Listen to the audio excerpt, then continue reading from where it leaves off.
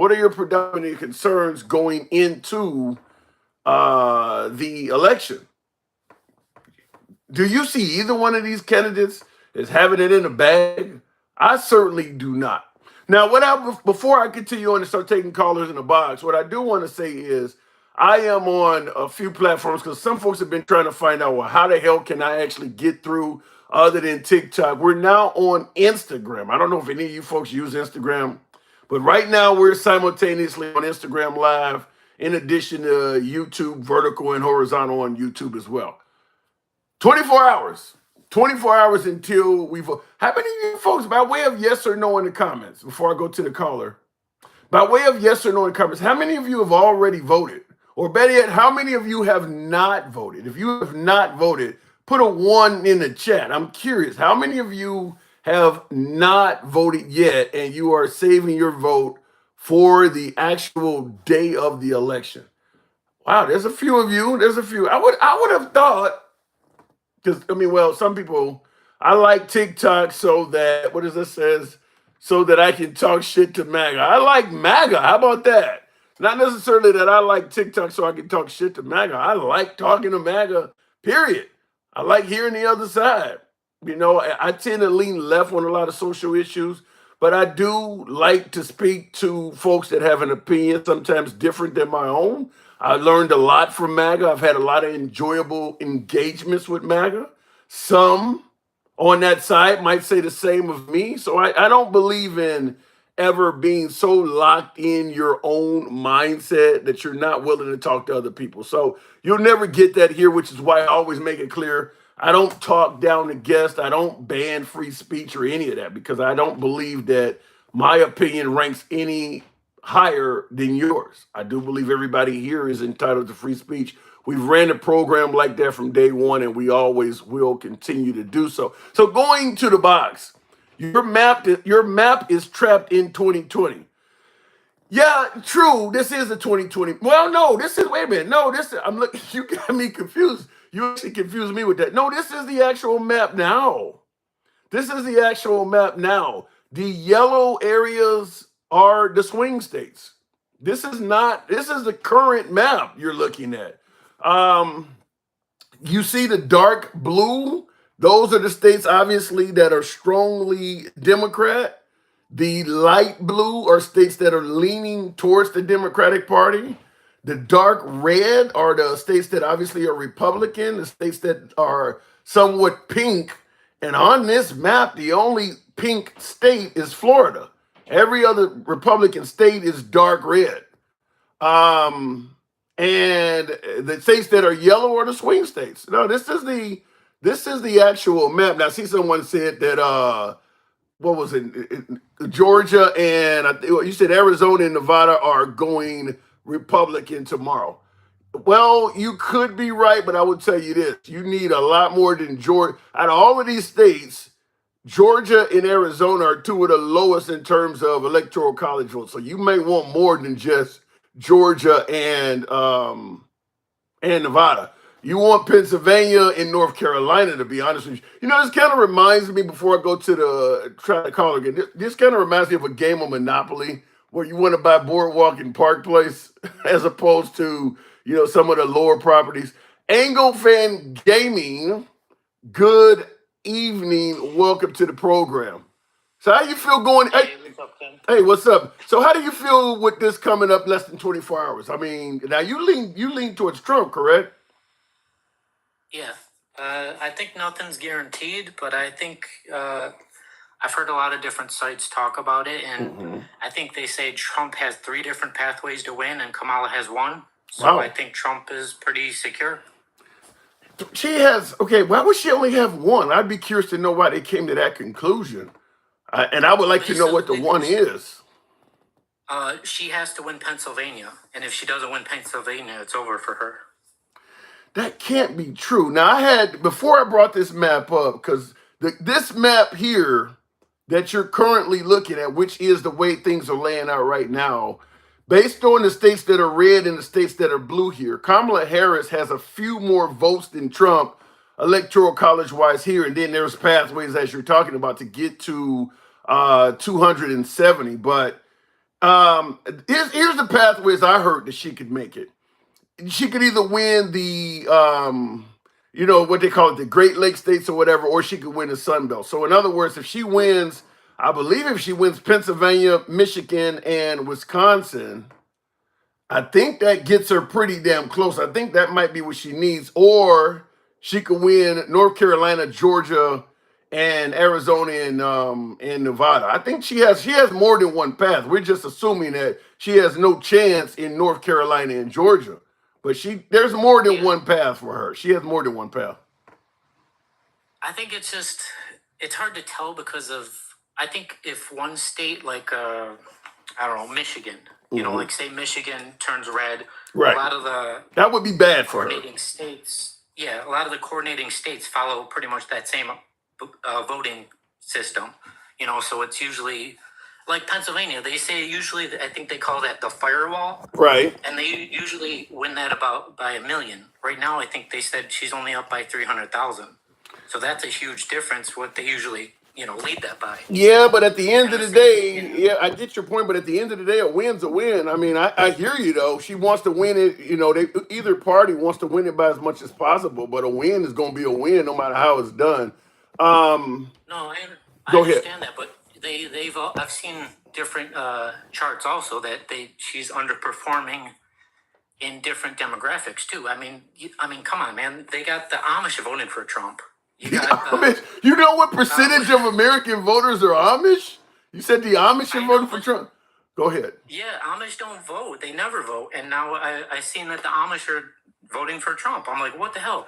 I seen that I think it's I don't want to get it wrong. I think it was some Muslim group just endorsed Trump, and I'm like, wow, that's a big deal. I would have to hear that. That's crazy. Because I mean, Trump had the Muslim ban. He favors Netanyahu over. But here's one thing I will say also. Have you heard about Iowa, where she is likely leading him now? That's a state that we have considered to be deep red. Even on my map, Iowa, it's only six. It's only six electoral college votes, but the Des Moines Yeah. Register, the poll, because Trump is saying it's a bad poll or a fake poll, but he was on record not long ago saying it was a great poll when it was in his favor. Now that it's going against him, he's calling it a fake poll, but he is now losing, according to the Des Moines Register, the nation's capital newspaper, in Iowa.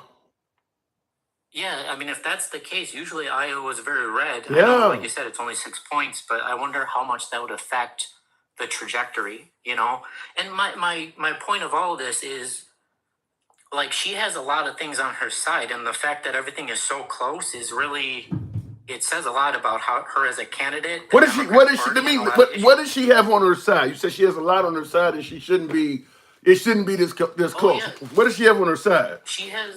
She has $1 billion in marketing. Money. She has the media. She has pretty much DEI. She was inserted as a candidate. She didn't have to go through a whole process of being picked and argue against 10 different candidates. And I don't know about the for I don't know about the DEI thing. I mean, I get it that Biden made it clear he was going to pick a woman and he did it, but I think Well, that in her case what DEI stands for, right? diversion, equity, inclusion. Well, I know, but in her case, it didn't earn it. Oh my God! Well, she didn't. I'll agree with that. I mean, she got promoted from president from VP to president, and she wasn't voted in. I'm not going to be on. Listen, at the end of the day, I'm willing to concede a point. No, she did not officially earn it. I'm not going to disagree with that. But I will say, when you say that she got so much going for her, and why is it competitive? I see it the opposite there, Angle fan. I see it with Trump having the nation supporting his economy, believing that he's better on the economy.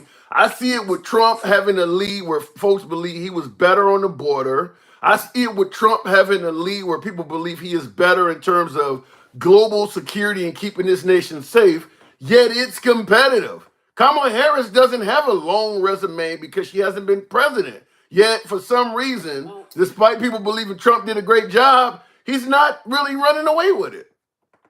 Well, that's the difference in itself. Like you said, that's the show me what you did. Like Trump showed you what he did. He's held office. He had low gas. He had all these examples of why people want to vote for him, policy stuff like that. And her, it's like media are telling you like, oh, you should pick her. She has all these opportunities, reasons, but it doesn't stand on anything. A lot of people like to say she doesn't stand on business. Well, and I think that's I get the stand on business part, but I always have clips to play. I think it's stuff like what Trump said, like this, that's not helping him. Piece of glass over here, and I don't have a piece of glass there, and I have this piece of glass here. But all we have really over here is the fake news, right?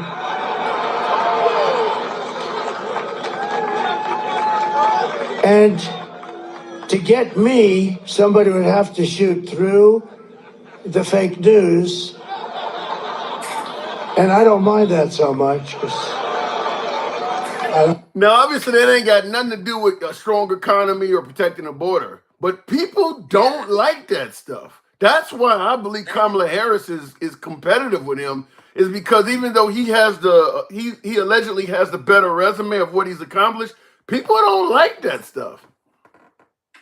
Well, I mean, people are too sensitive. That's the issue. I get it. But wait, hold on. You've seen the fuck your feelings flags. You've seen the snowflakes. We've known people have been sensitive his entire political career, yet he is not adjusting to the fact that he knows he's hemorrhaging voters from day one since his first term. Like, people don't like this stuff. And he just continues to triple and quadruple down on it. He's talking to people, and all the people that are watching. There was a survey that was done, and only 37% of the U.S. like the media, or even support the media, or believe them. Yeah, but when he says stuff like that, he's on their side. They're on his side. So the people that don't like the media are okay with making jokes about people getting shot? Yeah, because he's like, if they, they're gonna have to shoot them to go for me. At least they're gonna take out one of them. It's not the best analogy. No, it's terrible. People are gonna be upset because it's the media. Let me ask you this, because one of the things Trump said after what happened to him in Pennsylvania with his ear or whatever is that the rhetoric almost got him killed. Yet he's up here joking about people getting shot. I mean, he was the main one when somebody fired off a round at him. Even to this day, he's still blaming the Democrats, saying that the rhetoric has almost cost him his life. Yet he talked about it here. He's made jokes about Liz Cheney being put before 9 rifles to suggest that she needs a taste of her own medicine. Why is he speaking in violence so much? Well, one, for him, he's shown that he's not going to back down. He's not going to change just because he got shot. And stands with his fight thing after he got shot. He's like, fuck you. I don't care. I'm not going to back down. Liz Cheney, she's a warmonger. So he's like, you know what? You send all these people to die. Why don't you stand in front of that firing squad? That's what he was saying. Yeah, and I don't get the Liz Cheney thing. Liz Cheney currently is just a citizen. If you were going to complain about Liz Cheney being a warmonger, the time to do that when she was in power to actually commit acts that might lead to war. She's a citizen at this point. She is powerless. Bringing up what she did while she was in Congress is somewhat irrelevant at this point. I get that she's on a stump attacking him and he loves to attack back. But in my opinion, I think that probably one of his negatives is he shows up to every fight he's invited to. That was the one he should have let roll off his back. He could have attacked her after the election or something like that. The warmonger stuff is, when was she last in position to be a warmonger? When were we last having a war that she has something to do with? He could have brought this stuff up years ago. Why now? It was last time she had a chance was when she was governor or mayor or whatever position he held before she lost by 40 points when she wanted to be a rhino. Right. Well, then the question people look at her at. Yeah, but the question is, if she had not went against Trump in reference to January 6th, would she be a rhino? If she actually believed, like many Republicans, that what happened on January 6th was not Trump's fault and that he is the right leader for this country, would she be a rhino still?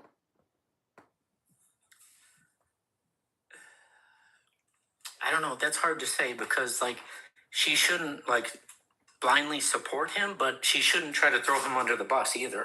You know, I get that, but her whole notion of whether she is a genuine Republican or Republican in name only, it only orbits around how she views him. It has nothing to do with how conservative she is or what she stands for, her principles, her policies, or nothing. It's solely based on whether she is a friend or foe to him. The minute she became a foe to him, all of her conservative principles, her history, how she's voted, what she stood, irrelevant. It's simply because the moment you're on the wrong side of him, you're a rhino. I don't see how that works like that. I think it's because the party has changed. It's no longer the. I mean, there's two different parts of the Republican Party, just like there's branches of the Democrat Party. Right. You know, you have the progressives, you have the socialists, you have the moderate left. You have there's different branches. So what is the Now you branch have, that like, Trump the leads? classic- What's that? What is the branch that Trump leads? MAGA. Yeah. Good point. America first. America first. You know, Trump. You know, it's no wars. You know, like if you're about doing your robotic speeches and your Marco Rubio type shit, like repeating your lines over and over, and you've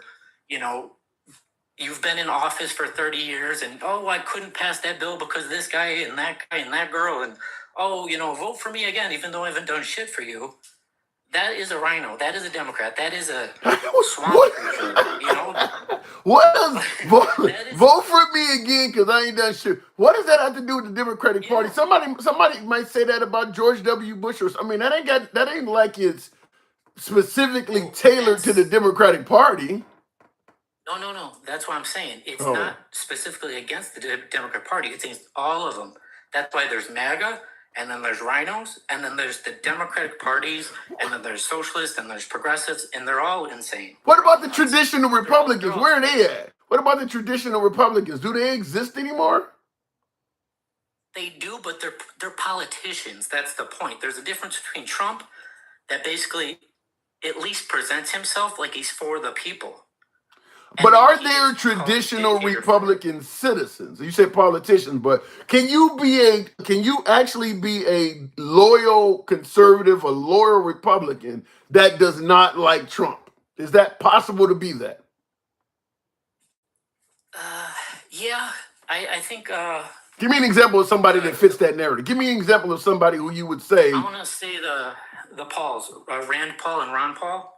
They're Republicans, but they're not huge Trump supporters. Right. And they stand for what they stood for their whole political career. Okay. And I respect them. I think they're good politicians, but they're not huge MAGA or Republican. They stayed on their policies, but they're not insane fucking the world is ending in 12 months. Yeah, I support you, AOC. Yeah, I support you, Liz Cheney. Yeah, let's start a war. No, it's like they're not bending their knee because, hey, I'm going to get some more money. Or, hey, Nancy, what's a good stock to bet on? It's... All right. Okay. They actually stand for something. All right, fair enough. So at the end of the day, you think in 24 hours, 24 hours we'll still be talking about this shit, but you do believe we're on the cusp of Trump winning this election? Yes, and I believe if we don't, if Trump doesn't win, I think he'll challenge it, but it won't be like a huge deal. He'll be like, I don't think I lost, whatever. But I think if Democrats lose, they're going to burn cities like they always do. Oh, they're my God. It's tyrannical. They already, those barriers that they set up, that ain't for MAGA. I disagree with that. No, because you're saying Democrats burn cities. Now, that is in relation to, say, Black Lives Matter and, racial issues or whatever. But when we're talking about the election, the Republican Party is the party that acted crazy about the election. Democratic Party believed that Clinton won, and they didn't do that. They believe Al Gore won. They didn't do that. That's the Republican Party that acted a fool in regards to an election. All right, but let me ask you this. Sure. What group does Republicans have? The Proud Boys, basically they all went to jail. So what? I got Proud Boys that call in the show. I got friends, fans of the show. I got Proud Boys. I got folks that call in the show that regularly tell me they 3%ers and oath keepers. And I welcome them calling in. And we have good conversations. Sometimes they kick my ass, but they not all in jail. They're not calling me from some kind of prison. Well, here's the thing. I've never seen a video of the Oath Keepers or the Three Percenters rioting, looting, burning shit. I've never seen videos of Proud Boys like burning shit or like tipping cop cars and lighting shit on fire. But I have seen Antifa. I have seen BLM. But let me ask you, how do you all know these other leftist groups? when you see Antifa or BLM burning and rioting, how do you know it's BLM or Antifa? It's not like they have uniforms on. Because they're usually led by a white woman. I don't even know where to go with that. But here's the point I want to make. Here's the reason why I asked you that question is this. That there were Proud Boys there on January 6th. I had somebody challenge me. I brought up the photo. They're out there. They're actually in their colors. Now, I don't know if they did anything criminal, but I do know the leader of the Proud Boys is serving time, double-digit years in prison for his activity on that day. So when you say that they don't do anything wrong, but the BLM and Antifa does, the criminal justice system, the federal government tends to think differently. I'll give you the last word. I do got to move it on, though. Oh, I know. And the Proud Boys are put in prison for long terms for minor offenses, even though the leader of the entire, what is it? I can't remember his name, but he's a Hispanic, and they call him racists, and like, they act like he's white. They call him Nazis and all that kind of shit, and it's ridiculous. Yeah, fair enough. Well, George Zimmerman, the guy who killed Trayvon Martin in Sanford, Florida, he also was Hispanic. So I mean, you can be from one culture but identify with another one. Hell, I wouldn't think Candace Owens was black if I didn't see her photo. So race is an ideology then? So it's a mindset. You're not black. It's a mindset. It's a mindset. There's a really good. Before I let you go, I'll just say this. I don't know. You may have seen this. There's a really good skit that used to be on the Dave Chappelle show called Clayton Bigsby, where Dave Chappelle played it. Yeah. So if you brought up, he fired his wife for being a black. He thought his wife was yeah. So now, as funny as that is, if you're brought up in certain environments, you can be brought up to identify with a different group and maybe hate folks that you normally would be viewed. I mean, Eminem is critical of white people. I mean, he's brought up in a different environment. It can happen. So yeah, you can. Democrat. Huh? I mean, Eminem's a Democrat. Oh, damn right. But like I said, he's been brought up in the urban area of Detroit. He's not going to grow up MAGA. Of course, he's a Democrat. Well, you would think he would if he was growing up poor and he lifted himself from his bootstraps. You'd think he'd be proud of himself for turning his life around. You do realize most of the good try, but you do realize most of the poorest Americans, I'm talking like dirt poor Louisiana and Kentucky and all of that stuff's Republican. The poorest states in this country are in red areas. Now, the criminal states, big cities. But when you're talking about dirt poor poverty, it's mostly in red areas. So when you say, well, you should vote Republican in terms of money, no, your areas are where all of the poverty is. Which is funny because, I don't want to keep going on and on, but it's funny that these Democrats move to those areas because of low cost, but then they complain about the ideology of it. Like, you have Andy on a lot, the girl that goes nuts, and you usually try to get her off as soon as possible. And she lives in Alabama, and then she talks about abortion. I got papers and I got all this stuff. It's like, bitch, move out of Alabama. If you're so upset about everything, move where you're. Well, I could say the same thing about Republicans complaining about Chicago and its gun laws in California. If you don't like it, move out of it. I mean, I get your point, but we can say that. We can say that to anybody. I believe you should live where your ideology is. If you want to kill babies, live in Illinois. If you want to be happy and have your gun rights, move to a red state. I believe you should vote. If you live in somewhere and you don't like the ideology of that location, vote to change it. You can move like you're suggesting, but otherwise, vote to change that ideology. I got to go, Angle fan. Thank you. All right. Appreciate it. Good talk. All right, moving on with the program. By the way, tap the screen. I'm trying a different setup tonight. So, because some folks always say, well, all of the callers come through on TikTok, but I got some YouTube viewers that don't have TikTok. I'm trying Instagram. Now, I don't think anybody's there yet, but the Handsome Liberal on Instagram, we are live on that currently as well. We are vertical and horizontal on YouTube. So we're in 4 different places at once. Tap the screen, get the likes up to about 20,000 on TikTok. My YouTube viewers, feel free to smash that like button. Show some love to the program. Texas may turn blue. That's not gonna happen, blessed up Kev. Not this go round. Now, it sounds like Iowa may be in at risk of turning blue or purple or something. Texas in the future, but not in the next 24 hours. Texas is not going to turn blue. I don't think so. But we'll see. We'll see. I do believe that there probably will be some shockers in the polls because they've been showing us as being close for so damn long. There may be some shockers in the polls, so we'll see. Going back to the box, Georgia is going blue, someone said. That is very possible.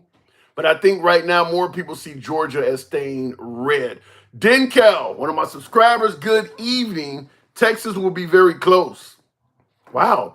If Texas, if one of these states flipped that nobody's expecting, like Iowa, for instance, I think that would show it's over with for Trump. If he wins Pennsylvania, it's probably over with for Kamala. Denkel, good evening. Hey, good evening. 24 hours to go. You ready for this shit? Oh yeah, I was born ready. But ready to I was lose? born ready. I'm look. Either way it go, like I've said before, I'm gonna be okay. I'm gonna be okay. It's other people that I'm concerned about, not myself. Who are you concerned about? I'm concerned about all of the people who listen to Trump's lies to tell him he was going to make all of their lives better. He was going to fix the world. He was going to fix the gas. He was going to fix the food. He's going to fix abortion. He's going to fix everything in their lives in the first 100 days. Yeah. Those people and his effort to try to get those things done is going to put a lot of people in the cross, and a lot of people going to get hurt over it. So he can win. I mean, I'm retired. I can sit back and with my popcorn and watch the show. Yeah, but you know the counter argument is going to be. Yeah, but you know the counter argument. You're talking about people going to get hurt and all of this. The counter argument is obvious. Listen, we had him in office for 4 years. None of that shit happened. The left is just fear mongering. How do you respond to that? I would say what's been said on your show many a times. This is not the same person.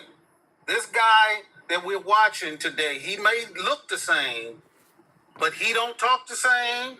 His rhetoric is a lot harsher. It's a lot different. And so when you start talking about whole entire groups of people, and at one time he was talking about building a wall, and that was going to solve all of our problems with migrants. Now he's saying he's going to round every last one of them up. Those are 2 totally different things. Well, but in defense of, I got to put on my devil's advocate hat. I got to say that you're right. At first, he was talking about building a wall, and that would solve the problem. But now that we've had 4 years of Biden, many are going to suggest so many immigrants came in this country that simply building a wall is not going to solve our problem. You got to round up the ones that got in when he was not in office. Right, but then you would have to continue down that same logical pathway and say, if I put them all out, what's going to stop them from coming back? Like you got to get down to root cause. You can't just say, well, I'm going to put them all out and then our problem will be solved. Well, he's already promised that if you are put out of the country for entering illegal, if you come back in, you get 10 years in prison, automatic, no chance for parole. Right. And then, the people that have braved, walked 1,000 miles, with no shoes and no jacket, right. Getting away from a tyrannical government. You think that's enough? They'll think just like a guy that's the recidivism for criminals. Like when they get out, they know if I get caught again, I'm gonna do life without parole. But guess what they do? They think they're smarter this time. I don't know. 10 years in prison ain't no joke, though. You think they would come here, even though you think they would still come knowing that they could get 10 years hard time, no chance for parole, anything? They're talking about death where they're at. Yeah. They're talking about dying where they're at. Is it worth it to come back and say, okay, the last time I messed up because I stayed here maybe I was driving too much or this. No, they're going to go somewhere. They're going to be content and they're going to hunker down. But that's what people do. If you comparing me and my family dying to me possibly going to jail, well, I'm going to take that chance. Yeah. I mean, you raise a good point, but I guess I'd ask you this in regards to this whole border fiasco. Do you believe that that Biden Harris team has done a good job keeping the border secure? I think they did. I think they did all that they could do. I think when they finally allowed the Republicans to have a say, and they let one of the most conservative, senators, Senator Langford, in there, and they hammered out something that was going to be highly unpopular with their own base. Like they've moved. They've kind of moved the Mike, goalposts now. you believe that? Wait. You believe that Biden and Harris has done all they could do on the border? Yeah, with the executive orders that's in place now, that's got the numbers down pre-pandemic. Yes. I think Kamala Harris was making jokes about even visiting the border for the first couple years. I mean, yeah, for the first couple of years when the numbers were not as high, when Title 42 went away and we had that mad flood of people, she was no longer saying that. So when you say everybody's conflating her saying something 3 years ago with what she said 6 months ago. Yes, at the beginning they were asking her about the border. They had put forth their little bill or whatever. The Republicans turned it down, and so they were saying, well, it must not be a problem because nobody's trying to do anything. They said that for the first year or so. Well, we know for a fact that the reason the Republicans are turning it down toward the end is they want to benefit Trump's reelection campaign. But I think even a lot of Democrats, believe that Biden and Harris were not good on the border. So if what you're saying is true, why are there even a significant amount of Democrats that think they did a shitty job on the border? I mean, that's because the people you talking to have no understanding of what nuance is. When you say did good on the border, if you consider kept it secure, no tolerance policy, if you consider the no tolerance policy of putting kids in cages, if you could consider that effective, then yeah, I guess you could say they did a better job. But the laws on the border have never changed. Biden didn't put in no new laws, and he didn't do. And when people say, "Well, he got rid of all of those laws that Trump had when he came in," nobody can name any of those executive orders that he got rid of. They just use that as a talking point. And there's no. What about the remain in Mexico policy that Trump had? Didn't Biden let that go away? Yes. He said when he first came into office, he said, executive orders that I believe are inhumane, I am going to get rid of. So the remain in Mexico policy, which was one that they know that the cartels were taking advantage of all of those people stuck in there right at the border. They couldn't come across. They couldn't get any relief. They felt that that executive order to stay in Mexico was harming more people than it was helping. But what about the thought process of Americans? Do Americans favor letting this remain in Mexico expire? To me, it sounds like I think you got more folks in this country, I'm pretty sure of it, from the polls I've read, more folks believe Trump was better at securing the border than Biden. And Biden. So what I'm saying is the remain in Mexico, the way Biden let that expire or make the changes to it, it sounds like most Americans don't favor that. Two different things, Tim. The remain in Mexico policy was turned over by the Supreme Court. The Title 42 also was overturned by the Supreme Court. That's COVID. Yeah, that's COVID. That's COVID. Those two things that Trump did were both unconstitutional. Well, no, the Title 42 was because it was an emergency powers. But the things that Trump had put in place that remain in Mexico and the zero tolerance, those policies were shot down by the Supreme Court. The same way Biden's policy that's in place right now is going to get shot down. He knows it's going to get shot down, but he did it because there was this surge of people and there was nothing he could do but address it. And he did that with an executive order that he knows is going to get overturned. Well, see, then this But would he make me did it go. 'cause- This would make me go back to what I've said many times before.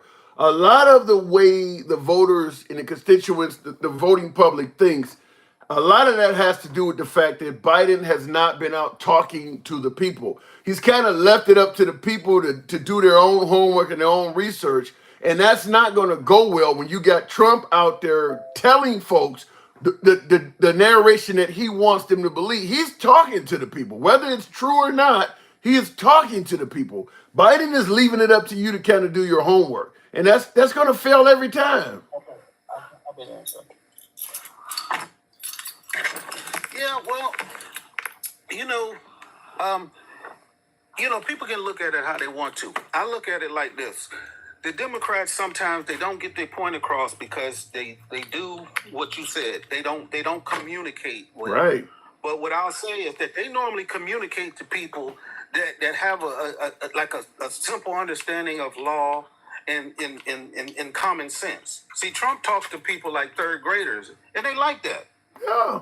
They like somebody that dumbs things down. But when Kamala Harris says, "Hey, this is what the problem is," and she thinks that people can go take a look at it and figure it out, but we say we need her to explain it to us like we're third grade.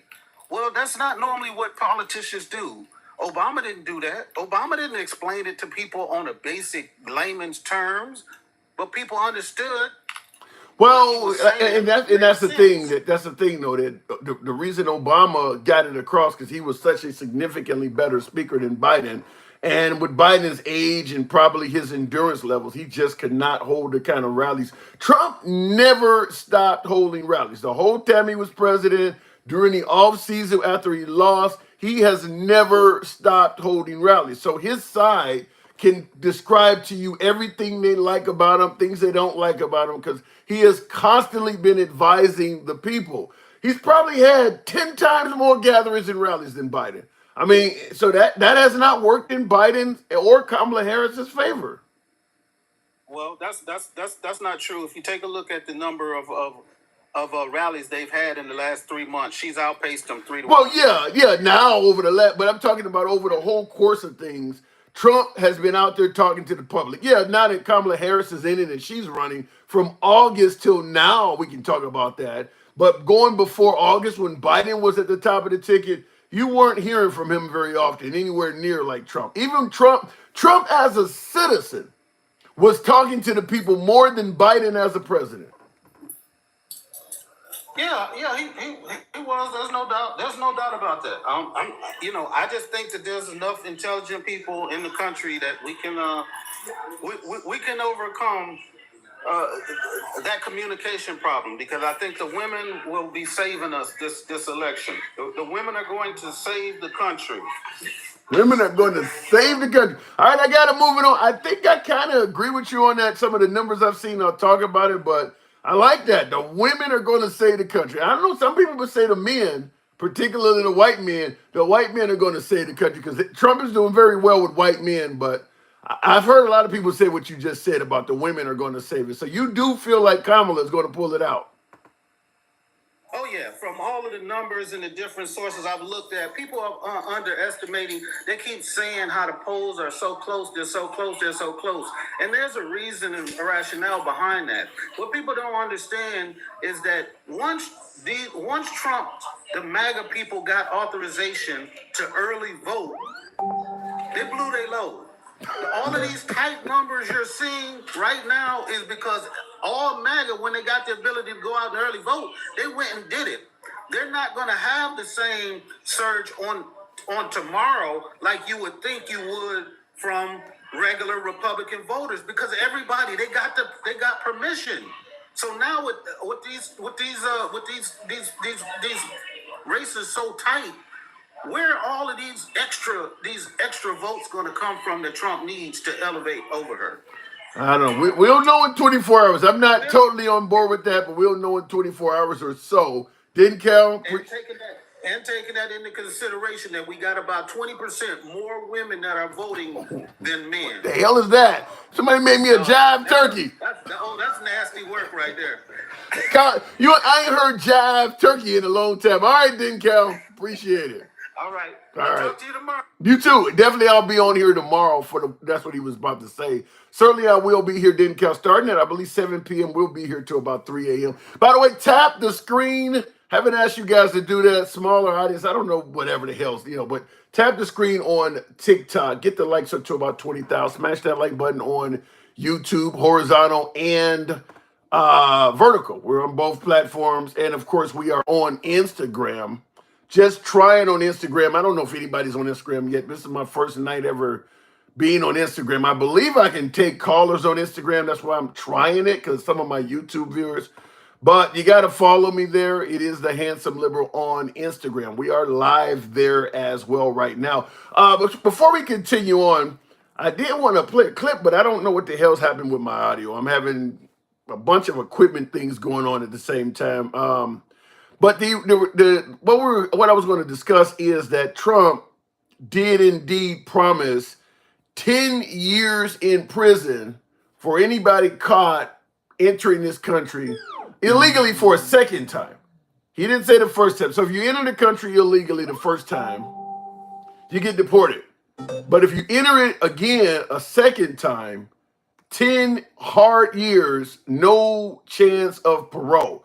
How many of you folks favor something like that? 10 years hard time for entering the country the second time. Ginger, appreciate the graphic. Thank you very much. Here is that quick clip. Invoke the Alien Enemies Act of 1798. Did you know that? I had to go back that far. We couldn't find anything because modern day politicians, even sort of old, nobody had the courage of these original people. So we had to go back to 1798, and it gives you the power to target and dismantle every migrant criminal network operating on American soil, and you can get them out, and there's no problem. And at least you can't say that it hasn't been around for a while. That's something, right? And if they come back into our country, it's an automatic 10 years in jail with no possibility for parole. So I think I got the speed on that a little bit, but 10 years, you heard him say automatic 10 years with no possibility of parole. I'd have to figure out why the hell the clip is a little fast talking, but automatic 10 years in jail with no possibility for parole. So, because a lot of people, what happened, and it happened with Eisenhower, you take them out, they'd come back in, they kept coming in. So he kept bringing them further away. At some point, they didn't come. And I see in the comments, Crappy says, is Trump going to build new prisons? My guess is it would be some Guantanamo Bay type shit, or it might be something similar to what Joe Arpaio, remember Sheriff Joe Arpaio down in Phoenix, where they had the criminals staying out in tents out in the hot desert sun. He didn't want them to have air conditioning, so he had them stay in tents, and they were wearing pink underwear, and he had them watching the Weather Channel, giving them literally the bare minimum. I think he had them eating bologna sandwiches. It would probably be something like that. I don't know if he would build new prisons, maybe, but it could just simply be cordoning off a large area of the United States. Maybe there's some wide open land somewhere, and putting up a bunch of temporary shelters. You can fence it in with the concertina razor wire, barbed wire, and things like that. Put a few towers on each corner of it. Probably would be something like that. Some quick built prison overnight. And they would just keep packing them in, and the prison, the size of it would keep expanding until they can keep shipping some of them out. The problem is this, before I go to the next caller, and I see somebody refer to it as concentration camps, Arletha. Some are saying that. Some are saying it would be like concentration camps. I'll leave that alone, but here's the problem. There are several countries that do not take their citizens back. Venezuela is one of them. A lot of migrants have come here from Venezuela. Trump says that they emptied out the prisons, emptied out the insane asylums, and sent them here. He referred to America as the world's garbage can. We often hear about Biden calling MAGA garbage. That comment, which was only about a week ago, Trump has said so many other things that feels like it's been 2 months ago. I mean, the whole Puerto Rican joke, what happened with Liz Cheney, and now he's talking about the fake news media getting shot. I mean, this guy squeezes a lot in a short period of time. I give viewers all the time on the show, you got Trump derangement syndrome. Kamala Harris don't say anywhere near enough shit to keep a show going. By the time we get done with this show, I'll probably turn on the news and hear Trump say something else. At the rally he's currently holding in He's currently in Pittsburgh. I got the rally playing behind me. He's currently in a rally in Pittsburgh right now. And chances are he probably is going to say something controversial. Let me go back to the box. I don't like him as a person, no, says Jizz. I also don't like Harris as a person. And what about Harris? We know Trump because he's been in the news. What is there about? I know you may not like Harris's policies or she don't answer questions, but what about her personality do you not like? I'd be curious to know. I'd be curious to know. Continuing on with the program, Travelman. Good evening. Welcome to the show. Less than 24 hours by this time tomorrow, they will have the maps up on screen. Travelman, good evening. Hey, good evening. Hey, so how you feeling going into this? Well, I'm thinking that I'm thinking she's gonna pull it out. Really? I think Trump has alienated so many people, and I think Dobbs is going to be hanging around the Republicans' neck for a very long time.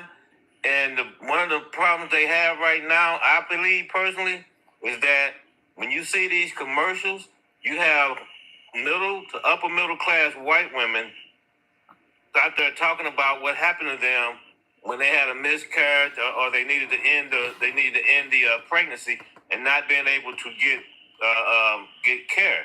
Now, over the last couple of weeks or a month or whatever, now you got the stories coming out of women actually dying. Yeah. You know, and that's powerful. And they're going in there reminding the men. Sometimes you see these women doing these commercials and their husbands are standing next to them. So now you got these. And the thing is, if you notice, they are, like I said before, they are middle to upper middle class white women. There are no women of color on those commercials. None whatsoever. So how do you respond to folks like Cammy on YouTube says your candidate? Now he's talking about Kamala Harris. Your candidate has no substance. Now I hear your point about the Dobbs decision rolling back. She has no substance. Huh? What do you mean? What do you mean she has no substance? Well, she don't answer questions. Everything starts out with I grew up in a middle class family. Folks believe that she's not really telling the public what she actually stands on. She's kind of more of a I'm not Trump type person.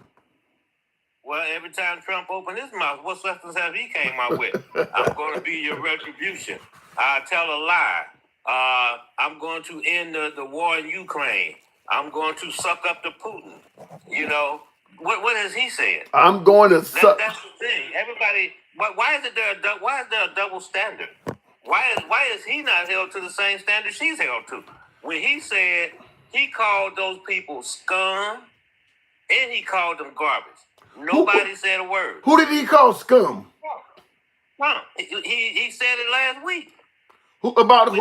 When he said he was talking about Democrats. Oh, yeah. That's a good point. I get your point now. That is a good point in regards to the double standard, because when Biden called Trump supporters garbage, it drew all these alarms from MAGA. You do raise a good point. Trump and Trump supporters have been calling Democrats fascists, communists, Marxists, socialists, libtards. They hate America. They're unpatriotic. You're right. I mean, you call Trump supporters garbage, and it's like you've crossed the line. The whole but world blows up. huh? Yeah, the whole world blows up. Yeah, I don't get that one. I can't. Yeah, I don't. That one I cannot explain. And to say that she has no substance, come on. Trump. If you ask Trump a question, start out one way, and he'll do what he call it, the weave. Yeah, he is. It took me a minute to weave figure out what he was talking about. Yeah, the weave is a senior moment. That means I forgot what the hell I was talking about. That's what the weave is. A senior moment. Well, Trump will be the oldest president in U.S. history. And I see Will G on YouTube said the orange candidate should be in Gitmo. Damn, Gitmo. He will be not only the oldest president, but he will once again carry the crown as the dumbest president. No. What makes you say that? He makes George W. Bush look like an intellectual. Why are you questioning? What about Trump makes you say he's the dumbest president? Listen to him talk. He doesn't know history. He doesn't know the Constitution. He's supposed to have this big brain. They always making excuses for him, trying to interpret what he says. Listen to what the man says and go by what he says. All right? Because they're telling you what they're going to do when they get in there. Well, He's done it before. is there anything that Trump, in your opinion, has said he's going to do that would make you concerned? Like, I mean, because he's promised to give us a good economy. He's promised to bring down the price of fuel, secure the border. What has he said that you're concerned about? He also said he was going to cut the deficit in half his first time in office, and he added $7 trillion to the debt. He also said Mexico was going to pay for the wall, and they didn't. Wait a minute. I'm going to defend him a little bit on the Mexico is going to pay for the wall, because what he meant in... Why? It's a lie. Well, no, hold on. Here's a taking him out of context thing, and I don't want to come across like MAGA because they say this all the time, but in this case, I think there's some legitimacy. What he meant was there is a unbalanced trade imbalance with Mexico, and he was going to, back up. huh? No, back up. Now you're interpreting what he meant. Yeah. Okay. What he said Mexico was going to pay for the wall. He didn't say there's a trade imbalance that we have in Mexico and we're going to use that to force them to pay for the wall. Right. No, he said Mexico was going to pay for the wall. Then He proceeded to take money from the military to try to build the wall, money that the military would not see again.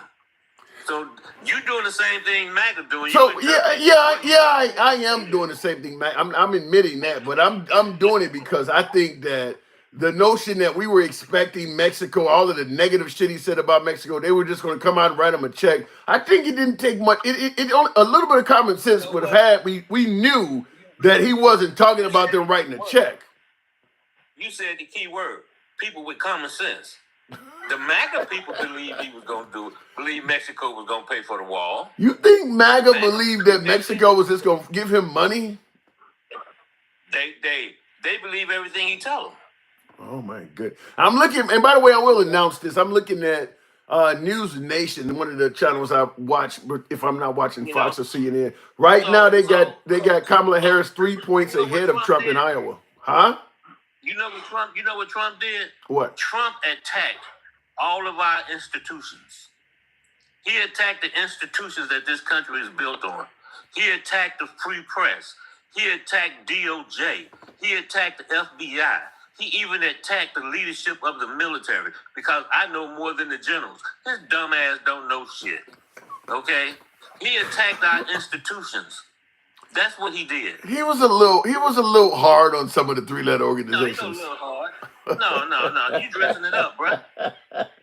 I'm trying, but he's really hard on the three-letter organizations.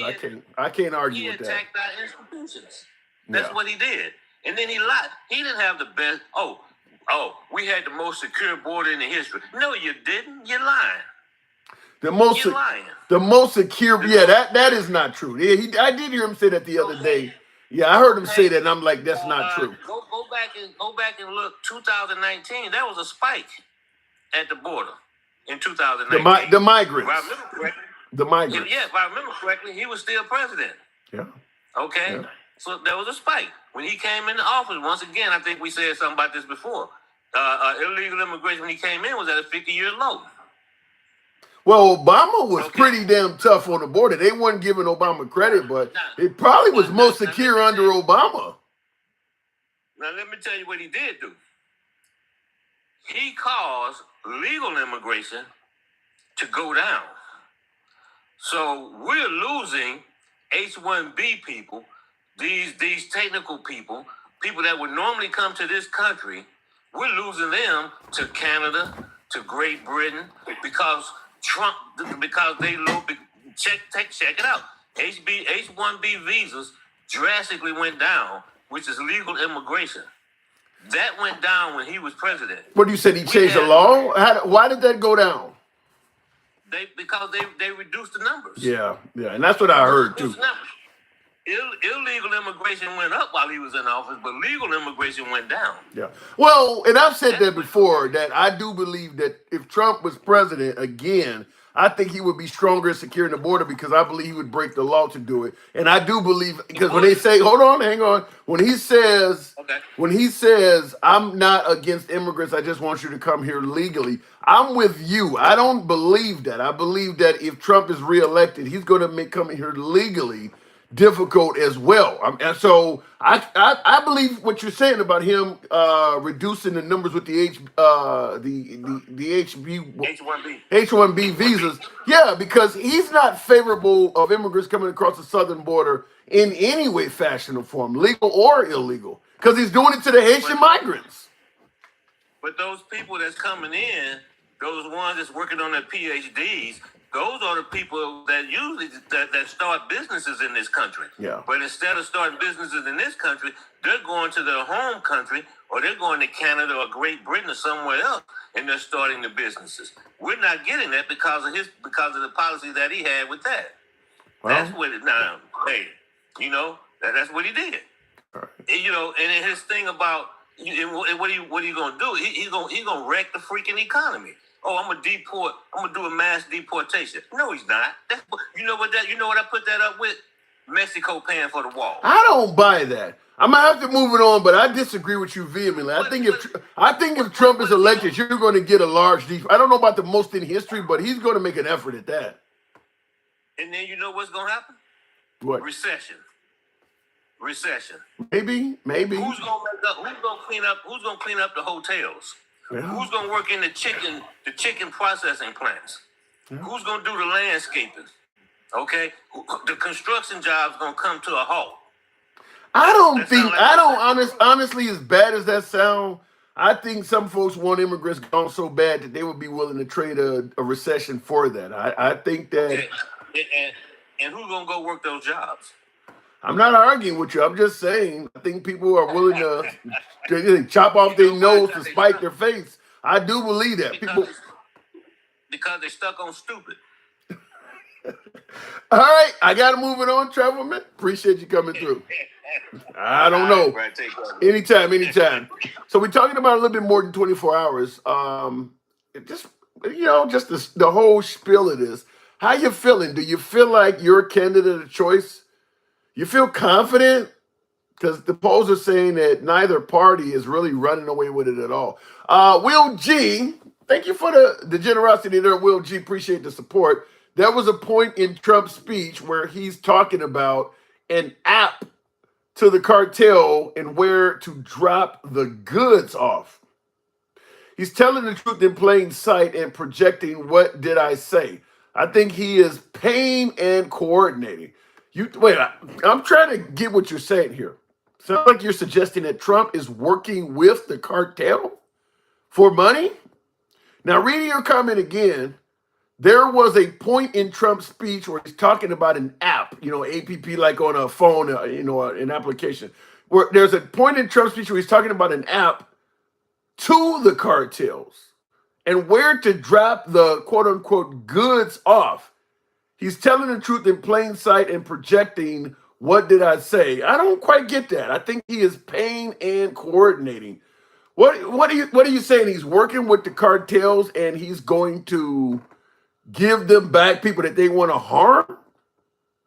Man, I wanted to be able to understand. I'm not quite confident what you're saying there. It sounds frightening, but I'm not quite sure what I'm interpreting. He is going to deport innocent Americans' xenophobic behavior, says Nikiv. Well, once again, we got to bring the Constitution into play. I don't know if he can deport Americans, but you can deport things that are pretty close. Like if he wants to get rid of DACA. So the problem is if you have been in America illegally for 15, 20 years, maybe you were brought over as a baby by your parents and they have not did any paperwork so that you're still here as an undocumented resident. You've been here your whole life or since you were a toddler and now you're a teenager or maybe even an adult. You don't know a damn thing about any country south of the border. You might speak Spanish, you might not. He would deport those type too. If you are here without paperwork, doesn't matter how long you've been here, doesn't matter if you've been on the right side of the law, because you broke the law when you came here, even as a baby. So yeah, I do believe he's talking about those types of folks as well. There's no anchor babies according to Trump. So even if you come here illegally and you fall in love with an American and you guys get together and have a baby or you get married or whatever, as a spouse, you're still here illegally. He's coming for you. He doesn't sound like he's going to be sympathetic from any angle at all. Reminds me of the Karate Kid reference I used before. Cobra Kai, what is it? No sympathy, no mercy, sweep the leg. If you're not here legally, you got to go.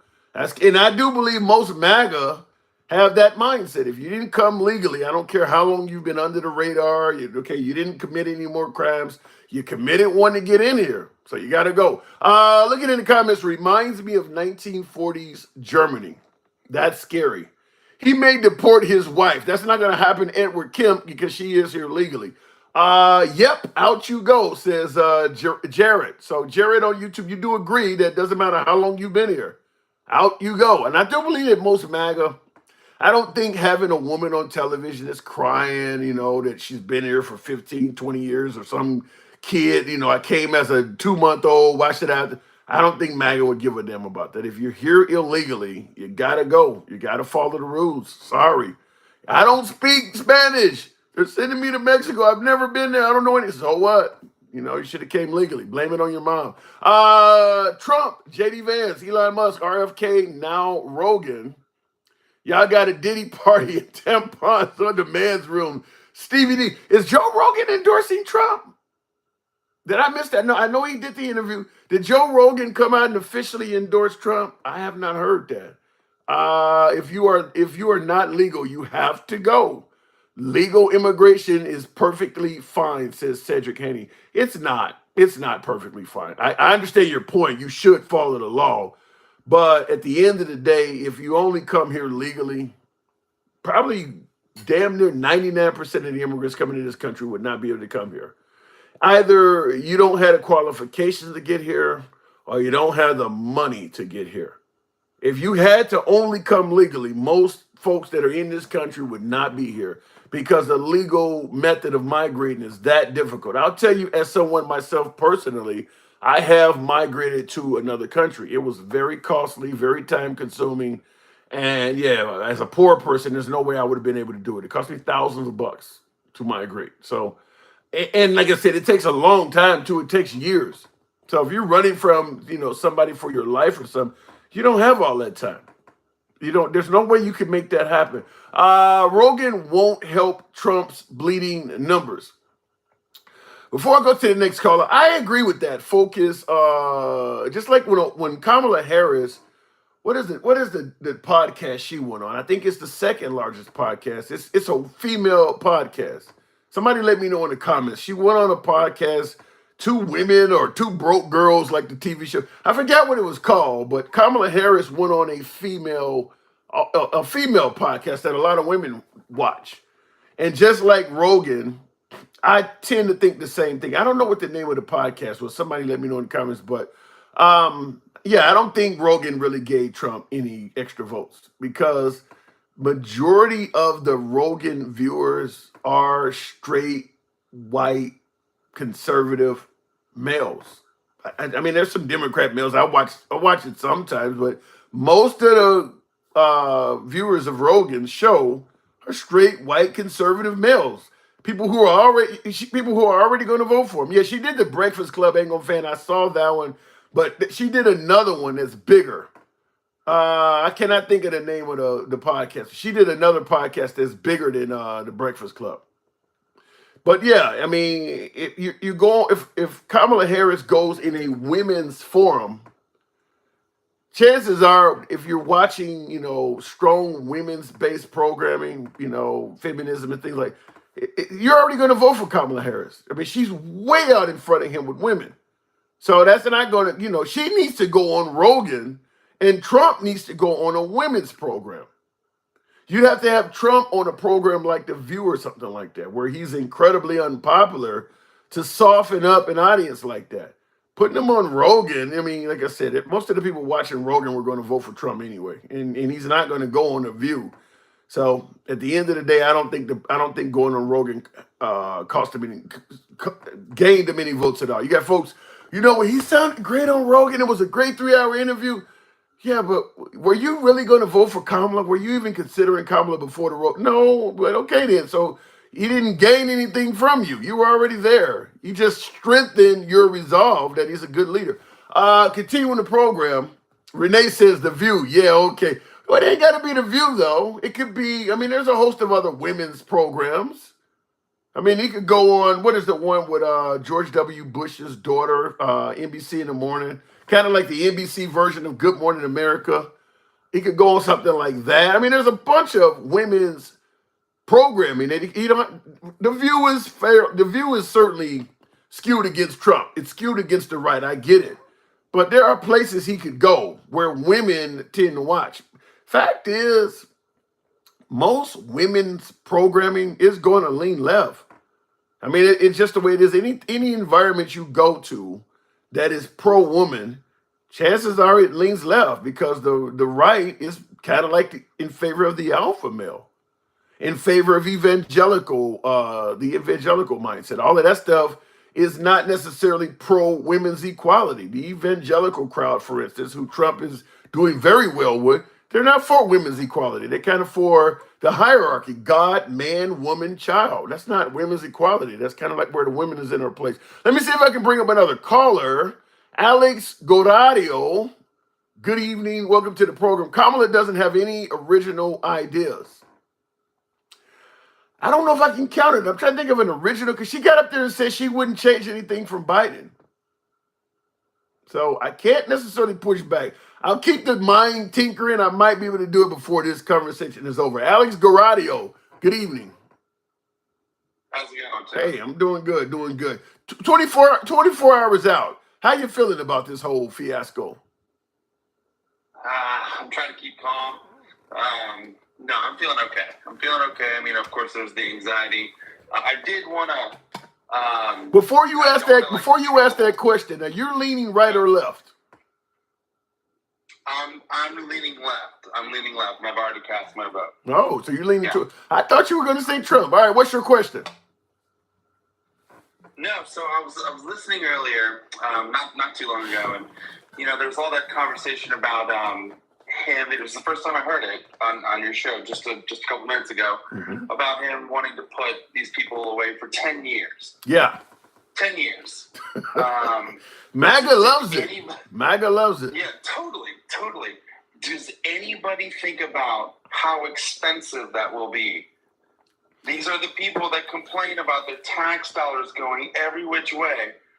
They want them out, but is Mexico going to take them back and pay for it? Are they going to pay us? Because it's their tax dollars that will be paying for them, all of them, to eat and live in these prisons. Well, if you believe, but hold on a second, Alex. If you believe that the majority of them are here to invade the country and poison the blood of this nation, they're all rapists and murderers. Yeah, it's going to cost us a little bit of money to house them, but it's worth it. If you believe they're that dangerous, they're going to eat people's pets and shit. It's worth it if you believe that they are that dangerous. Sure, but I guess what I'm more getting to is that we already know that the numbers statistically show that that's not what's happening. So unless he's actually going to round them up in the numbers that they're going to be excited about, which is the numbers that are coming in, then none of this really matters, right? But they're not going to want to pay for that in general. They're not going to want to pay for those tax dollars. And they're not addressing the fact that these people coming in are actually generating a lot of revenue tax-wise towards the things that help them, and like Social Security and things like that. You sound like, now, I got a viewer on YouTube, Cammy, that says it's cheaper to just give them citizenship and a job. You sound like you kind of favor that mindset more. I'm just saying they're already working the jobs that nobody's going to work. So I just would like, if people are going to be so dead set, I'm being frustrated that a small percentage of our already set military budget by the Republican House that goes to Ukraine, if people are going to be so upset about that stuff, then why aren't they thinking about how much revenue the tax dollars come in? I think that there's so much of that party. Because there's something bigger than the revenue, Alex. They believe these folks are coming here to harm folks and invaders, poisoning the blood of this nation. They're going to put that above how much it costs. If somebody's in your house and they're going to rape and murder everybody, they're going to eat up your damn pet, you'll go broke trying to get them out. Totally. But that's where I get frustrated in the sense that statistically that's not what's happening. And you can ask any one of these people if they've actually been physically affected by these things, and you'll find somebody. I'm from Michigan originally, and yes, there's some people up there, but if you go North Michigan, my family has a cottage house in Northern Michigan. In Northern Michigan, those people complain more about immigrants and stuff like that than where I was from South Florida. It's, so it's just like, you don't see it up there. If you go up there and you actually spend time up there, they're not there. But the people there complain about it. So I don't know. Statistically, I think a lot of the people that complain about these things Are not actually affected. Yeah, I totally agree with that. Most of the folks that are complaining about immigrants or complaining about biological boys playing for, it's not happening in their communities. Even you hear a lot of folks on the right complaining about the crime in Chicago, and they're living out in rural Montana somewhere. Like, why the hell is Chicago? You don't even visit the city. Why are you constantly talking about Chicago? Yeah, I do agree that it's created a boogeyman of sorts, and a lot of folks on the right are complaining about this stuff when it doesn't affect them at all. But at the end of the day, they vote just like everybody else does. You're not wrong. And actually, my hometown is St. Joe, Michigan, which is just across the lake from I'm familiar Chicago. with it. Yeah, my parents my grandmother used to have a summer home there. I spent a lot of time in Chicago, and I have a ton of friends. Most of my high school graduating class lives in Chicago. And it's one of their favorite cities. And it's one of my favorite cities, and I've traveled all over. Chicago's a great city, and it's not what people that are not from Chicago depict it. Nationwide, people are, ooh, the crime. Are you kidding me? Chicago's so clean. It's so pretty. It's such a good city. I've had so many, because, that's my birthplace. I've had so many people come and visit, and like, man, it ain't as bad as people say it is. I mean, because, if you watch the right, Chicago has been a whipping boy. I mean, you would think Chicago's like the Gaza Strip. They put every killing, every bad thing that happens in Chicago all over Fox or all over Newsmax, when really St. Louis, Baton Rouge, Memphis, there's a lot more violent cities than Chicago that rank. If you put in the 10 most violent cities in America, Chicago's not even in the top 10. But because it's a sea of liberalism, and it's had a history of tough gun laws, its ties to Obama, it makes her a good target because it is everything liberal. But in terms of being most violent city in the United States, it's not even in the top 10. Not even close. Yeah. So, but either way, sorry for derailing it. As far as I feel in the election, I don't want to be overconfident by any means, but I cast my vote. A lot of people I'm around down here. I live in St. Pete, Florida now. You in the red area now, so your state's going red, right? I mean, they say that, but also it feels a lot better than it did the last go around. And I've been down here for 14 years, and this time around it's felt a lot more progressive. And I think a lot of people are fed up. It's interesting you would say that. Now, I don't know how well you can see this map I just put on the screen, but this is based on today's polling, a few hours old. CNN, for folks who wondering where it comes from, I know a lot of my beloved MAGA have no tolerance for CNN, but this is from the CNN site. Now, you noticed on the map, the dark blue areas are obviously heavily Democrat. Light blue areas are where it leans Democrat. Same thing with the red areas. Dark red areas are where it's strongly Republican. Nebraska because of that one, the way they got that district rent, the district around Omaha is blue and the whole rest of the state. So they got one electoral college vote for Omaha. So that's why they got slashes throughout Nebraska. But if you notice the state you live in, because out of every Republican state, they all are solid red. Florida is the only state that is leaning red. So the CNN poll tends to agree with you that your state is starting to slowly turn purple. You think Ron DeSantis is going to let that happen? I don't think he wants it to happen, Well, but people yeah. down here do. Right. I mean, not everybody. I mean, of course, there's pockets, but I mean, you've seen it. I know. I listen to you as much as I can. I know your times have switched. Yeah, over the family last obligations month. have got me, but yeah. Totally, but I still tune in. Even if my phone says you're live, I'm in it. But Thank you. no, I've seen, but like you've covered it, and I look at some of your videos, but there's been pockets of Florida, like heavy lifetime Republican pockets of old rich towns in Florida, in the middle of Florida, just going full Harris and all that stuff. And St. Pete generally, St. Pete obviously is right outside of Tampa. And it's definitely, there's more arts and music, and it kind of leans a little bit more. Is it possible that a lot of folks a lot of liberals that are sick of their own areas migrating out to Florida? Are they bringing their politics with them?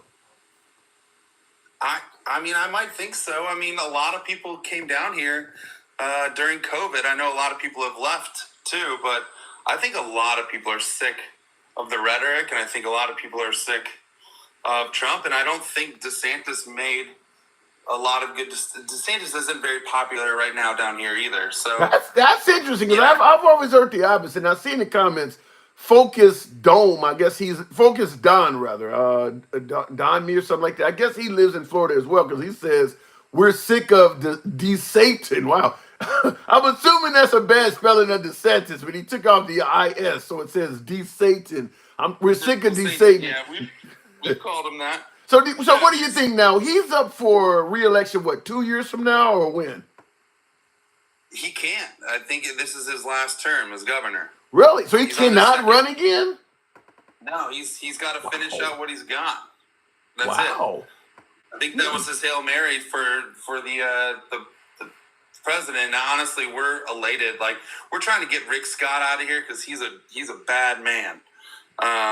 So I don't know. I don't know if Florida's really going to do it, but I also surround myself with a lot of like-minded people, but I do also try to listen into other conversations, and I think it could. It's possible. I'm not counting on it, but it's possible. I'm much more confident in my home state, Michigan. I think Kamala's going to. I feel fairly confident out of all of the swing states. Her strongest chances in Michigan. I feel confident with Whitmer there, Gretchen Whitmer. Yeah, I really believe she could still lose the election, but I believe that there's pretty much no chance of Trump getting Michigan. I do tend to agree with that. What do you think about Pennsylvania? How we feeling? Puerto Rico. I think if it's going to happen, it's them Puerto Ricans. Yeah. And the women, of course, and the women. But, certainly what happened at that Madison Square Garden rally, I think if Trump and MAGA could take that back, they would. Yeah, that was absurd. And then also it's one of those things that he's not going to do, but he should have done, is gotten out ahead of it and been like, oh, I don't, anybody presidential would have just denounced it immediately, been like, that's not what we stand for. I love Puerto Rico. You saw me, put whole campaign videos together of me, even though he had the worst response to Hurricane Maria of all time. I mean, the dude, when he was president, didn't even know Puerto Rico was his responsibility. But how do you respond? In the comments, Corey on YouTube has said, listen, it was a comedian. It wasn't Trump. It's a comedian hired to tell jokes. He did what comedians do. Why are you getting upset about it? How do you respond? Because that's been coming up since this happened. All right. Well, also, I'm a big fan of stand-up comedy. I also know Tony Hinchcliffe, not personally, but I know his comedy. You know his work. He did the roast of Tom Brady, and he used racism there as well. Jewish jokes, black jokes. So it's not like he was It's not like it was a surprise that he did a racist joke. Totally, but also a good comedian is aware of his surroundings and also still has to be funny. He still has to land the joke. Yeah. He still has good comedians. We've seen it. I think at one point you were talking about George Lopez in another show, but like if you're gonna go down the race card as a comedian, you have to know your audience and you have to have a funny joke, but you also kind of have to relate. I think you have to be relatable and it has to be funny. And I've heard podcasts say that if you don't land the joke, you don't land the joke. And there was no punchline. I've heard comedians talk about this joke specifically, and they say most Americans see Puerto Rico not as a pile of garbage, but as like a really nice, affordable vacation spot. It is a nice place to go. It is. It's an affordable vacation spot. It's also a part But of the why? United States. But why, if a comedian said that, why is Trump taking the blame? That's what they're saying. Is this should not have a bearing on Trump? It came from a comedian. It did not come out of his mouth.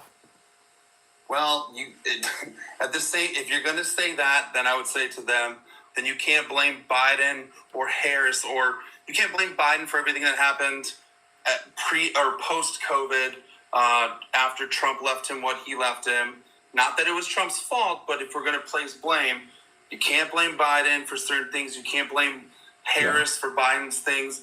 You have to. You have to be fair about it. You have to be fair about it. You always say, at the end of the day, the captain of the ship, if you're the president, you're always going to get the heat. Yep. You're always going to be the one that everybody looks to. And unfortunately, this is a very small thing that was very controllable. The presidency, not so controllable. You have to take care of so many things. But this is his rally. He had a small amount of people that could have vetted these jokes, and they could have vetted to see whether or not this was right. And then they could have gotten instead of the Hannity information or the Hannity little Fox thing that was pre-recorded where he just says, I don't even know the guy. I don't even think I was in the room. I don't even know.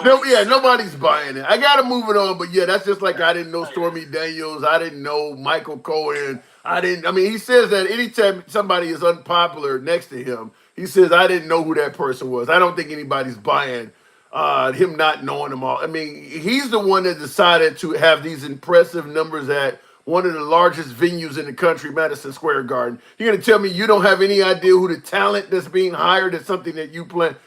It's hard to believe that. Alex, go ahead.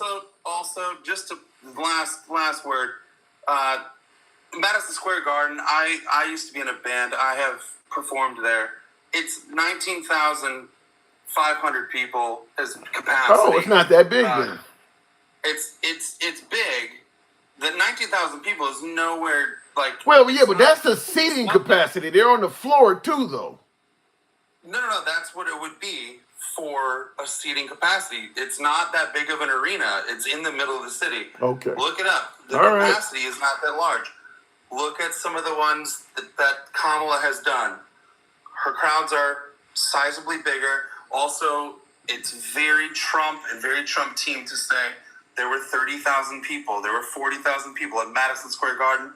You cannot fit that many people in Madison Square Garden. So that's just a silly statistic. So just look it up. All right. Just look it up to the people. But anyways, Tim, I appreciate you. I'm going to keep listening. I really do appreciate you. Thank you. Whatever happens, I do love America, and wherever you're at, I just hope that we move forward in peace. Well said. In some way. Well said. Appreciate it. And I will say this. I seen Corey in the comments was also on YouTube. They're saying it's just a comedian or whatever the case may be. I like to play devil's advocate sometimes. Oftentimes, I'm playing devil's advocate with a liberal in defending Trump on something a liberal is accusing him of. But in this case, before I go to your super chat there, Will, on YouTube, I'm going to play devil's advocate in this rare case against Trump. And what I mean by when I say this is, imagine if Kamala Harris had an event and she hired that exact same comedian, and that comedian did the exact same joke. All of the parameters are the exact same, but it's just under the name, under the banner of Kamala Harris instead of Trump. You think the same Trump supporters now they're saying it's just a comedy. It was just a comedian, just a joke. You think they wouldn't be using it? I'm not saying what the Democrats is doing is right or wrong. What I'm saying is this is politics, folks. Right now, we're in the middle of a hotly contested election, and people are going to seize on whatever opportunity they can seize on. JPT Farms. Appreciate the support of the show. Folks, tap the screen, get the likes up to about 40,000. Thank you, JPT Farms. I appreciate that. But yeah, right now, you're talking about a highly contested election. Trump is probably the best troll we've ever seen in terms of presidents. He would be all over that. If Kamala Harris had a comedian like that at her show, you think he wouldn't be using that to try to separate the Democrats from some of their Hispanic supporters, their Puerto Ricans? He would be using it. So, alter ego, that fucking turkey. Oh my God, that is the funniest graphic.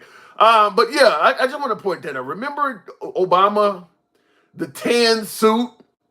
Remember Obama not wearing a flag lapel pin? They were going after him. Or even under Biden, they were alleging they had a Democratic rally and they didn't have a flag on stage.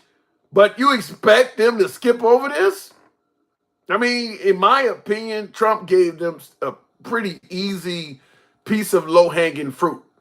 The idea that Trump would not have seized on this is insane. He would have done the same thing the Democrats are doing.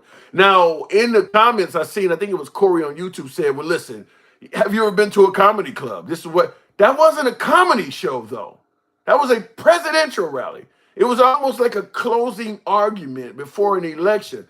That's not a comedy show. You don't go to a presidential rally to hear people bash on the Puerto Ricans. It's not the same. Yeah, you go to a comedy show, you expect to hear all kinds of sarcasm and people say all kinds of wild shit. You don't expect them to do that at a presidential rally. And by the way, even when in terms of illegal immigrants and stuff like that, Puerto Ricans ain't got nothing to do with illegal immigration. They're citizens from birth. So why they got attacked, I have no clue, because they ain't got nothing to do with illegal immigration or any of that. Which makes it worse. Puerto Rico which makes it worse. Puerto Ricans don't think of their country as garbage, which makes the joke both unfunny and wrong. Yeah, now, obviously the Puerto Ricans don't believe their country is garbage. Now, some folks have tried to spin in and say, listen, they do have a rubbish problem, a garbage disposal problem or whatever. I don't know. But I do believe that if the same thing had happened at a Kamala Harris rally, a lot of the folks on the right that are trying to defend Trump or spin it would be attacking and knocking Kamala over the head with it as well.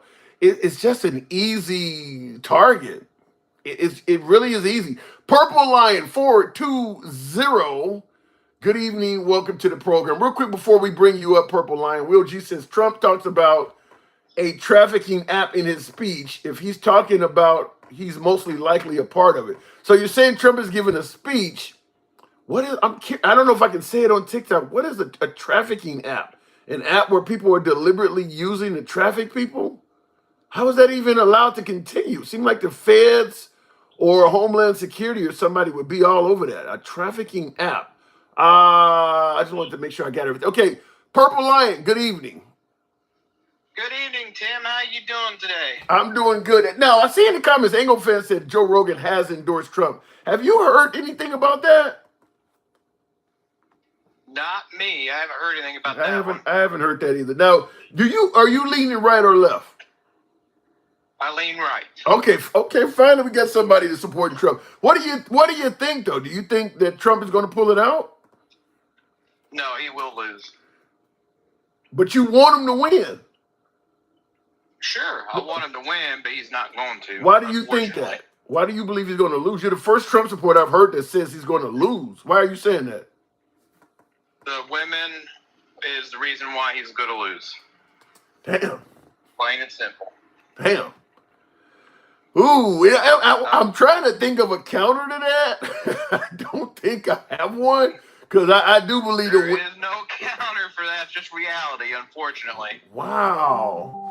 So, yes, I don't have nothing to say. I want to play this clip. This is Nikki Haley. Something in relation to what you're talking about. This is a few days old. Here's some audio from Nikki Haley.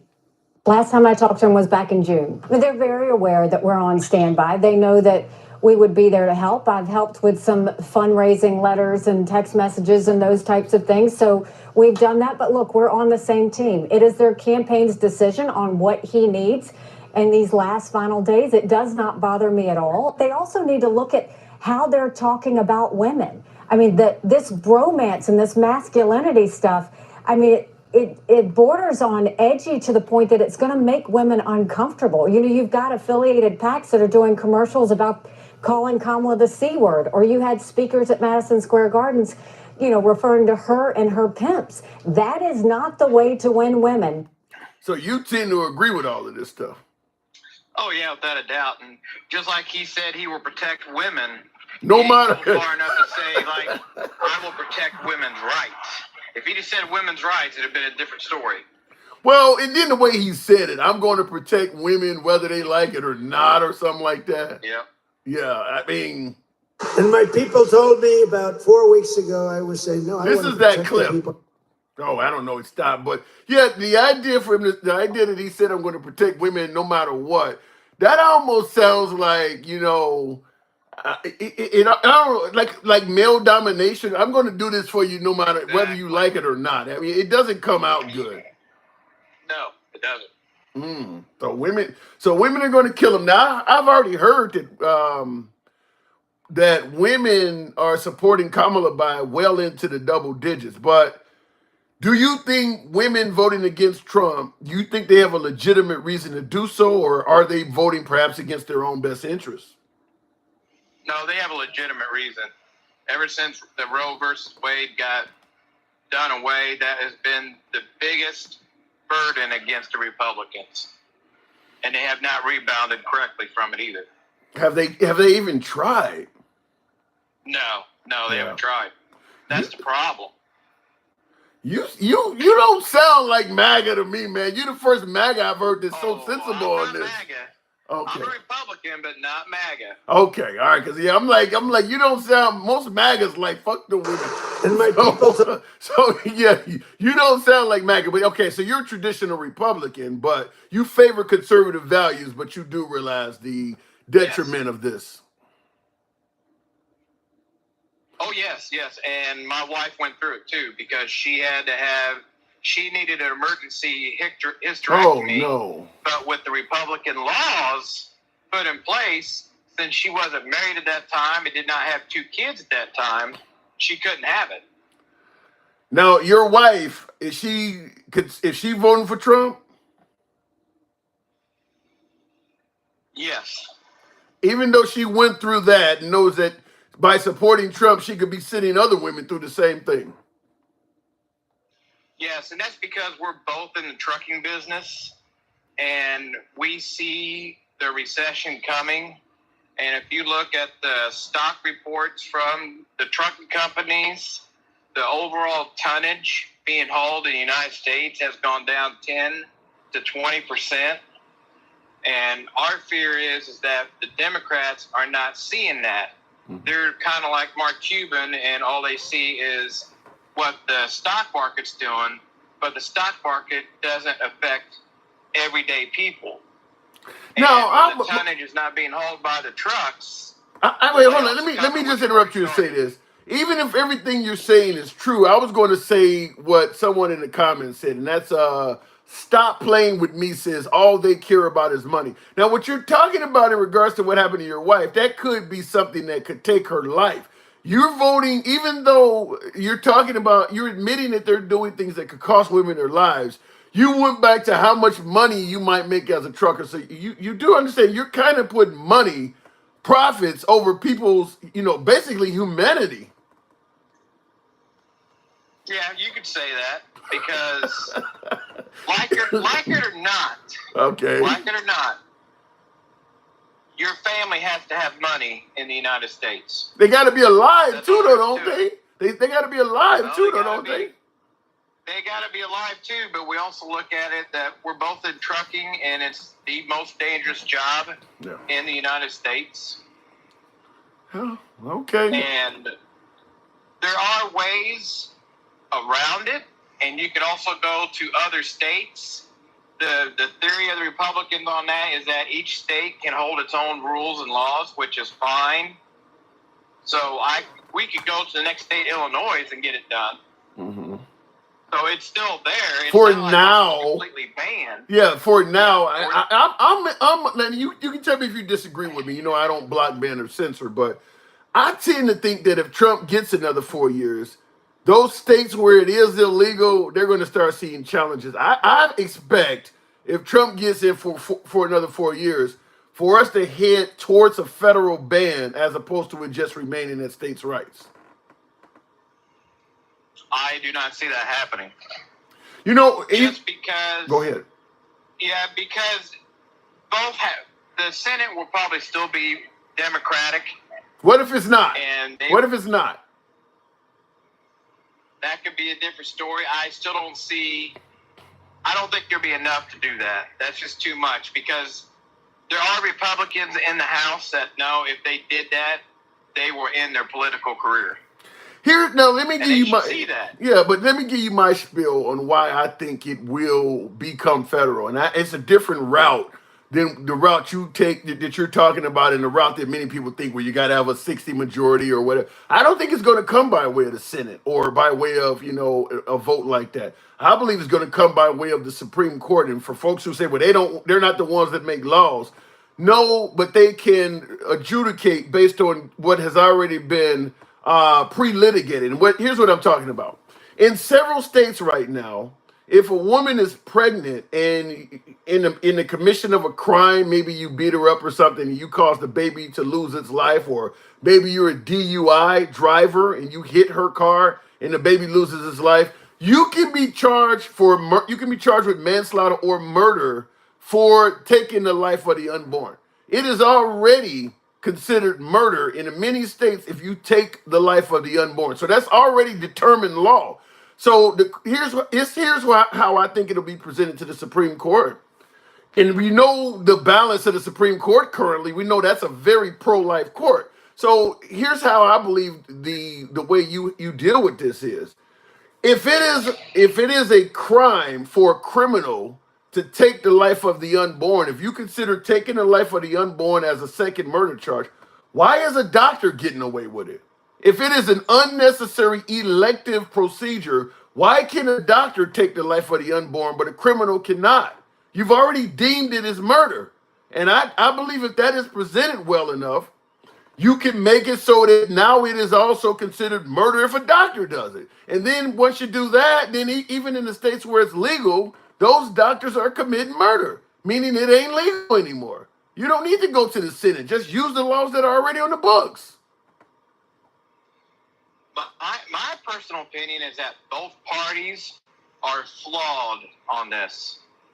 How so? In my opinion, both parties are definitely flawed, because neither party can come together and come to a number of how many weeks it is for that child to be actually a child.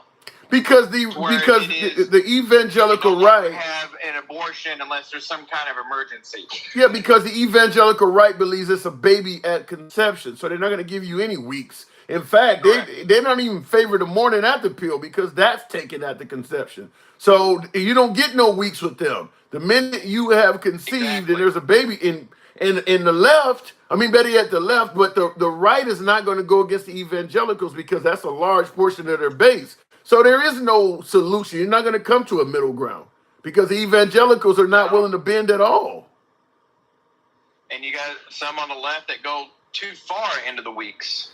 Yeah, but I think if you wanted to pass a law, at least for the left, that said 7 months, 8 months, 9 months is against the law, I think you would get a lot of left wing voters, a lot of left wing politicians that would agree with that. Now, it's a big difference between banning late term terminations and these heartbeat bills they're passing. They're talking about we need to stop this because women are getting rid of, ninth month or afterbirth abortions like Trump is talking about.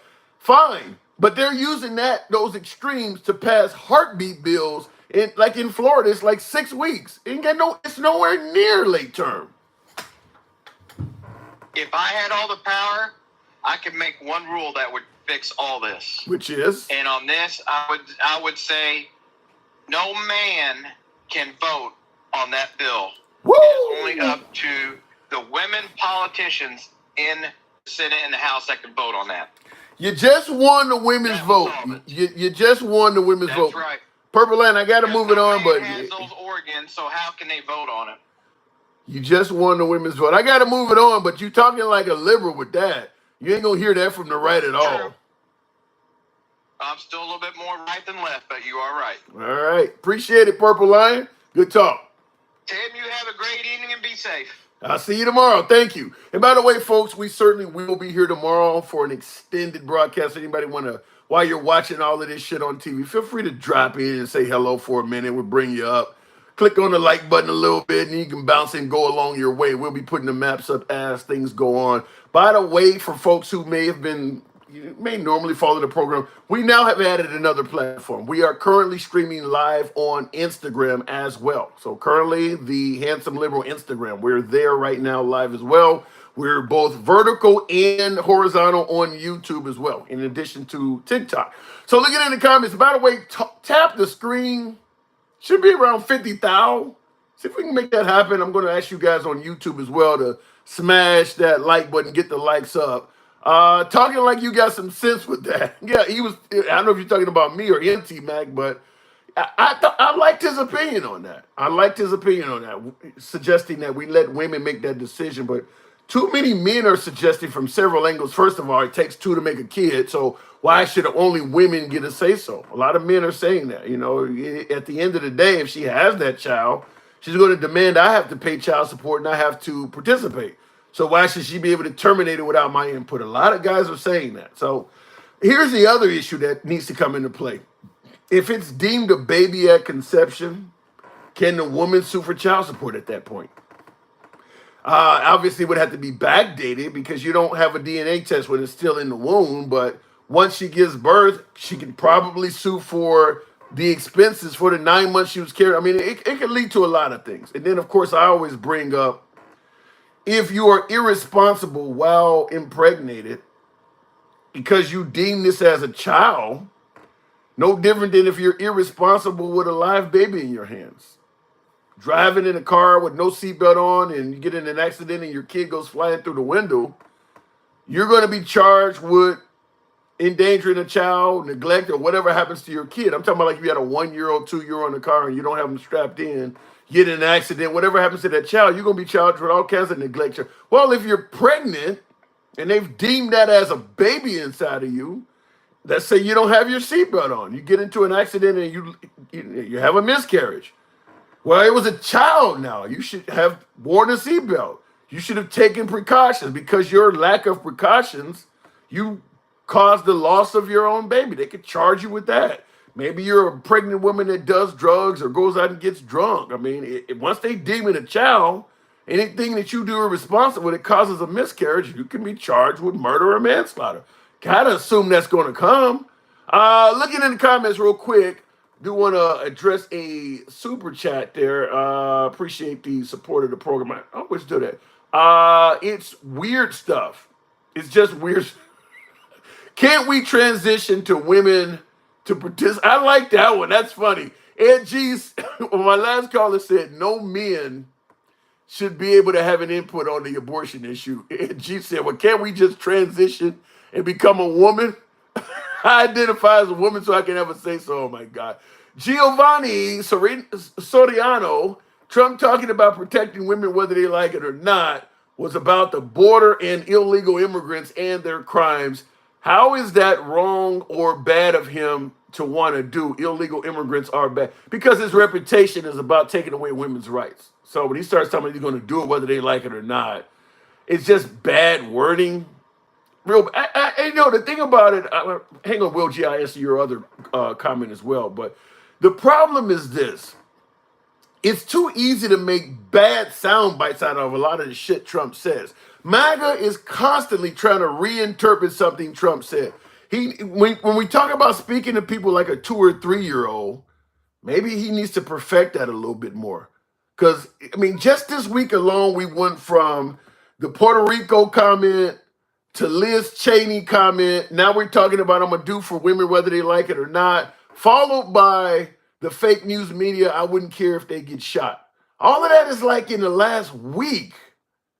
And MAGA is unfortunately left with the bag of trying to reinterpret all of that shit. We're talking about like 7 or 8 days. All of that has come out. I haven't even gotten to J.D. Vance's statement about normal gay people.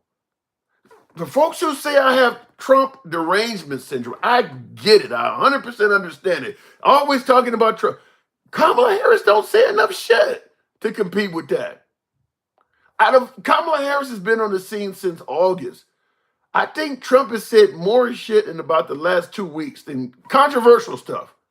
Kamala Harris has said some controversial stuff, but some of it is in the form of Biden referring to Trump supporters as garbage, but she don't come close. Maybe one reason why she's not taking as many interviews and not saying as much shit is because she realizes her adversary is hurting himself by saying too much. But just in the last 7 or 8 days, all of that stuff has come out. And MAGA is left holding the bag, trying to somehow twist it in one way or another so that it doesn't sound that bad. If you favor Trump, you believe Trump has the best direction for this country, you want this guy to win, you don't want Kamala Harris in there under any circumstance, you should be a bit upset that he keeps doing this stuff. At the end of the day, I don't care how much of a warmonger Liz Cheney is, it ain't necessary to address that right now. I mean, at the end of the day, Liz Cheney is a citizen.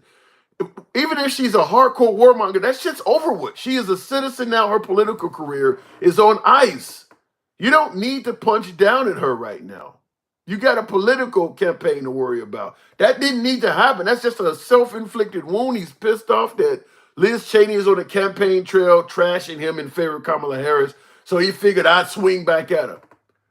You don't have to show up to every fight you're invited in. That was a bad outcome for Trump, in my opinion. We'll see what happens, but that was a bad outcome. Will G, don't mean to promote another channel, but look up Luke Beasley. I don't mind you doing that. Will, you're definitely a friend of the program here. Look up Luke Beasley. Trump suffers election eve nightmare and walks out episode and go to Mark 1341.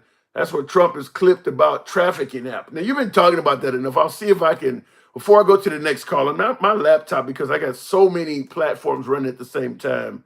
I think it's taxing the Wi-Fi, but I'll try to see if you said Luke Beasley. Let's see how much Trump is taken out of context here. I would look it up, Luke Beasley, because you got the timestamp on it, so it should be pretty easy to. Okay, I got Luke Beasley. Okay, Trump selects. Okay, it's pretty easy to find here. Let's see what he got here. Now, what was the timestamp? 1341. I'm gonna definitely. It is election. I'm gonna definitely do you a solid, Luke, because you definitely are a supporter of the program. 1341. All right, let me go ahead and get it up there somewhere. We'll play a little bit more of it if we have to, if it's taken out of context. I'm just curious to see what this is. Now, I believe Luke Beasley is a left-leaning program, but let's see what it is. He actually was consequential in his policy implementation other than his wild mishandling of a global crisis. I don't know where you're living and what you're doing. What world are you in? Then Trump says this. They have an app. Can you believe you call an app? You're now a drug trafficker or a human trafficker, and you say, ding, ding, ding, hello? Where do I drop these people? Go about 7 miles up and then go a mile left and just drop them at the opening in the gate. Okay, can you believe this? No, because it's not true. I don't know. I mean, I'm not going to go into what he has to say because he clearly is not a fan of Trump, but I did hear the app part. I don't know if I agree with the left-wing host there. Mike, we've heard of Craigslist and some of these other backdoor sites. It wouldn't surprise me if there was some validity to what Trump says. Now, he should have named the app or something like that, but then again, he don't want to get sued. So I'm not 100% sure. I feel confident what he said is not true. But we'll leave it at that. It may not be true, but I mean, they, at the end of the day, when people are trying to order these, um, I want to say sex partners or whatever the hell it is, there has to be a way to do it. There has to be a way to do it. So I don't know. I'm not, but when I see the comments, King Finn said he didn't name the app because he can't. But Johnny says the apps are real. I would put that as plausible. I don't know if I agree totally with the host there of that saying that those apps are not real. I would say plausible. Man, are you serious? You think people order other people like that? King Finn, yes, they do in Vegas. Yes. You ever been to Vegas and they hand out the cards? You can dial this number and you'll have a woman come to your room. Anybody who's been to Vegas, you remember little tiny playing cards that has a picture of a scantily dressed woman on it, and it has an 800 number on it. The woman that's on the card, you may not even get her. I read about this in a book, of course. But anyway, you can order people. You are ordering people. There's no carding. You don't know if that person's 18 or not. Yeah, I believe there's apps that you can do it. Now, I knew about that from going back to Vegas back and forth back in the 90s before you even had the internet. I would assume it's even more savvy now with the internet. So I'm not for sure that doesn't exist. I'm going to chalk it up as plausible. I'm going to leave it at that. Going to one of my subscribers named Barber. Good evening, name. Plausible. I'm going to say plausible. Name, good evening. Yo, what's up, man? Hey, How you doing? what do you think? Broads by app. You think you can order a woman by an app? You think what Trump said is true? Yeah, but he probably didn't mean like an actual app. He probably meant like WhatsApp or something like that. But he is talking about going on the internet and getting access to somebody that is trafficking people. Yeah, he probably mean WhatsApp because it's encrypted and stuff like that. Yeah. How you can send messages between people. He probably didn't mean like an actual app like how they do in Vegas. Yeah, but it's close enough. I mean, in other words, okay, he is almost 80. He is almost 80 years old. We don't expect him to be 100% internet savvy, but he's in the ballpark. No, yeah, it's plausible. Yeah. I think it's plausible. Yeah, I think it's plausible too. Now, I was there when Backpage started, so. Oh man, yeah, MySpace and all. Yeah, well, Backpages. I remember Backpages. Yeah, I do remember Backpages. Yeah, so yeah, that's what I'm saying. I believe it can happen. So, but hey, I was watching. Go ahead. One of the guys, he was kind of talking about Trump losing. I think it was like in Iowa or like how is he losing? Yeah, he's losing in Iowa right now by 3 points. And by the way, it's greater than the margin of error. Yet no people are not taking it seriously. You hear Trump saying the polls are garbage polls, the same polls that he was the same the Des Moines Register, the capital city of Iowa, their main newspaper, the Des Moines Register, is where this came from. When they were rooting in favor of Trump, he was publicly at rallies saying this is a great poll. Now that they're against him, he's saying it's a garbage poll, but the right is not taking it seriously. But Iowa could be in play. Yeah, well, yeah, I think he doesn't. I don't think he's actually aware of why he was as popular originally, than why he's losing favor with some people. A lot of people who voted for him are like anti-establishment people. He got a large majority of like the people who wanted like drastic changes in the White House. Right. What happens is that over time he's coming off more as a politician. Yeah. The more he comes off as a politician, the less interested they get into him, and that margin is super thin because he's a politician. If you got to keep making excuses for him, he's buddying up with billionaires like Elon Musk. And while people love like the free speech idea, everybody kind of like anti-authoritarian people kind of have the concept of if you're buddying up with billionaires, it's because you're being bought. Yeah, I mean, that's what they were saying about the liberals. You're buddying up with George Soros, or you're buddying up with Zuckerberg or Bill Gates. Now that he's doing it with Elon Musk, they seem to be okay with it. The Republicans, but anti-authoritarian people, they kind of still see it as the same. That's why if you see somebody like Nick Fuentes, who was like ride or die for Trump, and he was all for like the rhetoric that he was spreading, as he slowly saw that like he's not full head with the rhetoric. and he's buddying up with all of these billionaires. It's just like he's exactly the same. And if somebody as far to the right as him can come off of that train, like the average people are probably getting off too. Yeah. I want to ask you something though, because now this is somewhat off topic, but this is one of the main reasons why a lot of folks are saying Trump is a much better leader for this country than Kamala Harris. Kenny Howard on YouTube. Now listen to these numbers. He says under Trump, gas was $1.89 a gallon, eggs were 79 cents, milk was $1.30 a gallon, bread was $1. Look what Harris Bidenomics has done. Do them numbers sound familiar to you? I mean, not really. I remember like things being cheaper, but they weren't that cheap. Like you talking about like 25-cent bag of chips from back in the day, or like. Yeah, that sounds like some 1980s numbers. I might have been looking at those numbers when I was sitting around watching live, brand new episodes of the Cosby Show or something like that. Them numbers seem really low.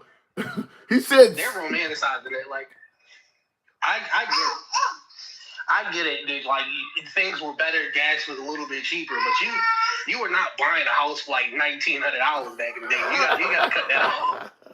Yeah, I mean, I'm like, wow. I mean, shit was that cheap. I don't because the $1.89 a gallon thing is literally taking the best part of Trump's administration, like right during the pandemic. That wasn't most of the years Trump was in office. Gas was not $1.89 a gallon. No, they're over romanticizing it towards the pandemic. Like, of course, gas was cheap. Nobody was driving. Like, like they were trying to get you out. Like, right. And then they downplayed the pandemic on the other end about the effects that it had on the economy. It's a weird. It's weird. Well, but I mean, who do you favor in terms of the economy, though? I mean, do you think that I'm gonna ask you the question that you're hearing constantly? Are you better off now than you were 4 years ago? I mean, you can say that you were better off 4 years ago, but if you don't understand why you were better off, it's a moot point. It's like Trump was better off because we were spending more after coming out of recession. When we were like. I think it was like we were recovering from a recession that Obama had brought us out. We were like, it was like raising to like skyrocket high margins. And at the time, I want to say that they say like he was supposed to like be cutting the spending that he was doing, but he kept it going. So of course it looked nice. It looked like everything was working because we were spending more money when we shouldn't have. Yeah, but what about giving him another go? You think we could probably do better if we get rid of Biden and give him a second go? I don't think so. I think again, and this is the like the kind of messed up part to where if he would have won after his original term, I don't think we would have been bad off. I think we're going to be bad off because he didn't get that term, and now he feels like he was supposed to have that term. Yeah. But he didn't realize why he messed up. Within that, he gave us mixed messages on COVID. He kind of didn't unify the people like how everyone thought he was, because initially when he was running, we did look at him as an outsider, and he didn't live up to that. Yeah.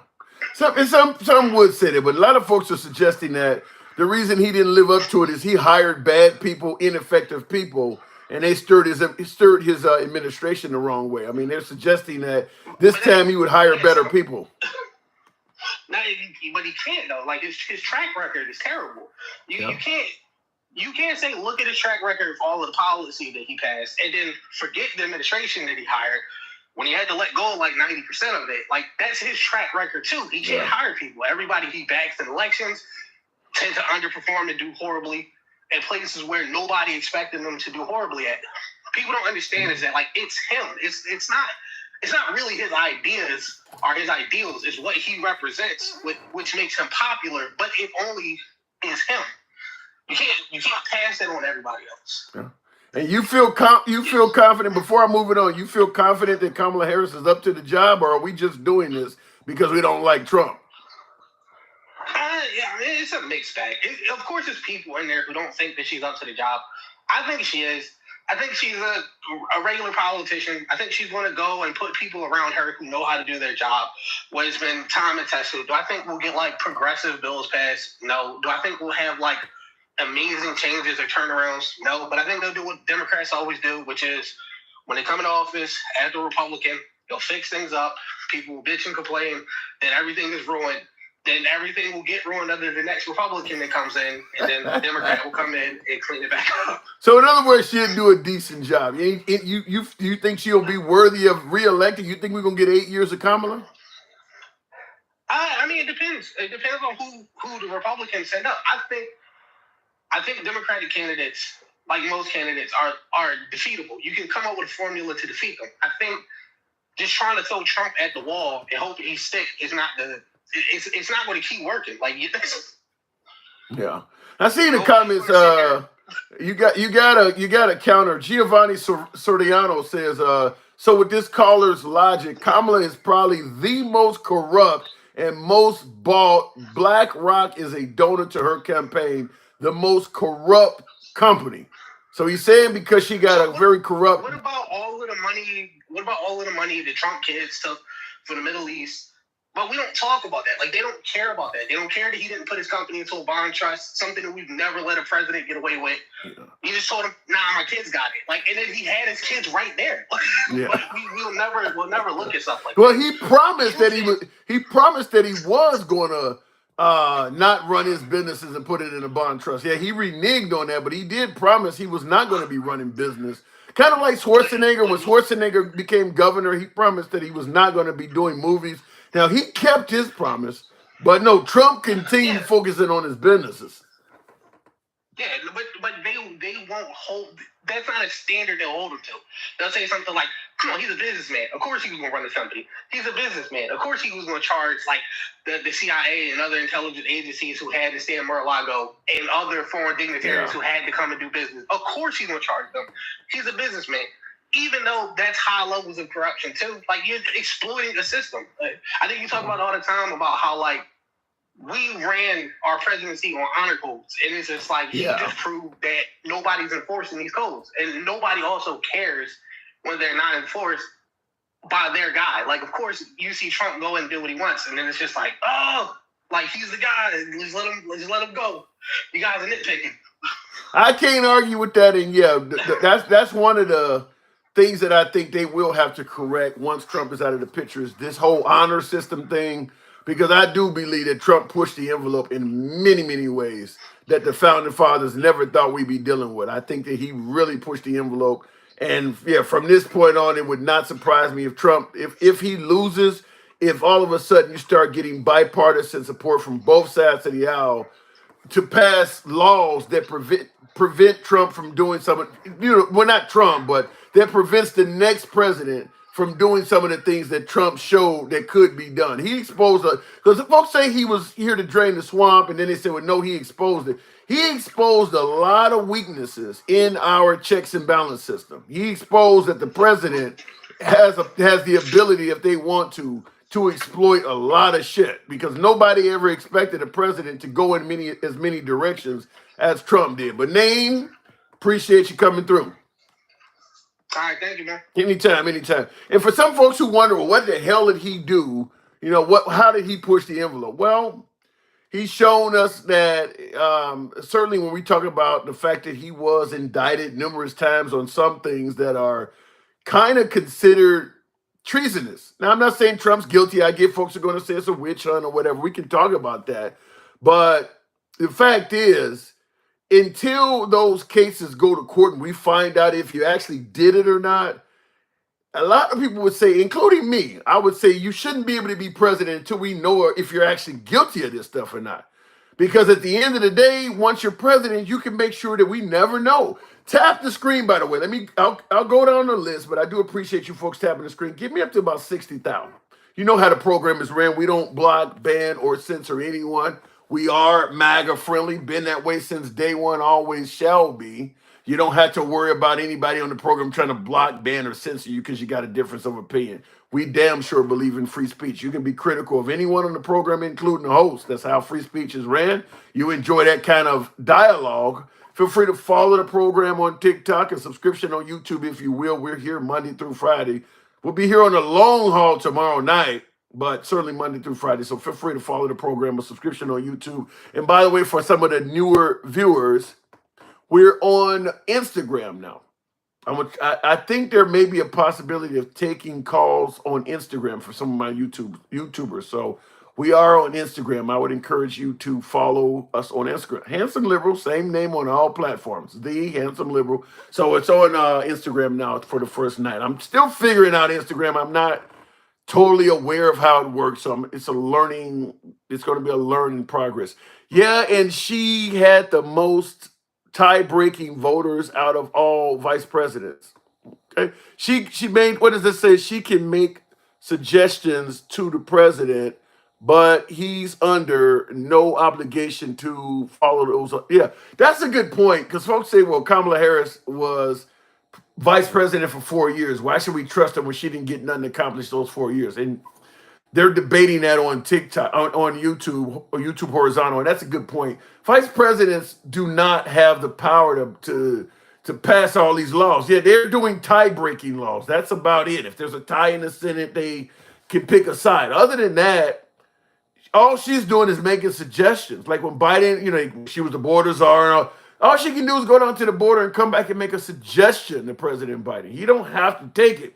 You think Trump was taking all of the suggestions from Mike Pence?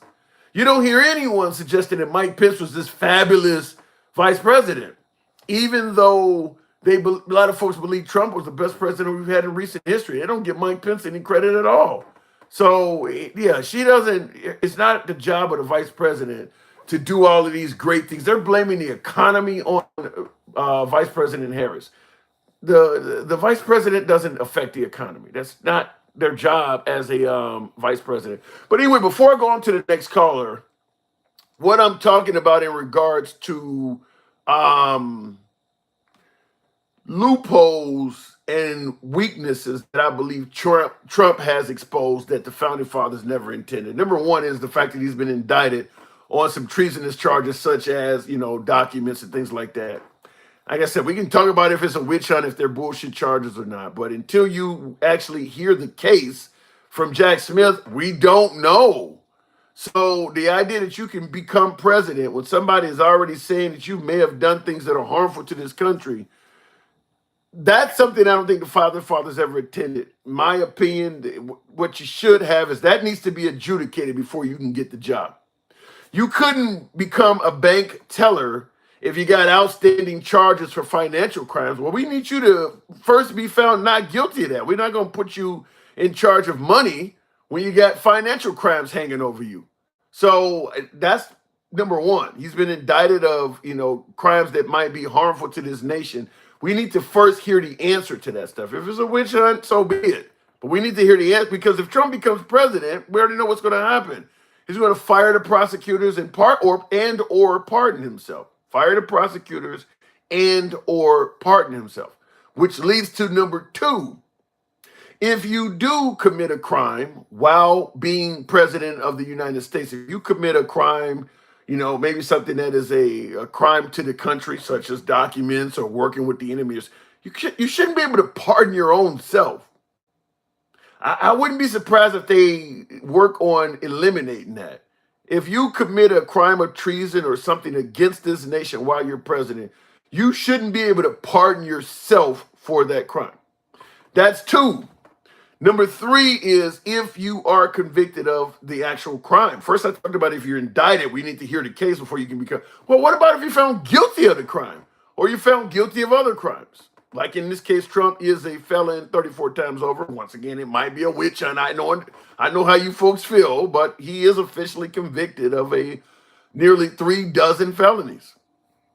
Fact is, he portrayed a McDonald's fry worker. He couldn't get that job with those same felonies. He could not get that job as a fry maker at McDonald's with those same felonies. Yet he can become president. That's something I don't think the founding fathers ever expected. So once again, as I'm talking about, or the garbage man job either, he couldn't get that either with 34. So I see the comments. Some Taurus says yes, he can. You're telling me you want to walk up to McDonald's, put in an application, and you're going to tell the employer, give me a second sheet because I got like 30, 40s. Not only do you have 34 felonies, I still have to be sentenced next month. You're telling me you can get a job. You would hire a person with 34 felonies that is due to be sentenced in a few weeks. Get the fuck out of here. You can defend Trump. You can tell me I'm full of shit. I get it. Fair enough. We can debate whether I'm full, but he ain't even been sentenced yet. We're not talking about somebody that has a bunch of felonies and they don't serve their time and it's 10 years ago. He just got them. He ain't even been sentenced. You're telling me you can get that job at McDonald's. You full of shit. And I'm willing to entertain when folks tell me I'm full of shit, but you full of shit on that one. But anyway, that's another one. You got a bunch of felonies. I think you would get bipartisan support that once you've been convicted of a bunch of felonies, you probably can't be president because you cannot hold most other jobs in this nation. Period. Even the fry guy at McDonald's or the garbage man. So all of those, I believe, Trump has exploited and shown us that you can do these things. You can be charged with crimes against the nation and still become president. You can be convicted of crimes as a felon and still become president. You can be charged with crimes, become president, and then interfere with your prosecution, fire the prosecutor. You know how privileged that is? If somebody charge you with some shit and you can actually fire the dude that charged you. You know how much privilege that is? That's insane. But that's number 3. And number 4 is probably the most ridiculous one of all that I think you'll have no problem, absolutely zero issue getting bipartisan support. You cannot be commander-in-chief while actively incarcerated.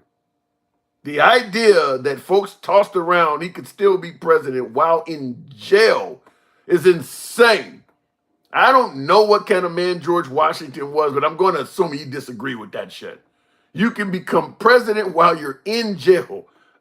So I think that definitely in the future, you'll get bipartisan support. Now, I'll say it this way. Let's go back about 10 years or so before Trump announced he was going to run, when it was Hillary Clinton's time up there and everybody was talking about Hillary Clinton. I want to take you back in time and I want to play a quick clip for you. And this will kind of back up what I'm saying about you'll get bipartisan support, because a lot of folks don't believe somebody that's in serious legal trouble should run. I'll give you one Donald Trump. Every time I try to Hillary Clinton, following the discovery of another 650,000 emails, probably including the 33,000 emails that Hillary destroyed after receiving a congressional subpoena. Listen to his opinion here.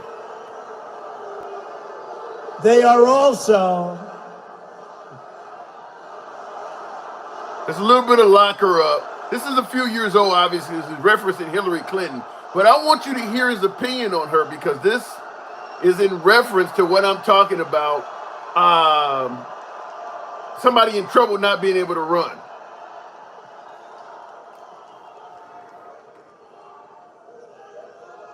Folks, she shouldn't be allowed to run. Okay, sure. If she were to win this election, it would create an unprecedented constitutional crisis.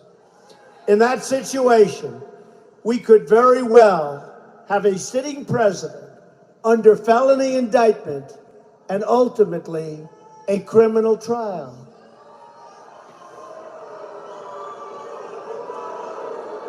It would grind government to a halt. Of course, that's what we have right now under Obama anyway. We need a government that can work, and work well from day one for the American people. Now, I just want to stop it. I see in the comments, Torres said he didn't go after her. Okay, I hear that part, but what he is saying is that if she is elected and there's a criminal trial, she shouldn't be able to run. Now that he is going through the exact same experience, people believe he should be able to run. Now, I don't give a lot of points off for what you're saying, quote unquote, he did not go after her. So it's wrong to go after your adversary, but it's okay to talk about it. I don't buy into that. And not only that, but you had, I believe it was Spicer, get fired by Trump because Trump, according to Spicer, got mad that he wouldn't go after her. So members of Trump administration is suggesting he did want to go after her. They just didn't have nothing to go after her on. But the idea what you're basically saying is it's okay to joke about going after somebody as long as you don't do it. That's playing semantics to me. Giovanni Soriano, the fact that BlackRock has given record amounts of money and support to Kamala really should make you think about her role. Let's build new houses. I hear your point. I'm not totally disagreeing with you, Giovanni, and thank you for the super chat. But the problem is, I hate to use this ridiculous ass term, but it does apply. They all do that. Every politician in Washington takes money from people they shouldn't. In my opinion, Elon Musk, since becoming a Trump supporter, is starting to turn into dirty money. That whole giving people $1 million to sign a petition. You think the right would be okay if George Soros was doing that? That's dirty money, in my opinion. He is literally barely skirting the law on violating it. He's paying people to sign a petition. Now, he's doing it in the form of a raffle, but I guarantee if Bill Gates, Mark Zuckerberg, or George Soros was doing that, the right would be going apeshit about that. So I hear your point about Kamala taking money from BlackRock, or we could talk about, Bush with Halliburton and all this. My guess is it happens no matter what. I mean, you got Jared Kushner, Trump's son-in-law, which my last caller before last pointed out, taking $2 billion from the Saudis. How is that any better? Let me go back to the box. Bringing up one of my subscribers there, Mr. Walter.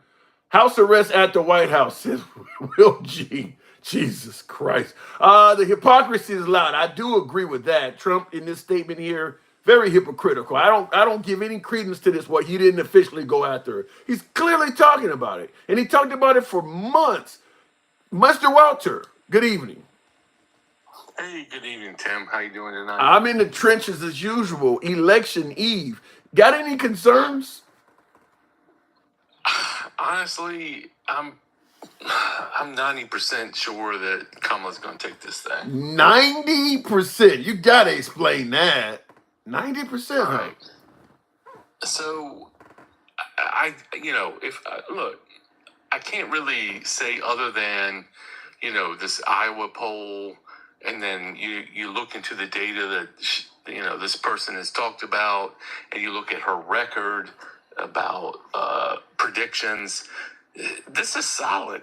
This is not. This is Now, in regards to you saying 90% and how solid it is, I want to read a comment. This is coming from a viewer. Parody Town FC says, tomorrow the whole world is going to be in shock.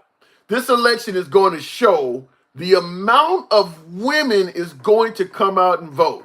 They have never voted in American history. So he's saying it's going to be just like an insane tidal wave of women voters. Is that where you're getting your 90% from? Yeah, I mean, that's a big part of it. I mean, you look at the historical record, women basically abandoned Hillary.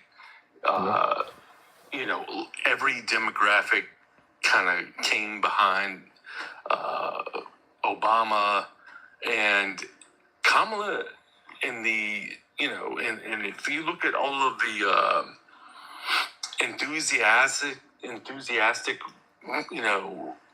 polls, she's over Obama. I don't believe. Let me tell you why I hear it. I mean, you could be right, but I disagree for this standpoint. I don't believe the enthusiasm for Kamala Harris is that great. I believe it's hatred of Trump. She just is the default recipient of it. But I don't believe people are voting for her out of love for Kamala like that. I think they're trying to get rid of Trump.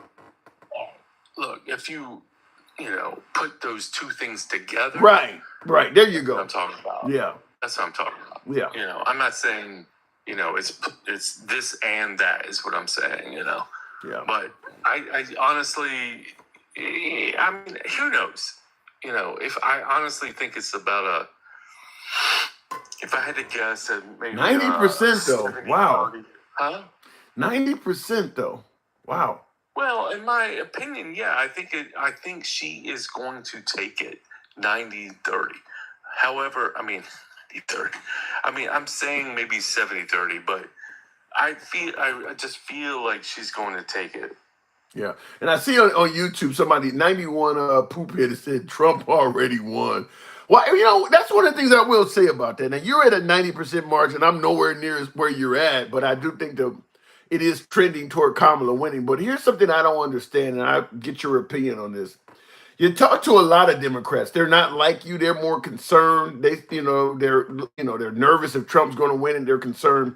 You talk to Trump supporters. You talk to MAGA. They're like my viewer. They're already celebrating. They're playing cool in the gang celebration. Why do you think it's such a difference when all of the polls show it's really close, where Trump supporters think they got it in the bag, and Democrats are still kind of concerned? Why are Trump supporters feeling so confident? Unlike you, because you're the first Democrat I've talked to that feel that confident about Kamala Harris. Most of them are concerned. Really? Yeah, 90%. Hell yeah, you are. So it is a conundrum. I'll admit that there is a wide disparity about who's going to win this thing, Right. And it's if I had to guess, it's that it's honestly a little tighter than either side's going to really admit to, and we kind of want to cover our bases and be a little bit more protective about it. So the truth is it's probably either side is really more like 60-40 or something to that nature. But I mean, you listen to the left wing and the right wing, they're very much it's a different story if you to whom you talk to. So there's no legitimate reason for them to feel like that, is what you're saying. Yeah, all I wanted to actually come on and say is that regardless who wins, I want the other side to admit that ain't gonna happen. I don't even know what you're about to say. Hold on, I don't even know what you're about to say, but I'm gonna tell you that ain't gonna happen. Keep going. Listen, all I'm gonna say is that 6 months from now or a year from now, if shit goes the way that all the left-leaning people are afraid of actually happens, I want your fucking Gen X. Joe Rogan. Hang on a second. I do want to hold on. Hang on one second. Hold on a second. Hold on. Joe Rogan endorsing Donald Trump. This just after Elon Musk made the case for 45 during his 2.5-hour sit-down interview on Rogan's podcast today. So two major endorsements, Megyn Kelly and Joe Rogan, at Monday night. Megyn Kelly of Fox is irrelevant. What do you think? Does that make any difference with Joe Rogan? No, Megyn Kelly, I mean, she used to work at Fox. It's not like she was going to endorse Kamala Harris. She's bleeding out of everywhere. You can't trust that woman, but and Trump said that about her, yeah. Joe Rogan was the guy who suggested the fucking insult comic guy, whatever his fucking name was, I mean, that's a Joe Rogan comic. He's in his group. This is inside baseball. This is all those same people. This is no surprise. There's no Joe Rogan people who are like, oh, okay, maybe now I'll support Trump instead of fucking Kamala. Yeah. That is bullshit. I can't argue with you on that. I said the same thing earlier in the broadcast before I was able to confirm this, is that Joe Rogan's audience is predominantly straight white males. I mean, the overwhelming majority of them were going to support Trump. In fact, I'll tell you this. If Joe Rogan came out and endorsed Kamala Harris, he would lose thousands, if not millions, of his audience members because they're already endorsing Trump. He would actually lose people that are watching this program. So if he was going to endorse Kamala, he probably just wouldn't say anything. Exactly. Yeah. Exactly. 100%. All right, all right. So 90% though, man, you definitely are. You're a breath of fresh air to Kamala supporters. Hey, listen, my main thing I wanted to come on tonight and say is that if a year from now, Trump is doing some fucking crazy ass shit that we all talked about, I want fucking all these fucking people on your, right wing, MAGA people to say, I'm sorry, man, you're right. That's all I want to have happen. You want too much. You want too much. You think MAGA's going to apologize to your ass? You want too much. I'm just talking about honest people. I feel like, honestly, I can't remember his name, Gen X guy, whatever, from North Dakota or whatever. Yeah. But anyway, if this shit, plays out like everybody's afraid of, just admit it. Like, this shit fucking played out. That's all I'm saying. Well, when they said, I remember when Obama was running and the whole Joe the Plumber thing, they were saying if Obama got elected, he was going to raise taxes to 70%. He was going to take away everybody's guns. Gas was going to be $5 a gallon, and he was going to turn America into socialist Greece, because Greece was the failed. Now it's Venezuela, but they were saying Greece at the time. Nobody apologizes for that shit. Nobody going to apologize. Exactly what I'm saying. This is what Trump was saying, that if, Biden gets elected, that's the end of America. The stock market's going to crash. And none of that shit happened. None of it happened. And now he's saying Kamala Harris is going to do it. Yeah, exactly. It's all fear. All right, look, this is I'll end with this. This is my whole thing. Have you ever heard anything positive out of Trump? Has he ever said America has this positive future?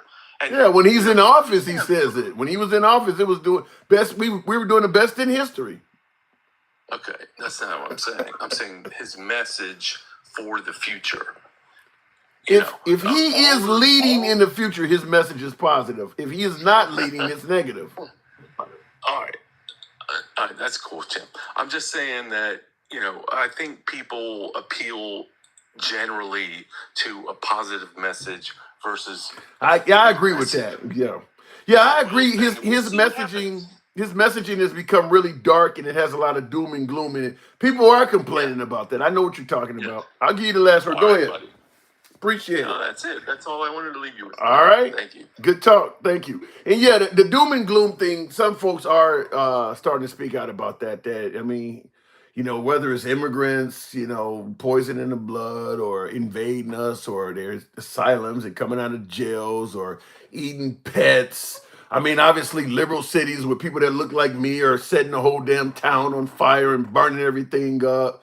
He paints a fairly apocalyptic picture of America. And some folks are starting to complain about that. Taurus, you got to put in your request. Taurus, I know Taurus is pretty critical of me, and I would certainly like to talk to him, but you got to put in the request in the comments. So you can come up and say anything you want to me. I have very thick skin. I appreciate MAGA. I respect them. I enjoy talking to them, but you got to put in your request. If I see it, I'll bring you up. Moving on with the program. It is in there. He is correct. Arshafan, I do see you there. Taurus, chew that wheat grass. Bro, what am I getting wrong? I'm not against you. I actually like your podcast. Thank you. Appreciate it. But what am I getting wrong? You can feel free to. I'm looking at it in a different light. I'm looking at it in, okay, I'm not against a woman being in president. I'm against the fact that they put out there is a black woman being in president. And then when they're asking her questions, she's not answering the questions. She's not at all. She haven't answered any questions about any policies or anything. And then when she do policies, it's something that Trump already introduced. For example, no tax on tips. Right. I work That as shit a ain't gonna bartender. happen. That shit ain't gonna happen. I don't care which one of them win. They not gonna all of that money. I know, That shit ain't gonna happen. but at the end of the day, run on your own thing. I don't disagree with that. She did bite that. She did bite it. Because they criticize this man for everything he does. Why Well, don't you wait a minute. criticize Hold on. him? Hang on a second. Let me interject and say this, because you're not the first to say they criticized Trump and they went after him from day one. They never gave him a chance. You do realize he launches a lot of insults at people. Yeah, but they've been insulting this man since he announced that he was becoming president. Because when he announced that he was becoming president, he had already been. Hold on, hang on. When he came down the golden escalator and announced he was becoming president, that's day one. Day zero, he had already been attacking Obama and saying that guy was born in Kenya for 2 or 3 years. So on day one, he already had a lot of negative baggage. Know exactly? Oh, hold on. Do anybody know exactly for a fact that he was not born in Kenya? Yeah, he has a birth certificate that says he was born in the United As States. in Hawaii. Why is that even coming up? Where was George? Where's George W. Bush's birth certificate? I didn't have nothing to do with Obama. I didn't bring up Obama. No. You didn't. No, you didn't. I did. My whole thing is, hold on. My whole thing is, I don't have a problem with a woman running for president. Okay. But I really feel bad that us as black men and black women is falling for this every time they throw this out here. That's my problem with it. Well, okay, Trump already been in office. We already know what this man does. That's not the whole story. I don't know what she does, because you know what? Every time they ask her a question, she don't answer anything directly. Yeah, I mean, I get that, but how do you respond? So how do you want us to follow that? How do you want us to follow that? Well, black men and black women. Let me respond to it. The fact is, Kamala Harris does have a lot of question marks around her. I think what's helping her is the fact that Trump does not have a lot of question marks around him. The Trump that folks actually know, for a lot of folks, particularly people of color, the Trump that they actually know is more risky and upsetting to them than the Kamala that they don't know. I think the fact that Trump actually, because he's different. No, let me give you an example. I play this all the time on the program. I'll let you respond to it. I want to hear your opinion on this. Become a beacon of hope, safety, beauty, better than ever before. We're going to rebuild our cities. We're going to work with Democrat mayors who are running, in every instance, running them. Democrat mayors and many Democrat governors. And we're going to rebuild our cities. We're going to bring them back like they used to be. We're going to make them safe places again. We're going to give our police their power back, and we're going to give them immunity from prosecution. Now, we're both African Americans. You favor giving police immunity from prosecution in cities we live in? That's something we know about him. Hold on. Okay, I understand where you're going, but understand what I'm seeing is a different thing. How so? Okay. The whole thing of him giving police, I've listened to his speeches, and I've listened to her, and I tried to listen to her, but she never gives a straight answer. We've talked about that. Police thing, when it comes to him and this police thing, like the Jurassic 5, he never even mentioned them in that article. What about this right here? Police immunity. He never once mentioned them in that article. Police immunity. Read the article. You could go read the article. Hold on. Why are you bringing? Wait, hold on. Why are you bringing up this? Hold on. Wait, hold on. Hang on. You're bringing up the Central Park fire. I'm talking about giving police immunity. What does that got to do with this? Because you know what? That's what the media is pushing. I didn't bring anything. I didn't say nothing about the. Why are you bringing up the media? What I'm trying to come at you with. I'm not coming at you. Give me your best shot. Give me your best shot. I want you to understand what I'm saying. I'm trying. Stop twisting words. That's what we've been doing for the longest. We keep twisting words. Stop twisting words. Understand that people, when they say people will show you who they are. What does that got to do with this? A lot. She's showing us who she is. I asked you about. She does not care about America. She does not care about us. You bro. still have yet. Wait, hold on. You still have yet to say. Black man quicker than she would lock up. She locked up. You're talking without. You're not. We're not having a conversation. You just talking without. He mentioned Okay, giving police so what? immunity. You're still doing it. He mentioned giving police immunity from prosecution. You're talking about I didn't everything say but that. completely because like I said, I have watched his speech. So He what? said that. He said, "Look, I'm not saying that. What I'm saying is, if they're wrong, they should be prosecuted. Where did you hear They that need to at? be trained. Nobody's training these cops. Like they are not training our kids in school. They're training them to do one thing and they're doing that one thing. It's also cops out there with their own minds. You heard all of that out of what he just said? I understand what he's saying. How do you get that understanding? Same reason every black man in the world or every black rapper in the world was rapping about Trump until he decided he wanted to run for president. He wasn't talking about And then Oprah them had him on her TV show asking him why didn't he become president? Or Oprah saying, I love him and that's my friend. I don't know what any of that got to do with stop and frisk. Saying the same thing. And everybody else on The View saying the same thing. I don't know what any of that's got to do with Y'all giving don't police immunity. understand. They would demonize anybody to keep power. So you think what Trump just said about giving police immunity, you think that's a good thing? Okay, so no, I'm not saying that. What is it then? I'm saying that the fact that he's saying, okay, give them power enough to control the communities that need to be controlled, not kill people. What does immunity mean to you? I don't mean kill because... What does immunity from prosecution mean to you? To me, prosecution means if you're in the wrong and you're caught in the wrong, the police have the right to detain you. I've been detained many times. You're saying that even though you got immunity... Right now, I can tell you this right now. I was wrong a lot of times. So in this point, I didn't get shot. My bad. Pew pew. I didn't get any of that. If you cooperate and do the right thing when it comes to that situation, you'll be fine. But it's not a lot of them out there that actually have the same heart as the good ones. Some good ones. I'm hearing you. I honestly was a policeman. I hear him. My uncle was a policeman. That ain't got anything to do with this.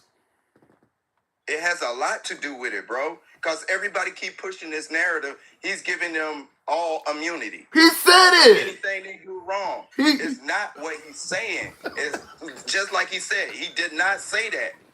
Okay. But that's what's being twisted. Let me give you another clip. I want to hear your opinion on this one. And I have directed the Attorney General's office to immediately go to the great city of Chicago to help straighten out the terrible shooting wave. Want to straighten it out fast. There's no reason for what's going on there.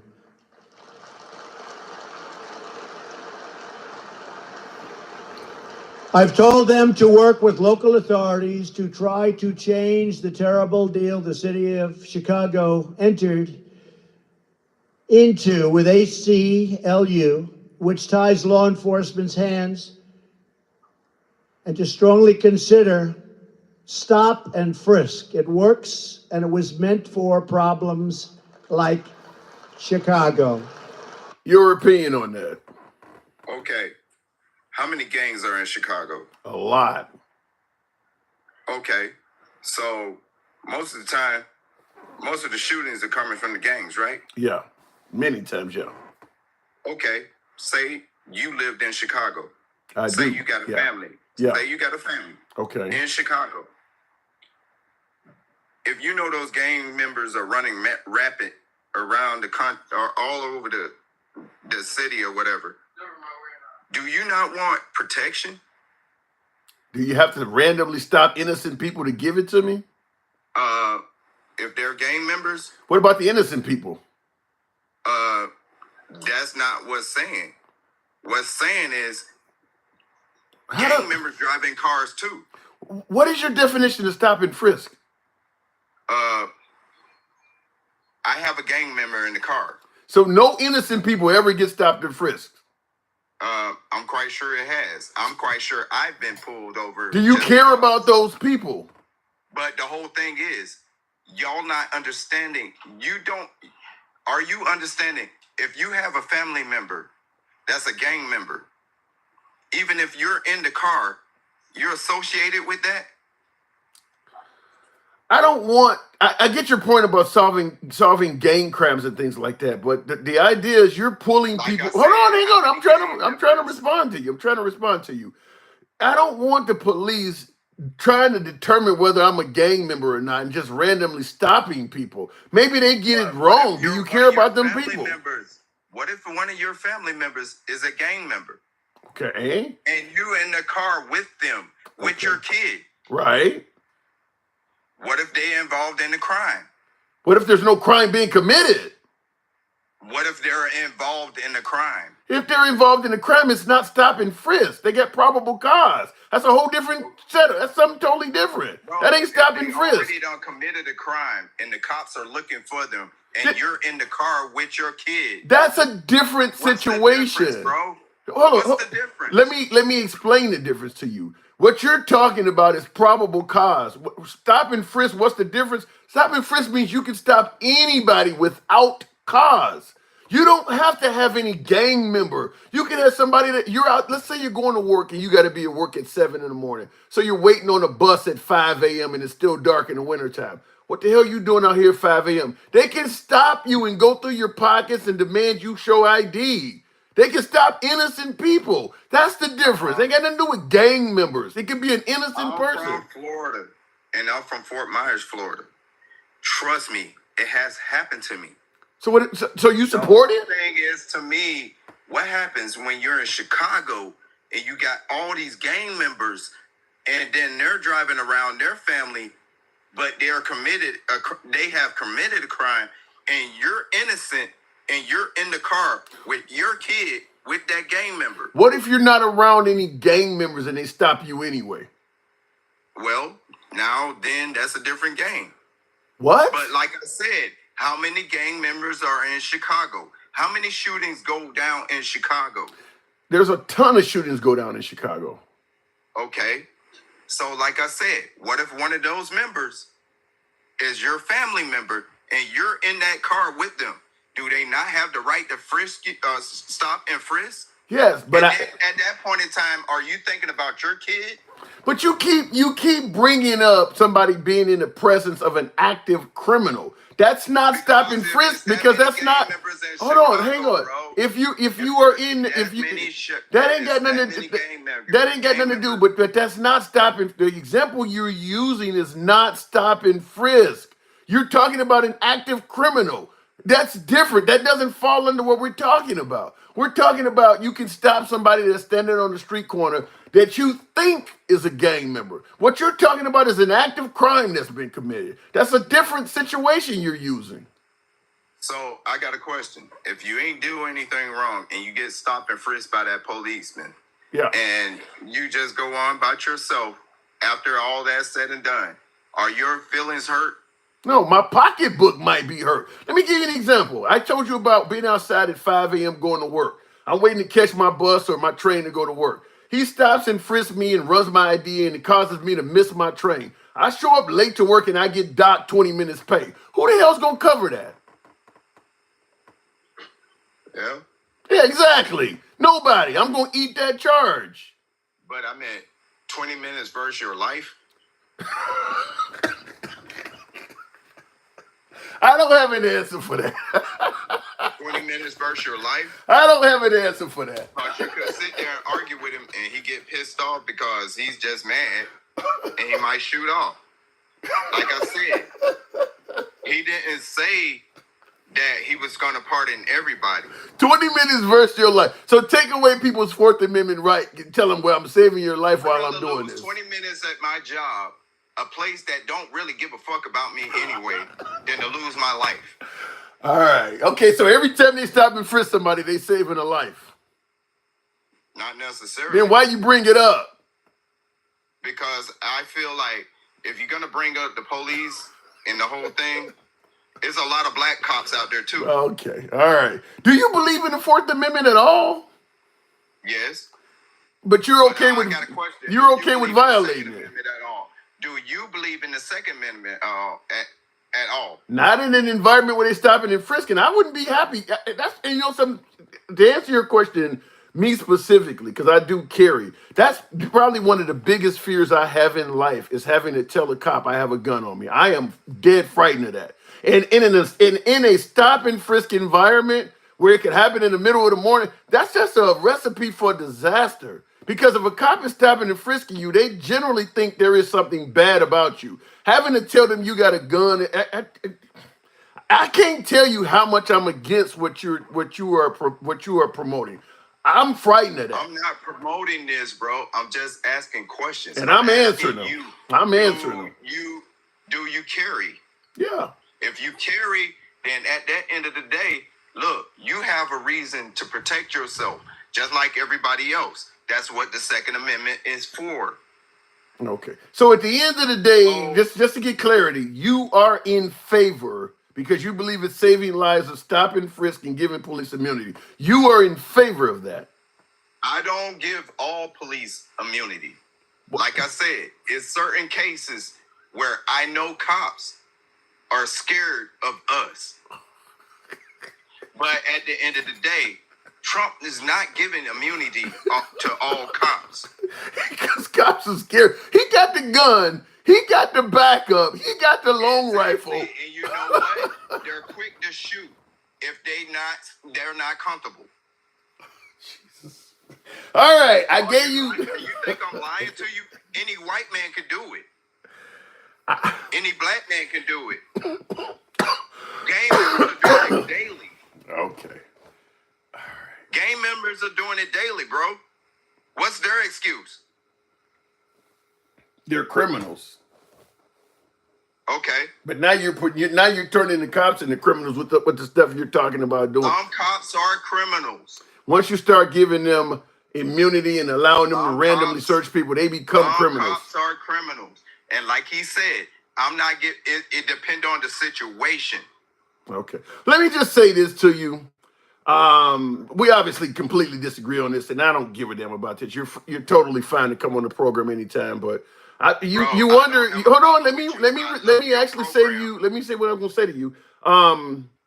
When you started out the program talking about why blacks vote Democrat and stuff like that, what you and I are discussing is part of that. The fact that Trump is talking about doing this stuff in liberal cities where most black people are not going to agree with how you just responded to this stuff about, hey, he can stop and frisk you, he's saving lives. The average black man ain't going to agree with that. I'm just telling you that. Go ahead. I'll let you wrap it up. Bro, I'm not against you. I'm not against anything. Right now, all I'm trying to do is find solutions. And everybody arguing, saying this man saying this, but this woman ain't saying that. She's not doing anything to actually solve the problem. And she's not saying anything to actually give us hope to solve a problem. I'm not totally disagreeing. What can we do as a black community? Matter of fact, not even just a black community, because I don't just see black. What can we all do to fix this whole situation? As far as the cops, as far as us fighting each other, what can we all do? It would involve sitting down at the table having a conversation, but ain't nobody black gonna sit at the table when you talking about stopping frisk and saving lives, and you're okay with some cops having immunity. You gonna be at the table by yourself. Ain't no black man gonna be at that table. Look, if we can get the smallest handful to actually sit down, to actually understand what I'm saying, the smallest handful can start making a difference. I think. We're killing each other. This Taurus, I think the grounds that you started on with how you feel about stop and frisk, you're not going to get any further along, because I think what you're promoting for most people of color is a deal breaker. The rest, I don't care what, you could be promising something great, but because you support this stuff, they're not going to hear you. I think you lose them right here, right now, with what you're talking about. Stop and frisk is saving lives. Okay, who cares if you get doc pay money? Hey, but we saving lives. Nobody's gonna agree with that. I think you've lost everybody when you start talking like that. I gotta move it on, though, man. I appreciate you coming in. All right, bro. Anytime.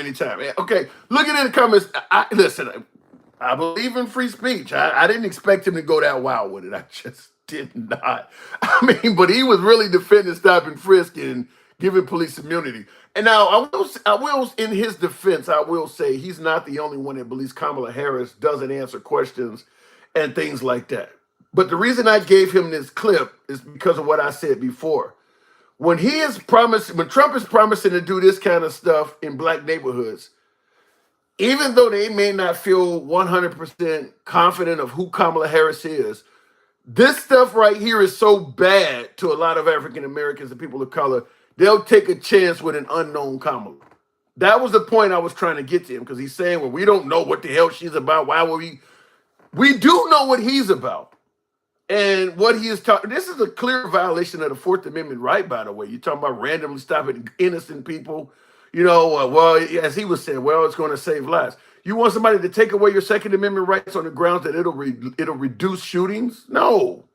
You don't give up your constitutional rights because somebody is saying, well, this will help you out.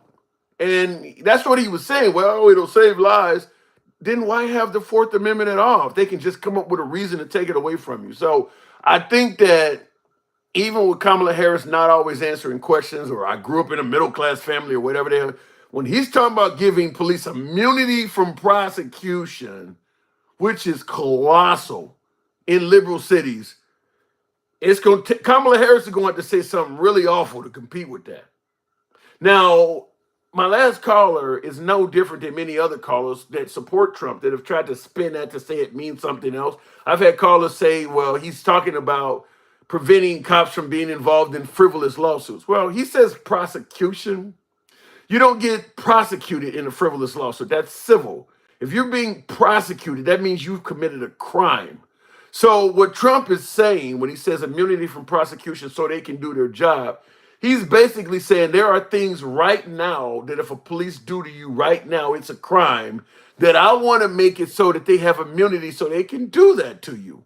I don't know what it is because he didn't explain it. My last caller and many other callers have tried to fill in the blank and come up with their own reasoning, but he don't say it.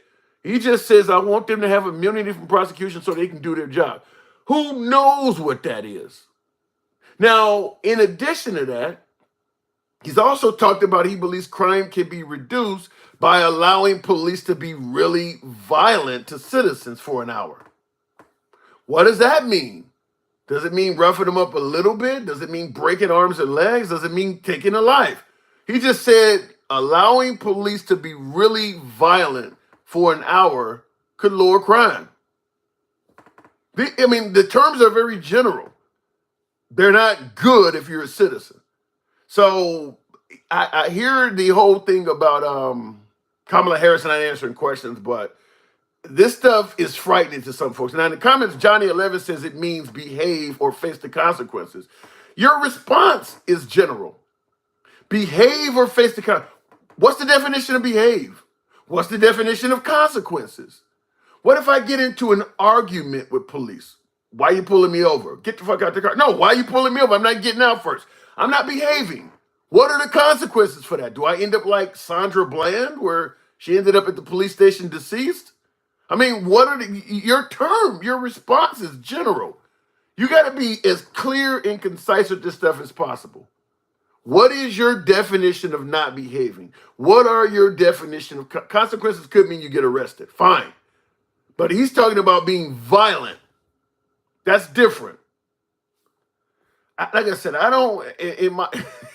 Make me king says to be white is to behave. Let me go back to the box. I was about to bring up King Finn. I've been holding on. King Finn, good evening. What do you think? I don't know why you brought me on after that motherfucking clown. Why you bring me on after that damn I need to hear your opinion. You know I want. You know I've been sitting here itching to barbecue this food this whole Okay. time, right? Well, before you get to the grilling, I see Moogly, thank you for the super chat, said the caller was confused as hell. He's talking about my last caller. What's your take on that, King? What's my take on it? You mean giving away your Fourth Amendment right for somebody to be able to beat the shit out of me? Oh, wait. Let me think. For the last 4 years, have we not watched people get pretty much stabbed with that Fourth Amendment right? Sandra Bland, she was cooking a hot pot of water, so she deserved a pew-pew to her fucking head. George Floyd deserved a knee. That was Sonia Massey. Sandra. Yeah, you talking about? Wait. You talking about Sonia? The hot pot of water was Sonia Massey. Sandra Bland was the one I was talking about. I apologize. There's so many of them. You're right. There was. It's so many of them. They're just like the shit that Trump says. It's so many of the shit. It's so much of the shit happening. Like, how could we ever keep up with it? It's hard enough as it is. Yeah. We're talking about in 1 or 2 cities, or in 1 week, or in 1 or 2 fucking days. And for you to sit there and say that you okay with stop and frisk and you just happen to have your dad as a police officer, that's some hot ass bullshit. Keep that shit to yourself, blood. Ain't nobody trying to hear that shit. But he is saying Kamala, she don't answer questions. What question did she not answer? And then we're gonna go by the same structure that you just said. Your buddy Trump ain't answered a fucking question since he stepped off the fucking escalator. Are you serious right now? Really? Oh well, he wasn't messing with Obama. Really? He wasn't the birther movement? Huh? Well, he was trying to ask me. Right now? He was about to ask me, do we have real proof that Obama wasn't born in Kenya? He said he was born in Hawaii. Do you not know that Hawaii is a state of the United States? Yeah. I mean, I'm sorry. Maybe I actually took my geography course. I was actually listening in high school. Obviously, people in Florida don't have very good education. They might go to that Project 2025 shit where they don't, they do away with the Board of Education down there. I mean, DeSantis ain't helping nobody get no job. He damn sure ain't helping them get no education. You see where your last caller just came from. So I got a gun, and I've been stopped a couple times. Me too. And since I'm a 5'11", fucking 400-pound black man, guess what happens to me when they stop me? I've had plenty of cops tell me, we not gonna put you in the back of the car. We gonna shoot your big ass. Yeah. Period, point blank. So no, I'm not okay with police having fucking immunity. No type of fucking immunity. Because as soon as you give that up, you're giving up your rights. Yeah. Period, point blank. No way around that shit. Okay, I'm really surprised. Little Taurus, stay your ass down in Florida where you don't get no fucking education, because obviously you ain't got no motherfucking sense. Yeah, I'm really surprised to hear anybody promote giving police immunity from prosecution. I don't care what background you're from, what race you are. I'm surprised to hear any American suggest that that's something that they accept. That's just. I couldn't understand it. I mean, he was really defending giving them immunity. I don't understand that. Hey, and Debo, my bad. I didn't know you was a Floridian. I'm glad you cleared that up, because I wouldn't claim that motherfucker neither. Okay, period, point blank. I wouldn't claim that motherfucker neither. You see what I told him? You ain't black, bro. You MAGA. Stay your ass over there. We ain't calling no colors. Okay? We don't want you at the cookout, blood. You too motherfucking suspect. Talking about, well, it was gang members. If it's gang members in the car, bro, you don't even know what the fuck stop and frisk is. Don't come on here with that bullshit. Don't nobody want to hear that shit, man. What the hell? You don't know what stop and frisk? Have you ever been stopped and frisked? Obviously not. Period, point blank. Well, but he was onto a point. A lot of folks support stop and frisk because they do believe it'll bring down crime, and I don't think they're really taking in consideration innocent people that are being harmed. Like when I told them about your pay getting docked, that's something he clearly had never thought about. I mean, the fact that stopping people. Maybe I got one of them cheap ass Spirit airline flights and I'm on my way to the airport and you caused me to miss my flight and now I lose my entire flight pay because I didn't show up for my flight. I could lose a few $100. I mean, all of that. You can hurt people doing that. We ain't even talking. We talking about your job, bro. Yeah. You know how many times I almost lost my job for fucking around with just literally not just minding my own fucking business on the bus stop. Been stopped by the fucking Metro cops. And I live in Minneapolis, where I know there are plenty of other states where they have this, but metropolitan police that ride the fucking bus or ride the fucking train. Right. And they will stop your ass too. So why are you okay with a corrupt policy that's going to make it easier to fuck your own shit up? Yeah. You sound dumb as hell. All Come right. on, man. I'm not okay with some dude walking up on me with a gun and you say, oh, I'm carrying. I carry too. But I have a lot more animus around telling these cops that, which I have to do automatically, telling these cops that I have a gun because I'm a 400 pounds, 5'11" black man. And of course, the first thing they're going to do is be scared of me. Yeah, what I did don't you, have a how did you view that when he said because they're scared of us? Like you kind of need to be submissive because they're kind of scared of you. Right. Like, what type of shit is that? Don't do. I mean, and maybe this is just something I thought, but maybe he didn't catch this when he, maybe he was talking to his dad. But when you take on the job of being a cop, you signed up and you took an oath to do what? Protect and serve, right? Right. So when you protect and serve, does that mean that you get to choose what car you go to or choose what situation you put yourself in? No, you don't. But that's why they pay you. Hey, And you yes, got it's a you thankless got fucking you got your job. TV up or something? You got some kind of background noise? My fault. Yeah. I got some background. My bad. Yes, it's an extremely thankless job, and you don't get thanked for it. And nobody really does you. It does you no justice to be a cop. But that's the position you chose, bro. Yeah. That's the position. That's what job you chose. When they come to you at career day and say, "What do you want to be when you grew up?" and you say a cop, everybody look at you sideways. It's a great job. It's a good idea. The experience and the force is needed, but ain't nobody told you it's gonna be fucking glorious. Yeah. It's not a superhero position. It don't come with super benefits. It don't come with a super motherfucking name tag. Well, You it would don't be get it would be fucking fairly promotion for being it would be fairly super the way he's talking about because he would make cops have like some extreme power. Now they can just randomly grab people and they're immune when they do it. Right. I mean, And by the way, that's not gonna work. before I'm moving on from you, this is the other one. I'm thinking you may have heard this, but this is another quick clip of Trump himself in regards to this same topic. The left wants to destroy him and they want to destroy our country. If you had one day, like one real rough, nasty day with the drugstores as an example, where when they start walking out with, he created something in San Francisco, $950 you're allowed to steal. But they have to be taught. Now, if you had one really violent day, like a guy like Mike Kelly, put him in charge, Congressman Kelly, put him in charge for one day. Mike, would you say, he's right here, he's a great congressman. Would you say, Mike, that if you were in charge, you would say, oh, please, don't touch them, let them rob your store. All these stores go out of business, right? They don't pay rent, then the city doesn't have, it's a chain of events that's so bad. One rough hour, and I mean real rough, the word will get out and it will end immediately. Now, I will say he's probably correct. I mean, because there's a lot of these folks are juveniles that run in these stores and do these mob robberies. What he's saying, though, is you can be like really, I don't know is the violence beatings? Is it shootings where you have a bunch of kids laying out in your store like it's a massacre? But he is promoting, once again, the police to have the ability to be very violent to criminals.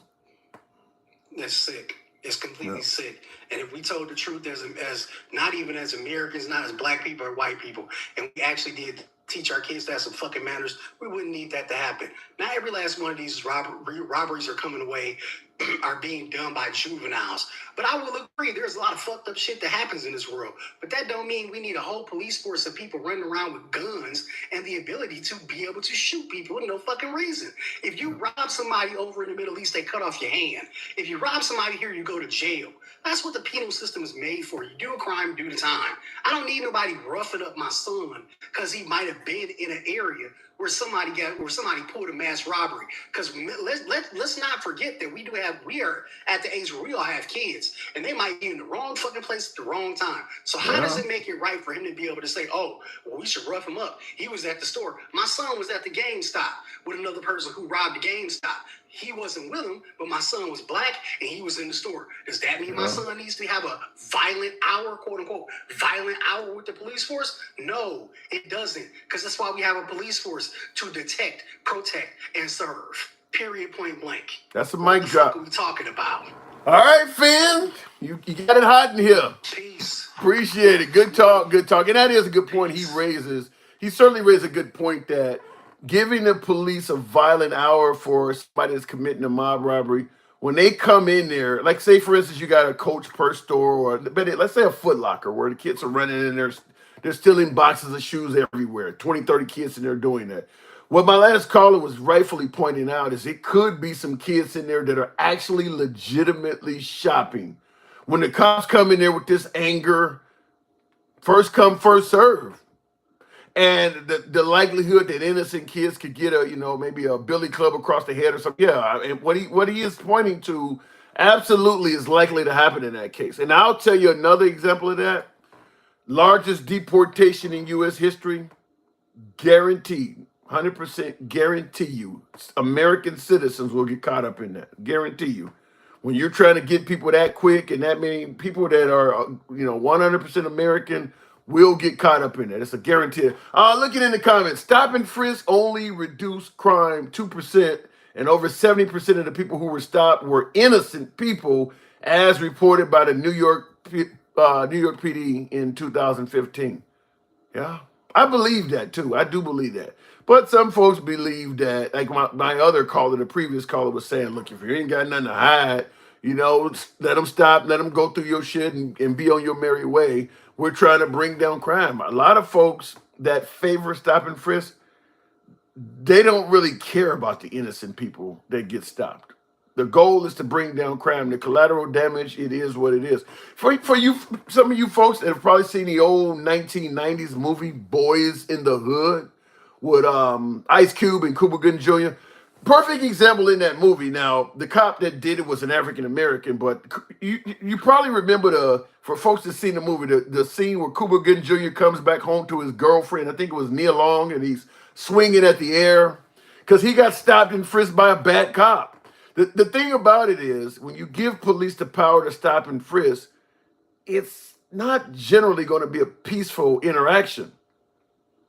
They go to your park. Where the weed at? I know you got a gun on you. I mean, a lot of it is hostile. I mean, a lot of it is not. If they stopping you at 2 or 3 o'clock in the morning, does he have his hand on his gun while he's stopping you? I mean, remember, they think you're a criminal. They're stopping and frisking you because they think you're up to no good.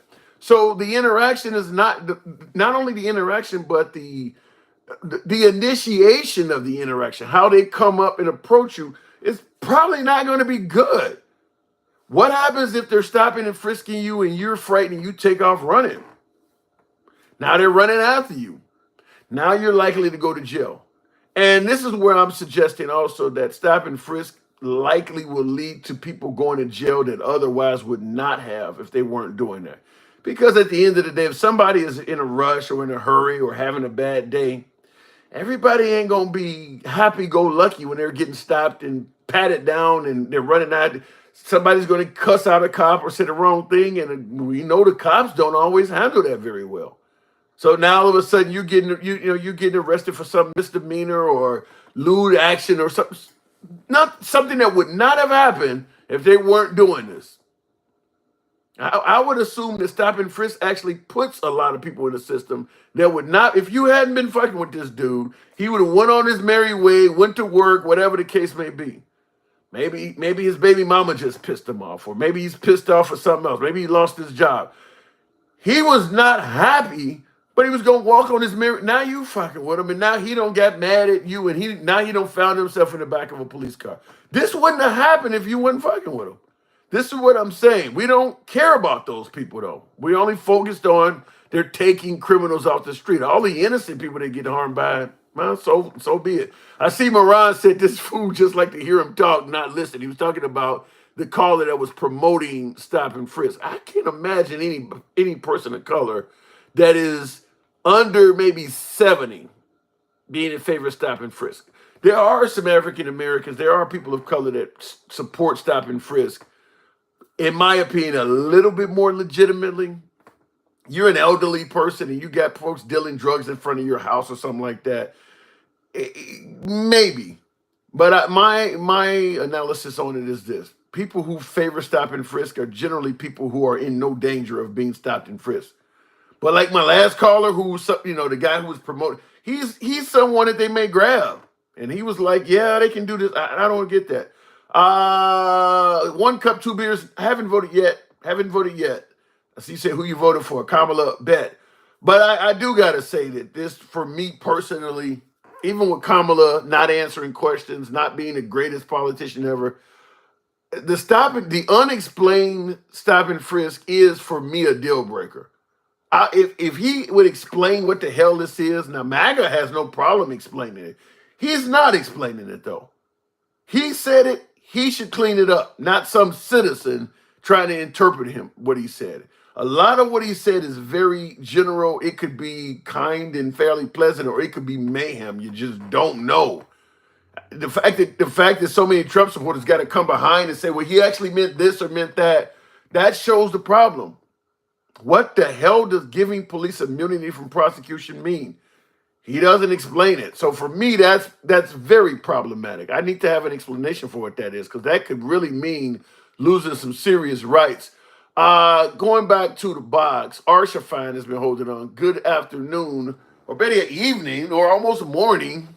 Arshafine. Hi. Hi. Well, I'm in Hawaii, so it's just 6:45 here. What's the weather like over there? Humid. We had some sprinkles earlier, but I don't want to. I'm not going to brag. It's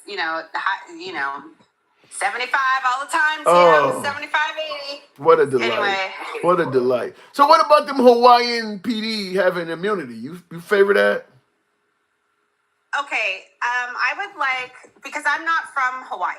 I've lived in the state since 2015. I am a biracial Black woman. I grew up in Portland, Oregon. I have been stopped for no reason other than I was told by a police officer I was on the wrong side of the rainbow. What the hell does that mean?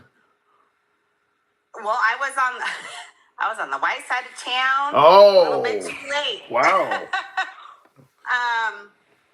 I've had been frisked a little bit too heavily, if you know what I'm saying. And that's what I'm saying, like, as a female, as women,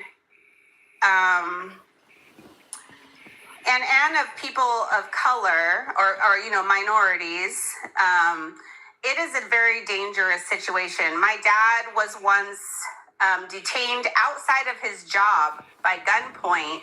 They thought he had robbed a bank because he fit the description, even though my dad drove a red Mustang and the suspect had a blue Camaro, and my dad had dreadlocks and the suspect had cornrows. The police officers didn't know the difference, so they detained him in front of his job for 4 hours before finally letting him go because they thought my dad robbed a bank. Damn. So, I mean, this is, and everybody's like, all his coworkers are like, you got the wrong guy. Like, he's not. Wow. One, he doesn't. And the police officers didn't know the difference between dreadlocks and cornrows. Wow. So, this is the problem. And this isn't in Chicago. This isn't, so no, it's not safe to give police immunity or stop and frisk. And it was proven that it doesn't stop crime. Yeah. So there's the statistics there. My other thing is the guy saying Kamala doesn't answer questions. She's answered plenty of questions. She has a platform. She actually has policy. I gotta push back, Arsha. I gotta push back. No, wait, please don't for a second. She has policy on wanting to help small business. She has policy on wanting to help people get a home. She has a policy on healthcare. She's actually spoken about these things.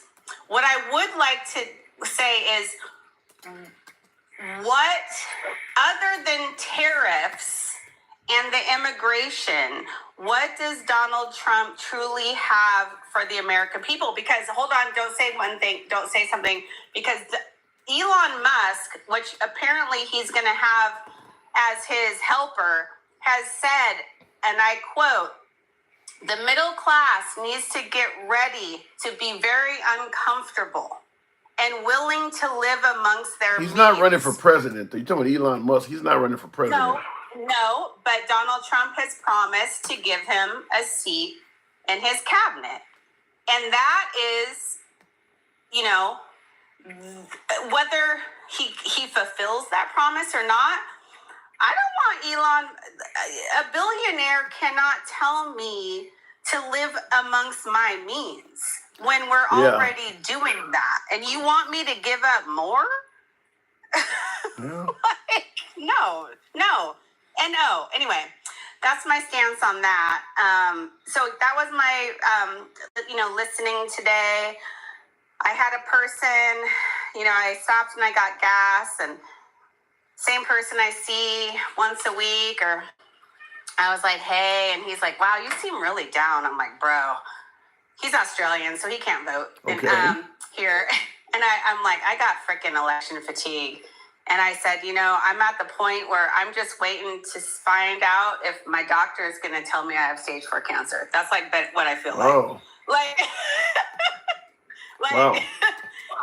Yeah, I mean, that's kind of where my mindset is am I going to are we moving forward? Because I already broke up with that boyfriend. I know what it's like going back to a hostile relationship. I know it doesn't work. Yeah. So, I don't want to go back. So I don't want to get too deep off the topic, but in regards to what we're dealing with tomorrow, how do you feel about this election coming up? You think that you think Kamala's going to pull it off? Well, in my all honesty, Tim, I've knocked on doors. I've done all this stuff since 1992 when I turned 18. I've been, a believer of polls up until 2016. And, I think even in, the red wave that was supposed to happen. And honestly, I've met so many women, because I am a female, that are registered Republicans that have voted without telling their husband they've told their husbands that they're voting for Trump, but they're actually voting for Kamala because they don't want to ruin their relationship. Wait, say that again. They actually voted for Trump. What did you say again? I said I've met a lot of registered Republican women. Okay. That generally would have voted. They may not have voted for Trump in 2020, but they generally have Republican values that they have mailed, because I'm a mail-in ballot state, so we either drop them off, but they have told their husbands that they're voting for Trump when in fact they've actually been voting for him. They voted for Harris. That's a big thing. I think a lot of the Democrats and some of the Lincoln Project have been really pushing that women can lie to their husbands and vote based on your own interests. You don't have to vote based on what your husband is saying. So you're saying that you do believe that's happening. And that is a thing that I grew up with. Like my grandmother was, I remember for 30 years, my grandmother never knew that my grandfather voted for Nixon. And it was a Thanksgiving meal, and somehow he dropped the ball. And, she didn't vote for Nixon. She voted for whoever the opposing person was. And she found out, I remember she dropped a dish, and it shattered on the floor. Damn. And you voted for Nixon? If I would have known you voted for Nixon, I would have left you. But it's because they believed in the your vote was your choice and you kept it to yourself. And I think we've lost that over maybe social media or over the years, where we decide we want to share everything with everybody. And that causes problems because there was always the rule. You don't talk about religion, right. You don't talk about your finances, and you don't talk about politics. And that's why everybody got along. And that's how we should probably go back to, possibly. Good luck with that. But I mean, I mailed in my ballot. I put it in the box the other day. I'm fairly confident. Well, I know my husband doesn't like Donald Trump, but I don't know what he voted for anywhere else. And I'm not going to ask him what he voted for down his ballot because it's none of my business. Yeah. That's his vote. It's his choice. You know what I'm saying? this whole division of family and division of households, like a political party. Since when did this become a gang affiliation? Oh, certainly in the Obama year. I mean, that's been around for a minute now, where people are, going to support their party over their principles and everything. They've been that way. I mean, certainly under Trump, it's gotten worse, but it was happening before he came along. And so, do you believe that that was social media, because he was the very first president that did like the social media grounds thing? When Facebook was still a bunch of college kids just hanging out and talking about girls. Or like, what do you, in the grassroots? I mean, social media is part of it, but it could be a host of different reasons. I mean, certainly in Obama's case, there was a lot of people that did not like him. I mean, so it could literally be a host of things that has caused people to kind of go into their own camp like that.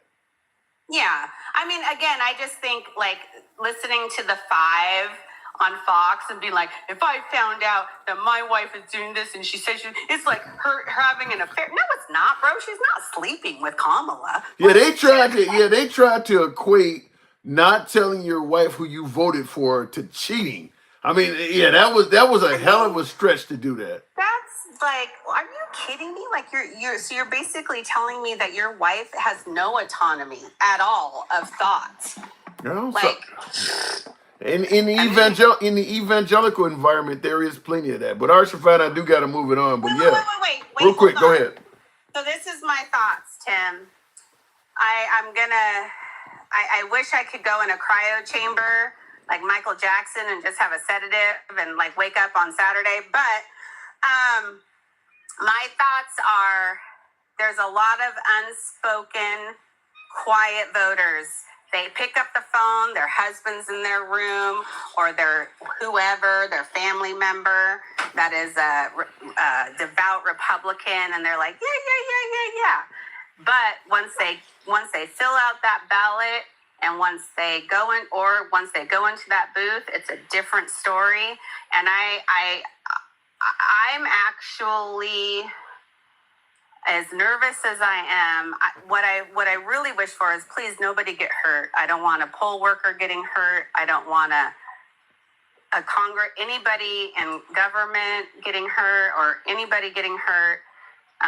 It needs to be a peaceful process. But I do believe that we're going to come out. And when I say we, I mean, just not going back and moving forward. I believe that we're going to be moving forward. I got to go to sleep with that at night. All right. So 24 hours. We'll talk tomorrow. Come on back through tomorrow. Certainly discuss it. I'll be there. I'll be here. I mean, Hawaii, is always blue.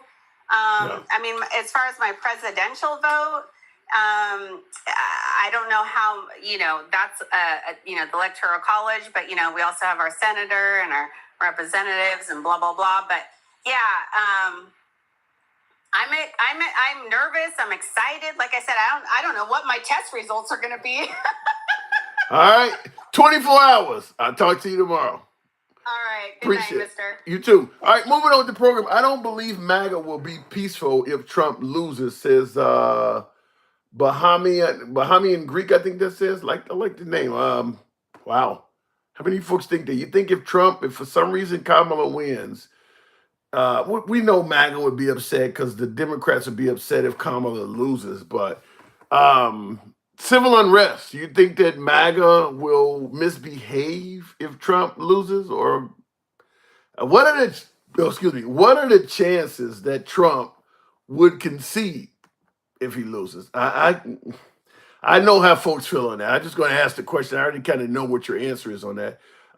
They'll be upset, but not like January 6th says, emotionally free. No, I don't think it'll get like January 6th because the Democrats, not only are they in power, Biden's in power until, late January, but they also expect it. So January 6th, 2021 came by surprise. They expect it this time. Because Trump is already saying that there's, fraud and things like that. So I think most people expect that if Trump doesn't win, part of the reason why he lost, according to him, will be because there was cheating. So they expect that this time.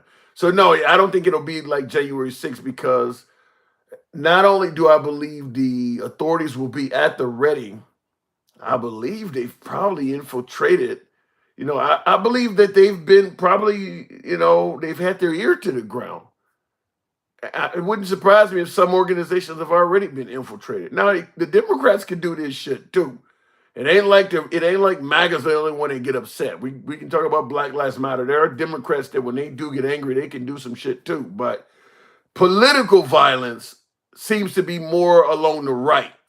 Racial violence is where the left has been,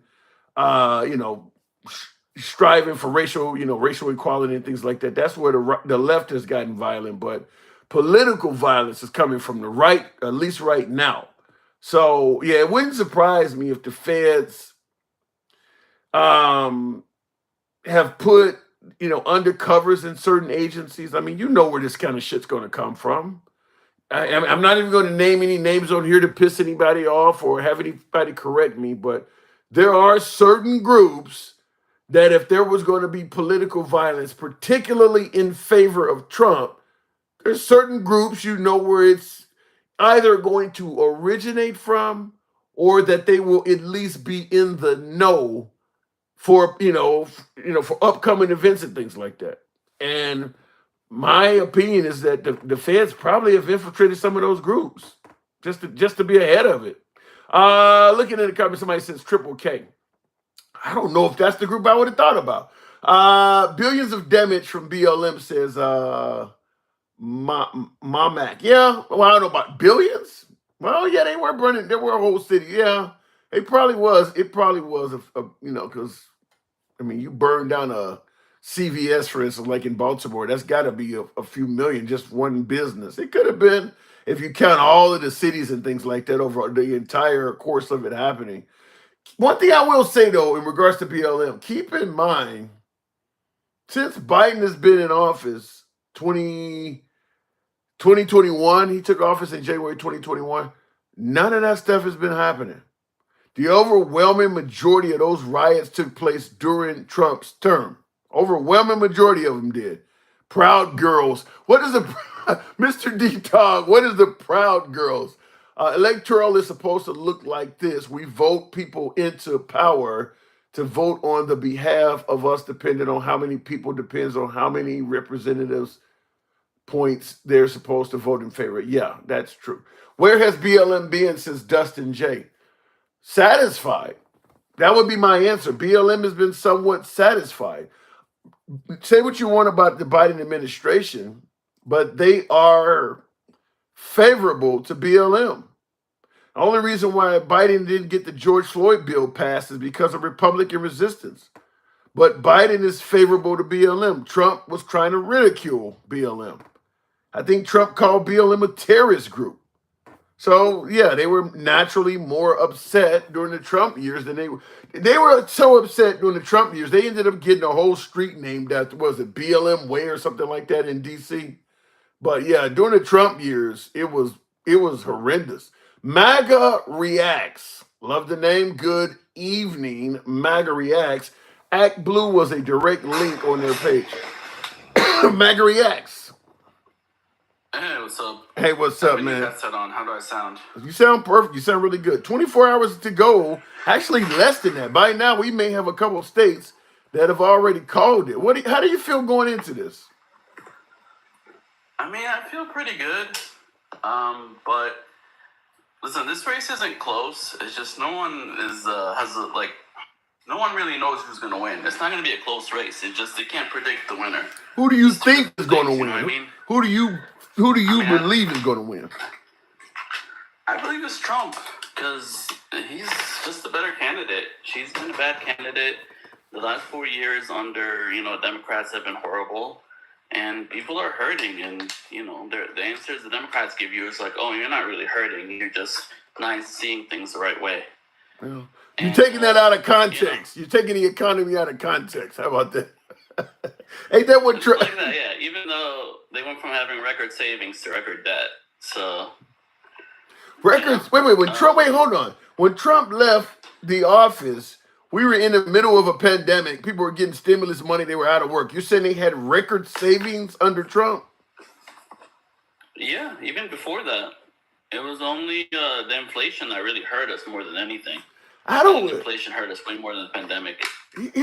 My take on it is this: under Trump, I get the economy was better in a lot of folks' eyes, and the price of goods and services were cheaper, but I don't see what he did for people to have record savings. It's not like salaries went up. Where were the record savings coming from? Salaries did go up. It just they didn't go up that much, but without the you got to realize if you have to have good salaries and low inflation. So the low inflation really helps everybody. The low inflation means everything's cheap. That means everybody could afford whatever, everybody could save, and that's what really made Trump's economy great.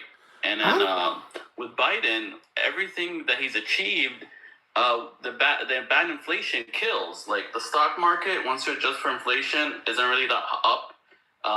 Anything that's improved, once you adjust for inflation, it really hasn't improved that much. Yeah. So the inflation I don't really recall everything. I recall the struggling under the Biden's economy. I don't recall the flourishing under Trump like that. I don't recall people talking about, I'm doing so well, I only got to work one job now because I'm making a killing.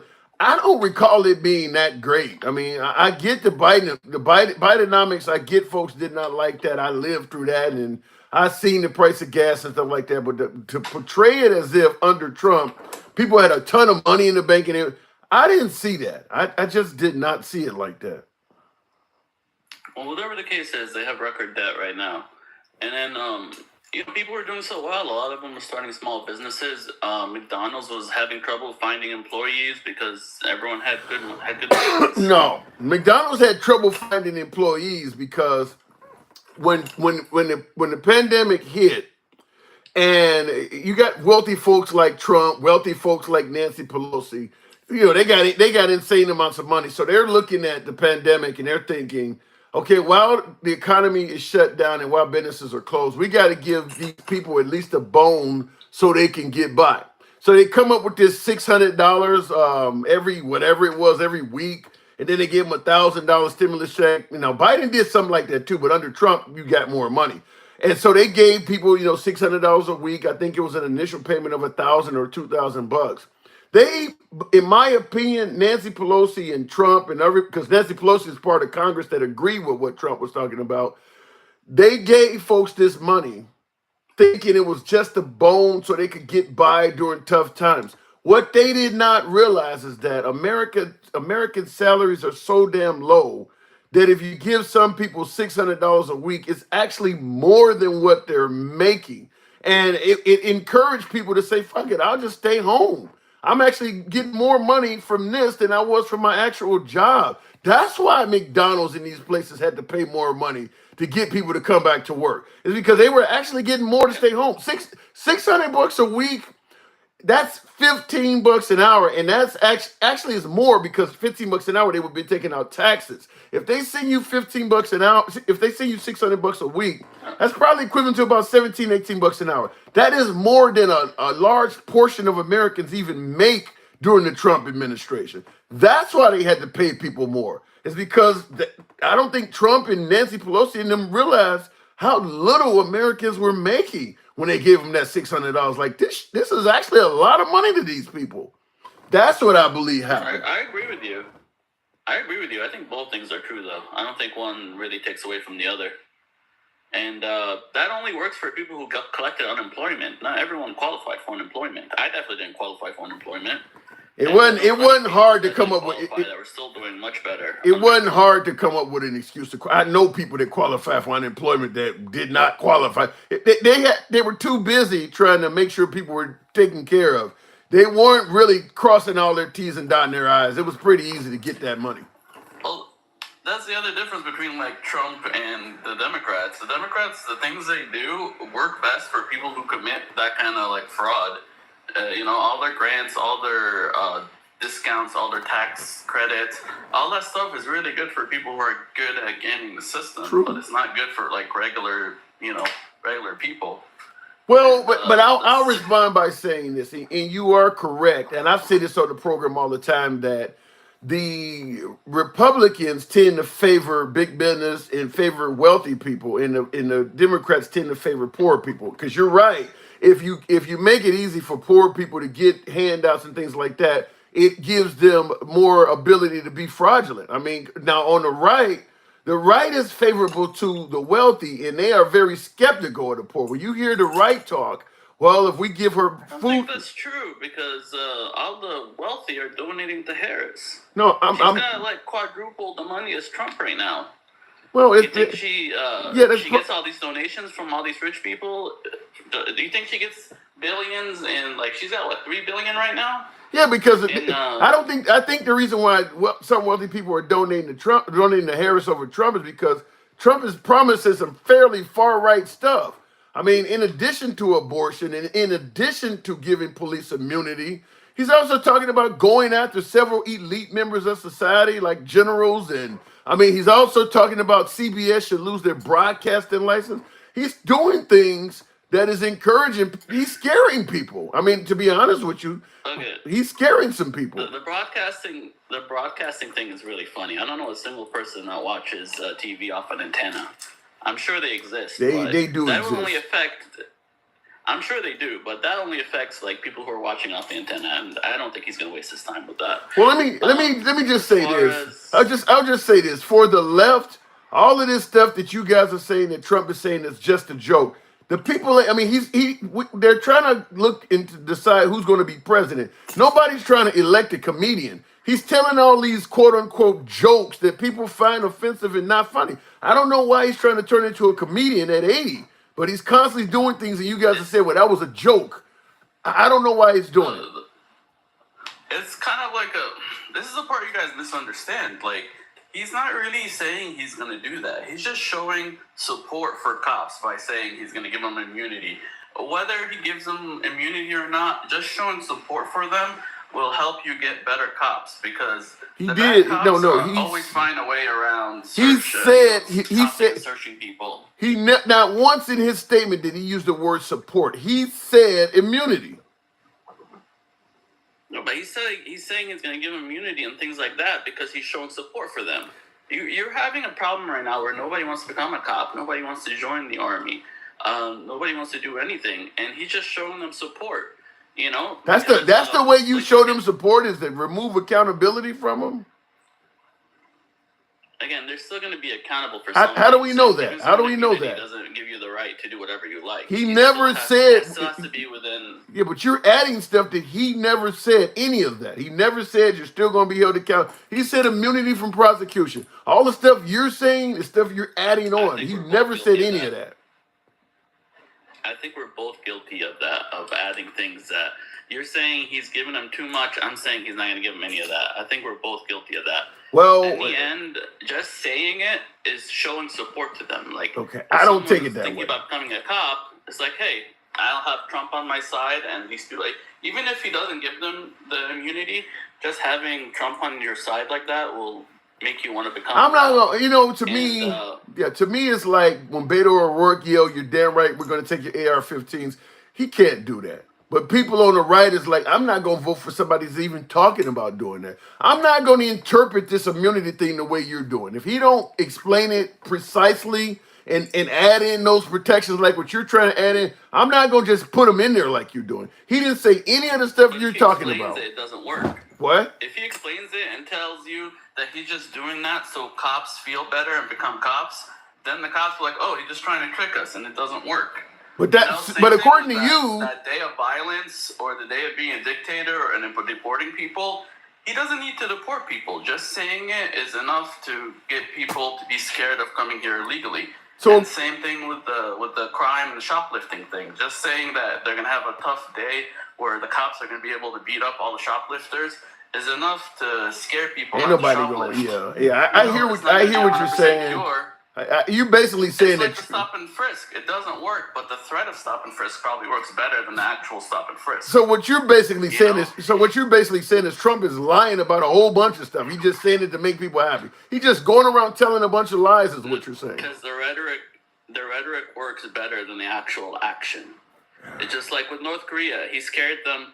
He was like, he was talking shit with the North Korea guy because telling him he's got a bigger button and his button's gonna work. He scared him into thinking he's gonna nuke him, and then we ended up with peace talks instead.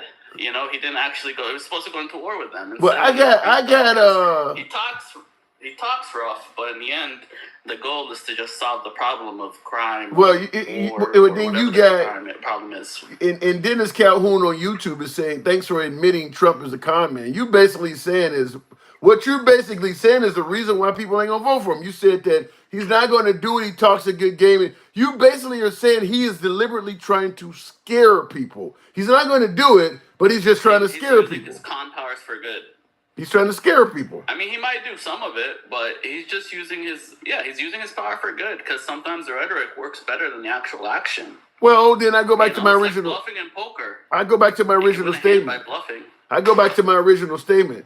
Don't try to scare people and then get complained when they're scared. I mean, he's scaring people. That's the first thing I told you. He is scaring people, and people ain't gonna vote for somebody that's frightening them like that. You're admitting that is exactly what he's trying to do. Is he's trying to scare people? Okay, you win. You did it. Yeah, he's trying to scare criminals into not committing crime. And Yeah, but he supports them. Yeah, but if you're an innocent citizen in the area where criminals live, like liberal cities, you're going to be caught up in this shit. The police ain't so savvy that the only people they're going to get are bad guys. If they're given the right to stop and frisk, they're going to be stopping and frisking good people too. I mean, that's kind of what happens. Police aren't perfect, so you just admitted he's trying to scare people. So yeah, when people say I'm not voting for Trump because I'm scared, then he kind of has a mission accomplished. Again, unless you're planning on committing crime, you shouldn't really be scared. I mean, no matter what, innocents get caught in the middle of anything, and I worry more about the cop that's corrupt, that, like you said, stop and search. It's kind of pivoting, but you're saying stop and frisk might make you late to work. You know what really made me late to work? A cop that wanted to search my car. I didn't give him permission to search my car. And he made me wait 30 minutes for the police dog to show up and to smell around my car and make sure I don't have drugs. He made me jump through all these hoops, and that made me way more than late to work than just letting him search me real quick. So why should I be? Well, that is part of stop and frisk, by the way. That was a bad example. I just wanted to tell that story. I don't even know if it had anything to do with overtime. No, it absolutely has something to do with it. Because stop and frisk doesn't mean you just walking down the street. It could also mean you get pulled over and held up for 30 minutes while they go through all your car shit. Yeah, that could happen. And if you're late for work, as I mentioned to the other caller, that's just on you. If you're late for work and your employer docks you, or you miss out on something that was going to happen, maybe you got a client like me, for instance, my day job. I have clients that are waiting for me at certain periods of time. If I don't make it to that client, I missed the whole damn job. I don't get the cops aren't going to reimburse any of that. So stopping and frisking innocent people, you're harming folks.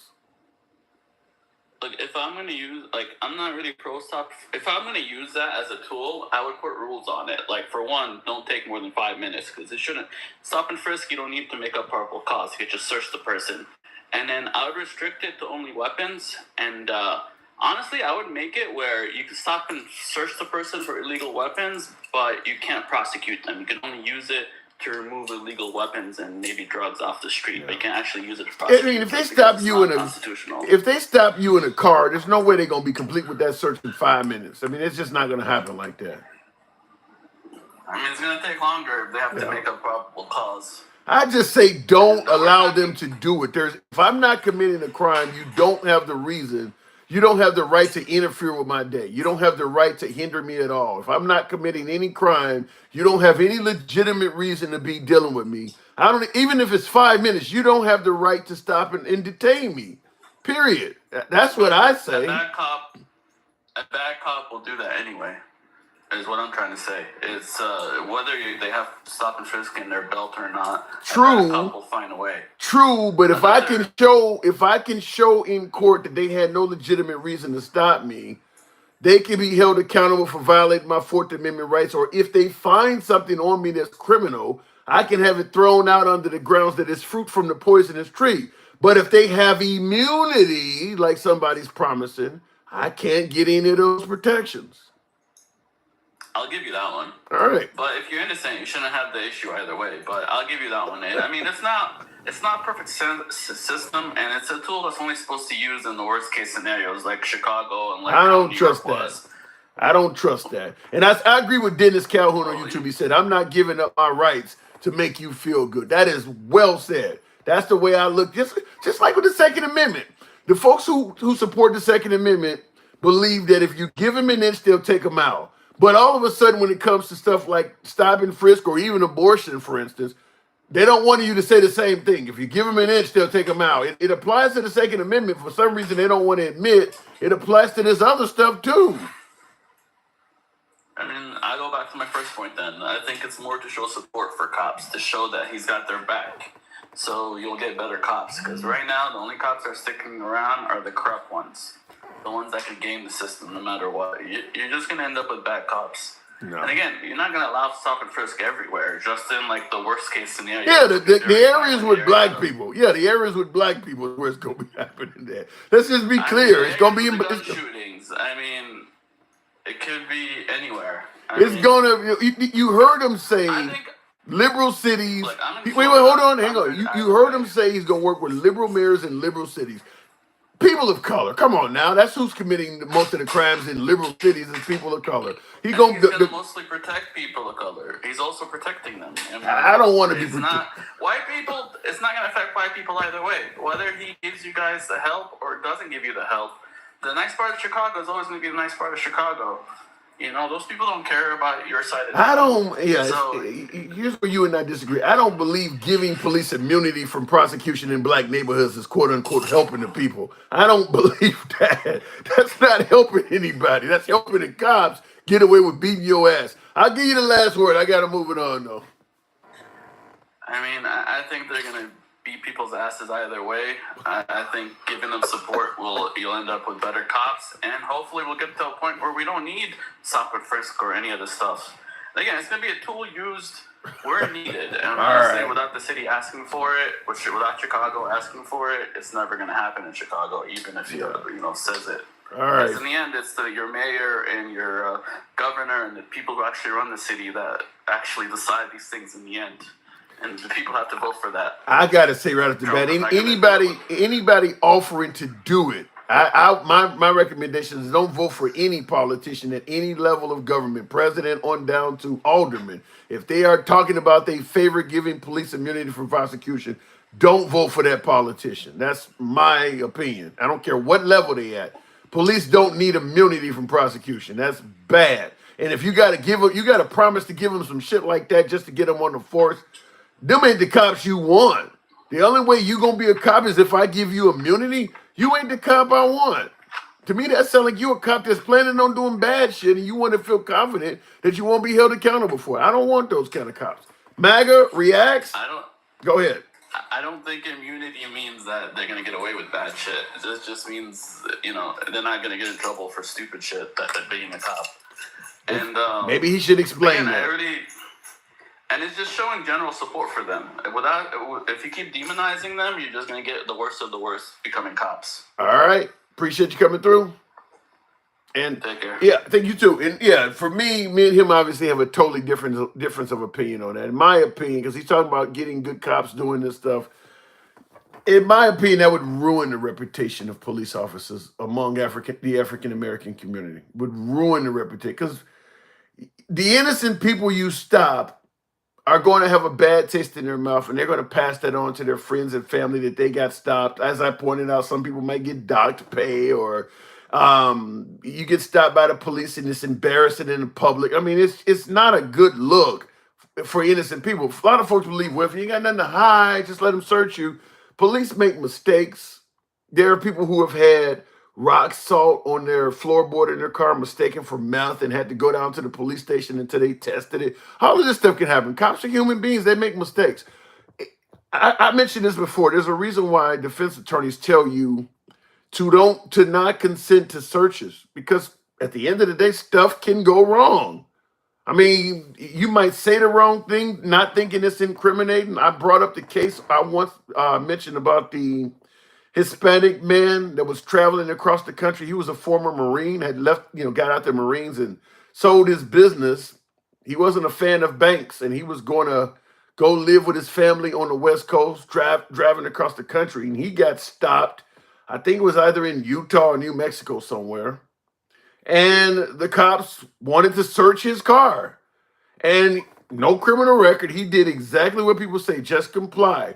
They started searching his car, and when they came across, he had a large sum of money. He had sold his business, didn't like banks, kept the cash on him. He had like 60 grand or something like that.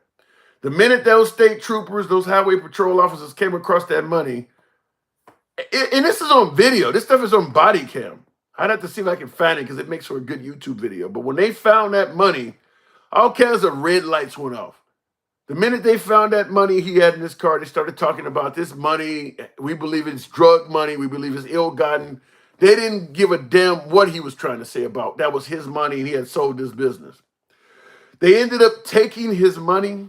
They didn't have any kind of charges on him, so they gave him a slip indicating that he could come in back to this little small town and fight to get his 60 grand back. They took all of his money off of him, and he had to call his family to wire him some money because he didn't have gas money to continue the trip. He ended up getting his money back 6 months later, all because he complied with a random stop and frisk. 6 months.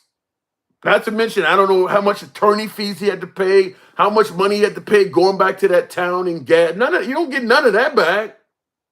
You don't get any of the pursuit money back. You only get the money they took from you back. All of the money you spent chasing it is gone. Now, in the comments, Ben Joseph Orion says, it sounds like bad cops to me. Well, yeah. I mean, a lot of times the cops get to keep what they take. It goes to the department, and we can get new desks, new furniture, new ARs, new tires on the car. I mean, a lot of that can come from that. Small departments sometimes make their money off of seizures like that.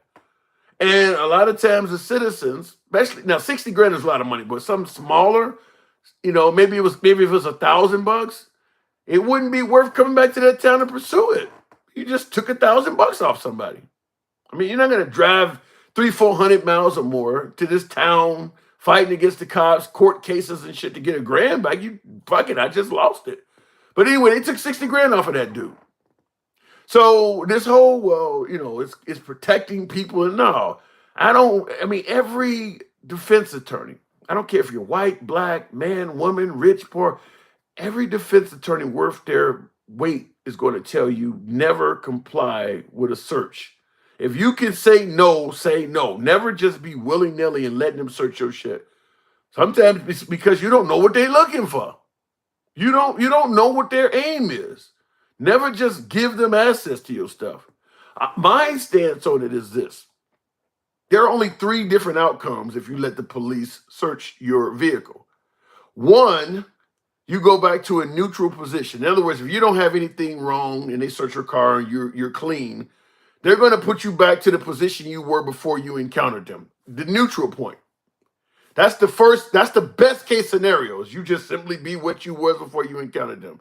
All the other scenarios are worse. The other 2 scenarios is you can either get a high fine, depending on what they find. Maybe it's not arrestable, but maybe it's something you get fined for, which means you lose money.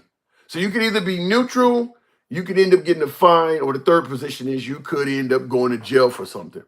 Why would you consent to that? You're not even getting a fucking cookie out of this. You're getting nothing good by letting them search you. Why would you consent to this? If you can say no, say no. If you can vote against it, vote against it. Why would you be in favor of letting them stop and frisk you when the only outcome is really neutral or bad? I mean, like I said, there's a reason why all defense attorneys tell you never consent to a search. It's not in your best interest to do so. Looking at the comments, also like the tariffs, if used correctly, stop and search will only be used in high gun areas. It don't matter where they're using it at. Now, you're saying that, if used correctly, stop and search will only be used in high gun areas. I lived in a high gun area on the south side of Chicago. I don't have a criminal record at all. My criminal history is cleaner than most cops, but I grew up on the south side of Chicago where you would regularly hear gunshots in the middle of the night. I was in the Robert Taylor projects many times in the summertime. Once again, regularly hearing gunshots. I don't want to be stopped and frisked because of what my neighbors are doing. I mean, you in high crime areas is what you're talking about. That's exactly what he's promising to do, is give police the right to do this stuff in liberal cities. That's exactly what he's promising.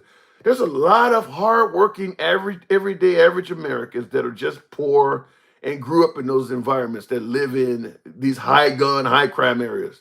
A lot of folks that are just going to work every day, getting by, that have nothing to do with the crime in their areas. Now, because of what you're telling me, well, your area has a lot of crime in it, so we're stopping you too. Not a fan of it. I'm not going to support that. Real quick in the comments, I'll go back to the box. Yeah, it's not in your best interest to agree to that stuff.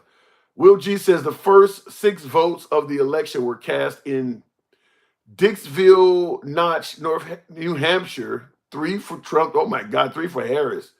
Wow. The first 6 votes of the election were cast in Dixville Notch, New Hampshire. I think that's a tradition where they do that. And even in New Hampshire, out of the first 6 votes is half and half. Man, that ain't telling you shit. 6 people and they can't even pick the guy or the girl. Hubert Cumberdale. It's a mouthful. Hubert Cumberdale says all the people who remember 4 years ago as amazing are so delusional. Everyone was terrified, holding in their houses, going crazy from COVID back then. That's a good point. A lot of times you hear the question, were you better off 4 years ago? And a lot of folks, when they're giving Trump credit, don't realize that 4 years ago, we were going through the pandemic. Hospitals were loaded with sick. Funeral homes couldn't even allow you to bury your dead because they had too many appointments. That's what was happening 4 years ago today. I mean, 4 years ago today, we're talking November of 2020. Yeah, it was deep in the pandemic. It was deep in the pandemic. For your big, strong belly, man, do you get that's ridiculous. What is it? Who said that? Niver Doyle.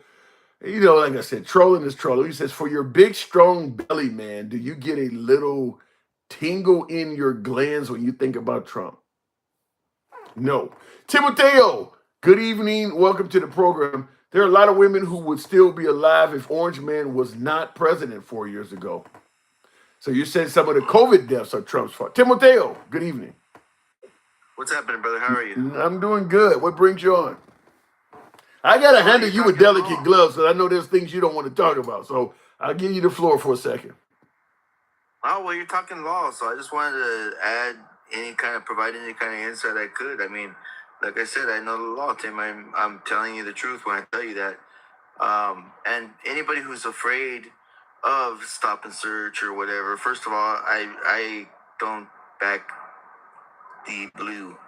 I'm against it as well, as just like you are. Okay. It's a violation of your rights. And I can tell you exactly which right it is. It's your right to locomotion.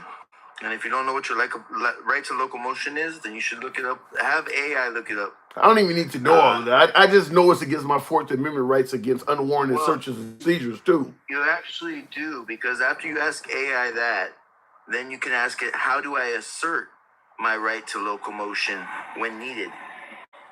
That will tell you how to take care of that situation. I don't want to, but I don't want a president that's making it likely I got to go through all of that.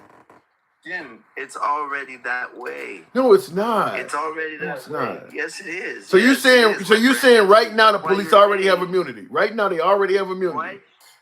Why do you think that you're saying what you're saying in the first place, Tim? Because it's already that way. So if it's already that way, so if it's already that way, if it's already that way, then why is Trump promising something that's already that way? So I'm not here to make any kind of excuses. I'm here to ask you that question, though. I'm asking you that question. If it's already like that, why is he asking it? Why is he saying it? Let me answer you. What I feel, I agree with the last guy that you had on. I think he said it pretty well. But I think you have to appeal to here's the deal. They got us broken down into every classification you could imagine, and they got us as micro, subcategorized as they could. And by doing that, it made it so that there's a lot of different categories that you have to appeal to when you're going for presidency. And so what I think he's doing when he does that is he's trying to appeal to those groups that will like that, if you will. So there are groups out there that will like giving police immunity in liberal cities. Oh, Jim, just as much as there's people who think cops are doing a bad job, the cops think they're doing a good job. And the cops, see, they have that military mindset where it's like, this is it. That's how it's supposed to be. Half of them have never even read the Constitution. Half of them don't even understand that in the Constitution it says that a constitutional sheriff is the only form of an officer in the United States. Right. Everything else is a policy enforcement officer. You have to understand that they're paid by a corporation. And since they're paid by a corporation, they work for a corporation, they are just an employee of the corporation. Yeah. So let me, before you get too deep into that, let me just ask you a simple question. Do you understand why somebody that is a person of color in one of these areas, he's talking about giving police immunity and bringing back stop and frisk, does it make sense to you that somebody hearing that would say, well, I don't want to vote for this guy that's talking about doing that in my community?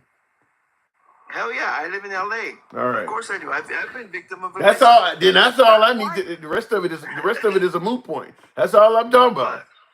But you have to take into account that this is one point that, if you ask me, it's being misconstrued from the beginning. And if what you want is to make decisions based on something that you've misconstrued, then that's a bad trait to carry. Okay, well, that's something. How is it being misconstrued? Because you're not hearing what he's trying to say, among other things. And what do you mean? What is he trying to say? And understand me, Tim. I'm not backing Trump 100%. No, but you're not backing him, but you're making up excuses. What is he trying to? When he say he want to give police immunity from prosecution, what is he trying to say, in your opinion?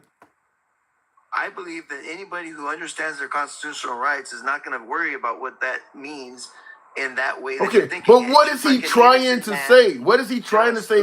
What is he trying to say that you shouldn't have to worry about? That just like an innocent man has nothing to fear, right? Somebody who knows how to assert their rights and understands their rights doesn't have anything to fear either. Okay. And I think that that's his way of thinking about it, because he understands his rights.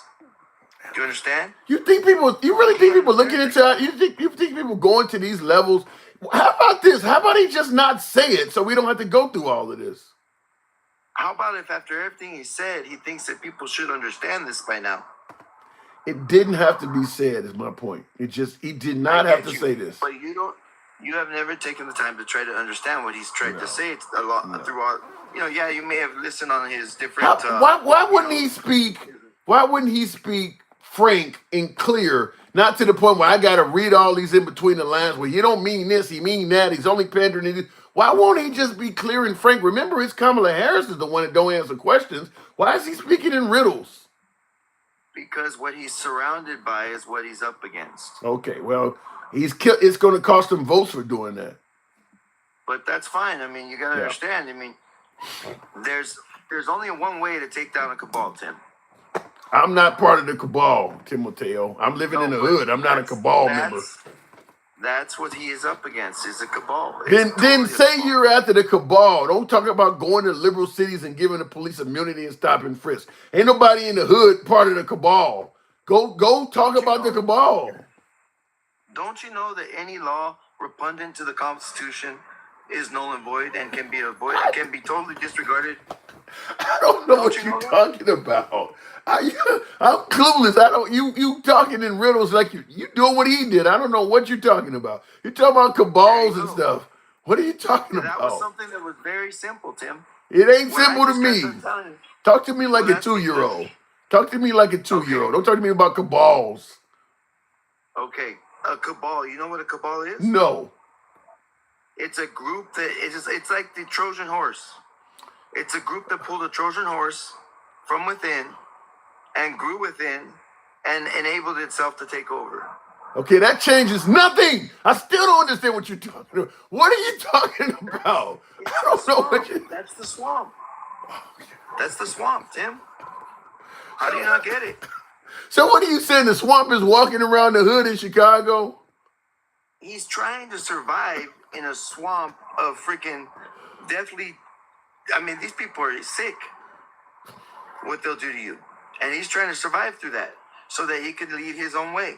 Ain't nobody without that holding him down. Ain't nobody without those people.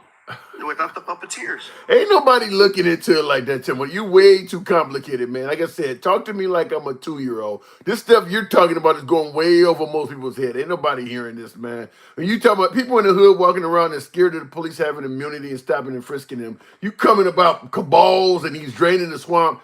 Ain't no, that's way above people's head, man. That's way above people's head.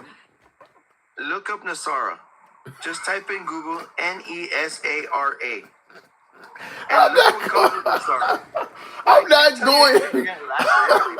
I'm not going to Trump's speech. I'm not going. Nobody's going to Trump speeches with a thesaurus, man. It's not like that. He needs to be more clear and concise. I shouldn't be learning new words when I'm at his speeches. That ain't how this works. Ain't nobody doing all of that. There's a certain group of people who will never get it. Right. And you may just be one of those people, bro. But yeah. I can tell you, since you haven't voted yet, I can tell you that you see something that you're not sure, because that something is obvious to you.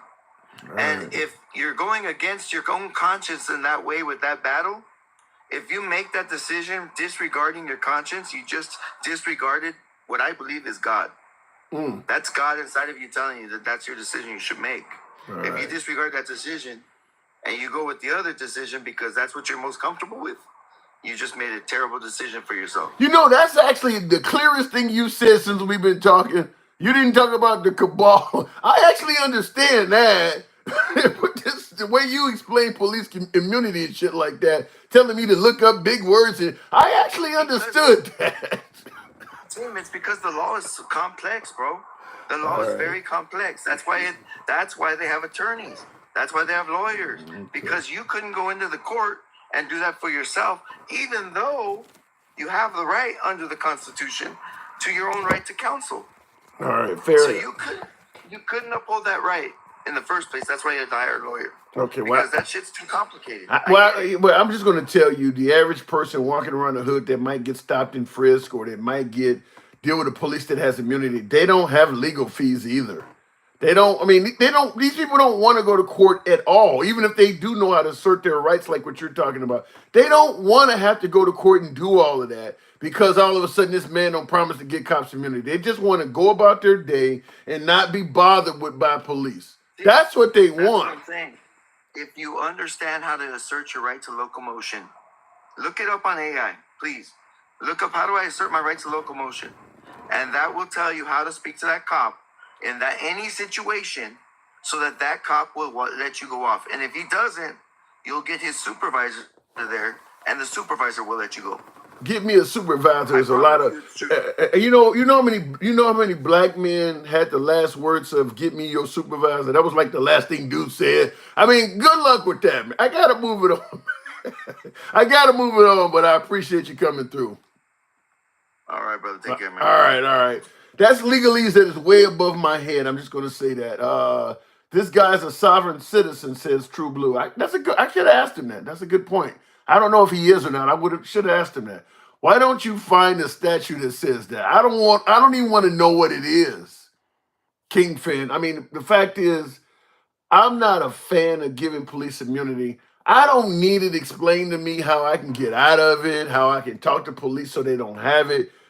They should not, simply put, they should not be promised it to begin with. I want the police to know when they encounter me, they don't have immunity. I don't want it to be up to me to tell them they don't have it, which is what he was saying. There's ways you can assert your... I want them to already fucking know that. I don't want them to think they have immunity and it's up to me to tell the cop, well, this law or this statute here says you don't. I want them to know it already. That's crazy. I don't... All right, anyway, looking in the comments, can you even vote as a sovereign citizen, says Tashi? Does America recognize sovereign citizens? I don't believe. Can you legally be a sovereign citizen?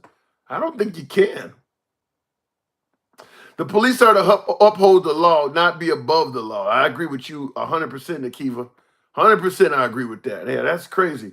I thought when you fully emancipate yourself from the government, you're no longer a United States citizen. Well, Tashi, if you fully emancipate yourself from America, you got to be a citizen somewhere. I mean, if you're a sovereign citizen, you living in America, I mean, you still got to pay taxes and shit here. You can't just be enjoying the fruits and privileges of what comes in this country where taxpayers are paying for the roads. You just driving down the street, you ain't gonna pay no taxes for the roads. If something happen, you want to be able to dial 911, but you ain't paying. You sovereign citizen, my ass, you gonna come up off that money. So I don't think you can be a sovereign citizen like that. I don't know if they allow you to do that.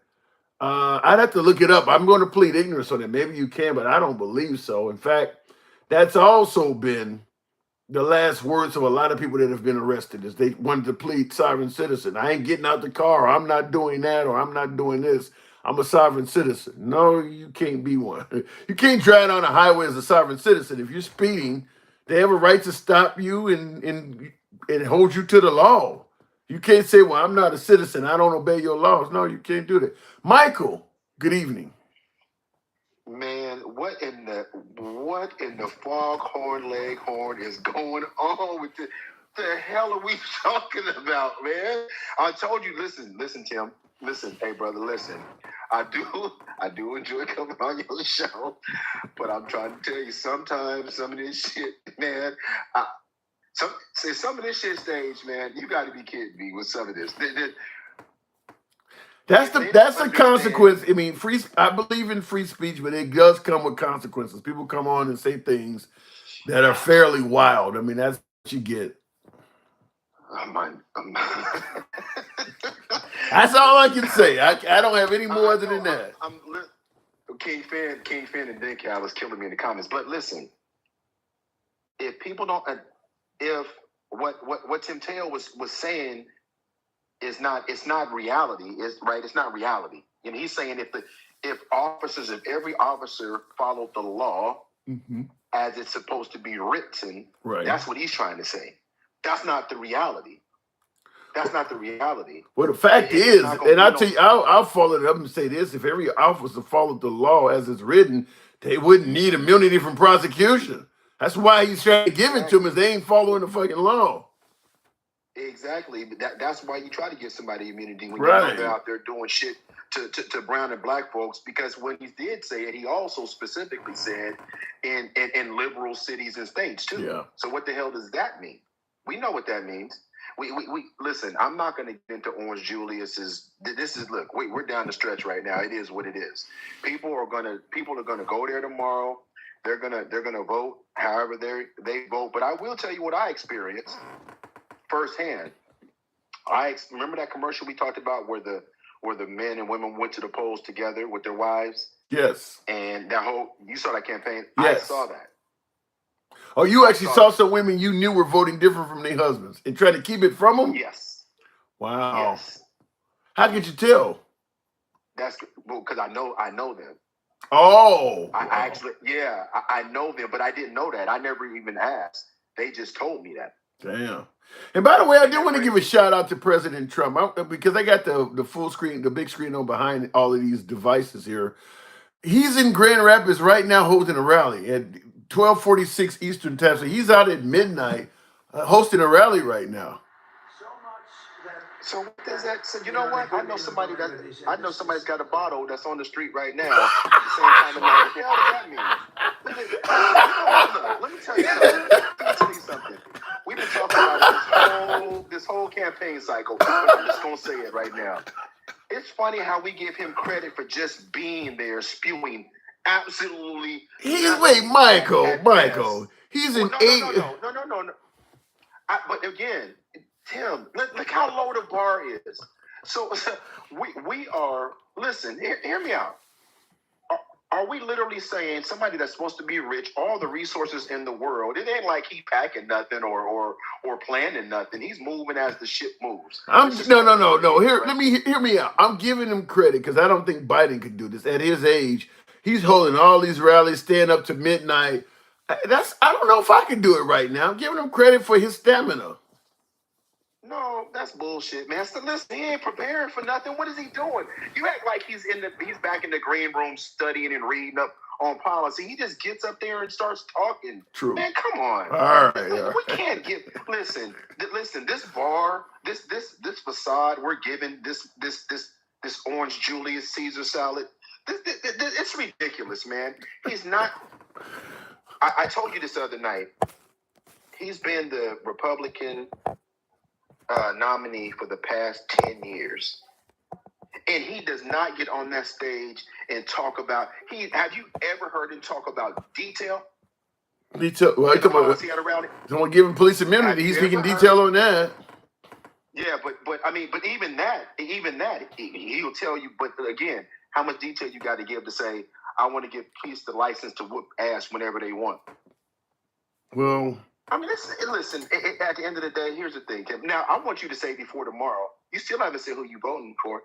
I mean, I already know, but you still haven't said. I'm leaning to. I'm not a fan of Kamala, but that whole police immunity thing, I've been preaching that for a few since he said it. I'm scared of that, man. I'm not gonna even fuck around and lie, even though I don't have a criminal history. That's scary to me, and I've had a lot of MAGA on the program tonight and many other nights.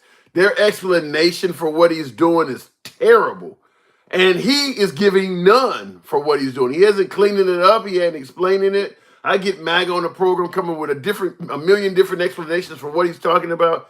I'm scared to the core of that because I drive about 100 miles a day, and that's how you encounter cops is when you're in cars. I don't want to fuck around with a cop that has immunity. Until he explains that, that's a deal breaker for me. Well, what could he? Let me ask you this: if you got him on the phone tonight, what could he say to you to explain that away to make you feel different? I fucked up. I didn't mean it like that. And you would believe that? It would help, at least if he tried. Maybe then I'd ask him some follow-up questions. I don't know. I mean, who knows where the conversation would go, but just leaving it out there like that, it ain't even up for discussion. I get your point that maybe it still wouldn't work, but right now it's in real bad shape. He ain't explained any of it. Let me tell you what I heard last night, and I ended up on a call. I don't even know. There may be other people that are listening that were on it. I ended up on a conference call with Les Parnas yesterday. With Lev yesterday. Okay. Lev Parnas. Who's that? From Russia with Lev, who was with Trump. Oh, back in 2016, the guy from Ukraine. You were in a conference call with him? I was on a conference call with last night, and he got asked a question about Trump, and he said these were his words. He said, because the question was, when did he realize that he was part of this thing, right? And then he said, I realized that I was part of the Trump cult. Those were his words. Mm. And that his wife helped him get out of it when he was incarcerated. He's still on house arrest right now. When he was incarcerated, and he realized when he would see Trump on TV denouncing that he didn't really know who he was when they spent all that time together, and that's why he kept all of those notes and he did everything he did, but he still didn't realize it would come together the way it did. He called it a cult. And he thought he could trust him, and he said, this is what he was saying. He had Trump's attorneys contacting him when he was locked up, basically to tell him to keep quiet. Wow. And then when he saw Trump on TV saying that he didn't know him, that's when it really sunk in. He was like, so listen, I heard that, and there may be some people on here that were on that. I think it was about 200 people on the conference call last night. Those were his words last night. It doesn't surprise me because I actually got a chance to interview Michael Cohen right before he testified before Congress when Trump was still being charged for those crimes in New York. And I interviewed him the night before, and he let me talk to him for about a half hour in front of a big audience. And he had some of the same complaints, like this dude just, threw me under the bus and he didn't know me. I mean, that is what he does. Same thing with Stormy Daniels. When he gets caught up in something, well, I don't know you. I mean, he does do that. It doesn't surprise me that he went from knowing somebody to saying, I don't know who this person is. That is kind of his method of operation. Well, hey, well, that's what he's. Oh, and I see King Finn in the comments saying he heard what I heard. I don't know if he was on the call, but it was deep. But what it did, but think about it. You actually had an opportunity to get a first-hand account from a conversation you had directly with somebody that close to Trump. And I say all that to say this. That if you remember, I first met you, I said character is everything. Yeah. I told you that the character, integrity, morals, all that comes before any policy. And that's why I asked you, what could he say to you to make you believe he was serious about not doing stop and frisk? And he doesn't have enough character. He don't have enough stripes. He don't have enough in his tank for me to ever believe anything he says. Never. Wow. Never. Well, I got to say, right, and that's one of the difference between Trump and Kamala Harris. People say, well, you don't really know who Kamala Harris is, or she don't have a resume, or she. The problem is for Trump, in some cases, is because you do know who he is. I mean, the people who are voting for Kamala Harris, many of them are voting for Kamala Harris because they do know who Trump is, and they don't like the stuff he's saying. So while it sounds like a negative for Kamala Harris, it's, the fact that, because Trump just talks and talks and talks so much. Like this, I brought up within the last 8 days or so, we've had the Madison Square Garden rally where you talked about the Puerto Rican joke that has not helped him out at all. I get it was just a joke, but it hasn't helped him out at all. And then after the Puerto Rican joke, you've had the Liz Cheney comment that did not help him out at all. The comment about he's going to protect women whether they like it or not, that didn't help him out at all. And now just today, the media was covering him talking about that if the media gets shot, trying to, for somebody to shoot him, they'd have to go through the media and he wouldn't care about it. I mean, all of this came out in like the last 8 days. So I know. While people don't necessarily know Kamala, they do know enough about him that they're steering clear of him because he keeps talking. I think if Trump was a more presidential individual, I think he would have got 2 terms. I think he would be beating Kamala Harris as well. But the rhetoric is bad. It is bad, and all the people that continue to make excuses for what's obvious. And I'm gonna tell you this because to me, tomorrow is like this whole political Christmas, right? It's like Christmas tomorrow when it comes to, especially all these lives on TikTok. So I'm gonna say to you that it's been funny listening to this stuff. I mean, it would be really funny if it wasn't so damn serious. It would be really funny if it wasn't. So this shit is serious, man. It's not a game. It's a lot deeper. Yeah, but it's not as serious if like my last caller before you, in the last 2 callers before you, they're suggesting that a lot of things that people are concerned or frightened about what Trump's saying is he's not actually going to do it. You don't have to worry. Like you heard them say with the immunity thing. He's just saying that to pander. I mean, so maybe it's not as serious as the left thinks. If a lot of things that he's promising that the left is scared of, if that stuff is a lie, and it's just pandering, then maybe you just get a good economy and you don't have all of that. Do you trust him enough? No. Listen, that's my whole point. His history tells me, what I read tells me they're moving into this path. Project 2025 is real. I don't care what they say he says. If you do enough research, you'll know that there were 3 or 4 executive orders that he put in place that were outlined in Project 2025. So you can't get away from that. Yeah. And if people go look, they'll see it. So I say all that to say this, Tim, and I'll land my plane and I'm looking at the body of work. I'm looking at the people around him. I'm looking at the Congress people in place, the senators in place. And you look at that entire structure, you can't ignore where they're trying to go. They're already starting to take away rights and do all they want. Listen, so I'm going to default to, I believe what I see. Yeah. I know how you were raised. But I've talked to you long enough to know how you were raised.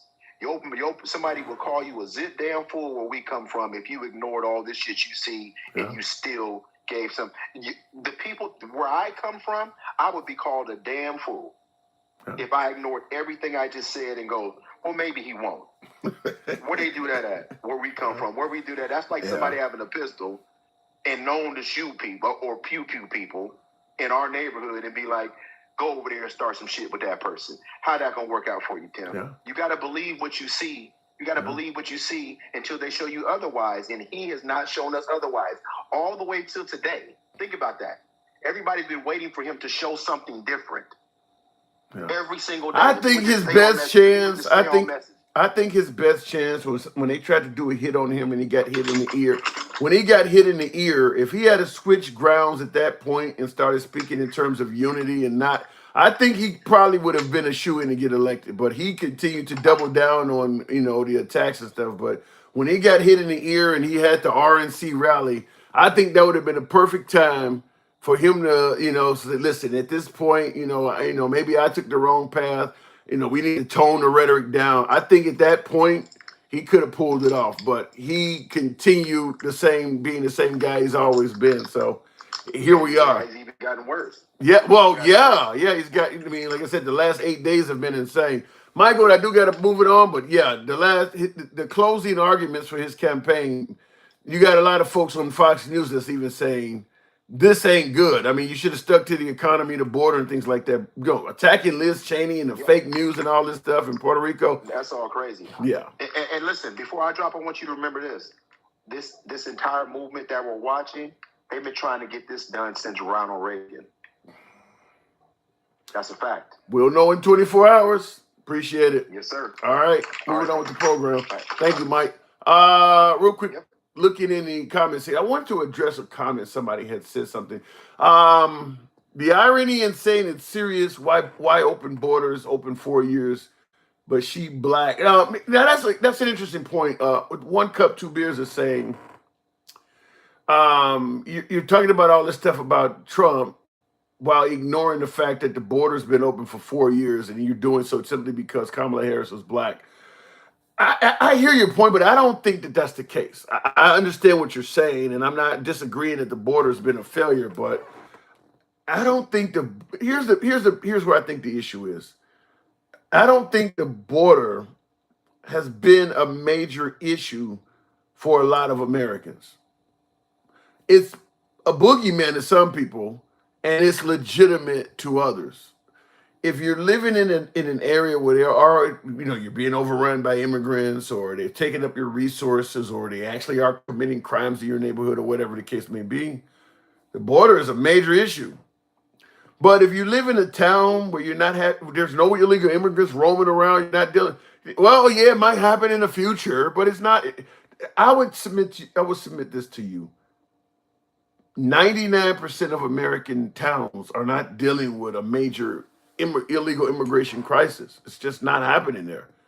New York, Chicago, border towns, maybe Colorado, a few places here and there, but most American cities, they're not dealing with all of that. Tim, now get rid of the ugly red hat behind you, Bandito. The ugly red hat, I like the red hat. That one, I have this one. I actually have a personalized. I can put this one on if it fits. You see what that one say?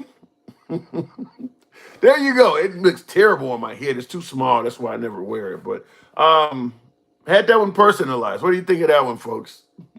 So can I keep this one at least? Can I at least keep this one?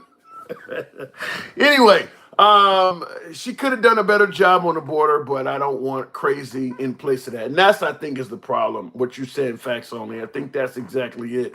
Is that while there are things that people on the left and independents and even some traditional Republicans, left voters, Democrat voters, independent voters, and some traditional Republicans, I believe there are things they believe Kamala Harris and Joe Biden as an administration have failed on. But as Facts Only said, she could have done better on the border, but I don't want crazy in place of that. And I think that that's a good point, is that even though Kamala Harris may have failed on some things, some of the policies that Trump is now promoting are radical right-wing policies. We always hear about the radical left, the Elizabeth Warrens, the Nancy Pelosi's and the Bernie Sanders and Nancy, it's all radical left. You don't hear them talk about radical right. Radical right is real. Radical right exists. For instance, no provisions for rape or incest. That's radical right. Oklahoma requiring children study the Bible as part of the curriculum, meaning you can fail a grade if you don't know the Bible. That's radical right. requiring the 10 Commandments be posted in all public schools. That's radical. We don't talk about that, though. We talk about radical left. We don't talk about that. But you're starting to see radical right-wing policies popping up. And I don't know if I would say giving police immunity and liberal. I don't think that's a radical right-wing. It's bad. It's a bad policy. That's more like a dictatorship or something. It's a bad policy, but I don't think it's radical right. But yeah, you are seeing some radical right policies pop up. Bandito says, change the hat color to blue. Oops. Yeah, I can get the handsome liberal in blue. I may do that. I've had this for a few years since I started the program. And it even says 2024 in the back. Because that's when the next presidential, I don't know if you can see it or not, that's when the next presidential election was coming when I had this hat made. I think I might have had it in 2021, 2022, but yeah, I had that made. Every administration has failures. That's true. But this is one, when you're talking about giving police immunity, to me, that's a perceived failure ahead of time. That's a bad idea. To me, you're talking about, to me, talking about giving police immunity is the same as talking about taking away Second Amendment rights. I mean, you can't support the Second Amendment and ignore the Fourth. I mean, they're all part of the Bill of Rights. So you don't need to elect the administration to see they're taking away your Second Amendment rights if they're talking about doing it. He's talking about taking away your Fourth Amendment rights. If you give the police the ability to stop and frisk you, your Fourth Amendment rights protects you against unwarranted searches and seizures. You just lost that when they can actually perform an unwarranted search on you. You have no warrant, no reason to do this. You just don't like me being in this neighborhood or don't like me being outside this time of night. So you're just going to go through my shit and run my ID. And by the way, what do if the cops want to run a background check on you and you have no ID, what's the procedure for that? Let's say a cop sees you outside at 3 o'clock in the morning and they want to do a stop, they want to stop and frisk you. And they want to identify, maybe you got warrants. We want to find out what is the procedure for that? They're going to hold you for a while. Now, I suppose you can give them maybe your social or your driver's license number and they may trust that. Otherwise, they got to take you in and fingerprint you and shit. You might be totally innocent. Bandito says, take that orange picture down behind you. Dump it. What orange picture? You talking about the map on the wall? What are you talking? What orange picture is behind me? That orange picture, by the way, it's the coloring, the tablet I'm talking to you on. On TikTok, it looks perfect, but on my tablet, the tablets don't come with the same quality camera as the smartphones do. Because on my TikTok feed and on my horizontal, the horizontal feed is, because I'm on YouTube horizontal and I'm also on YouTube vertical. By the way, I got different audiences on that. But on YouTube horizontal, I have an iPhone and I have a tablet on the vertical feed. And the camera in the tablet is not as good. That's why on the screen it looks bad. You're saying, oh, you're talking about President Trump himself. That's what you call the orange picture? Well, if Kamala Harris becomes president, then his picture and Biden's picture, which is over to the left, they'll both come down. I mean, but those are the relevant figures in our political sphere right now. So that's what you have up there. So I don't think Trump's going to come down for a while, because even if Trump loses, he's not going to go away yet. I think Trump will be up there for a few months. He's going to be at least saying it's stolen. He'll be still in court and he'll be fighting it. We'll see. We'll see. Anyhow, I do welcome all. What does that say? Where the stacks at? Is that what they say? Where the stacks at? All right. I ain't doing it that well, throwing the stacks out there. But I do appreciate, I welcome all. You know how I am. I don't block Banner Sits or anyone for their commentary.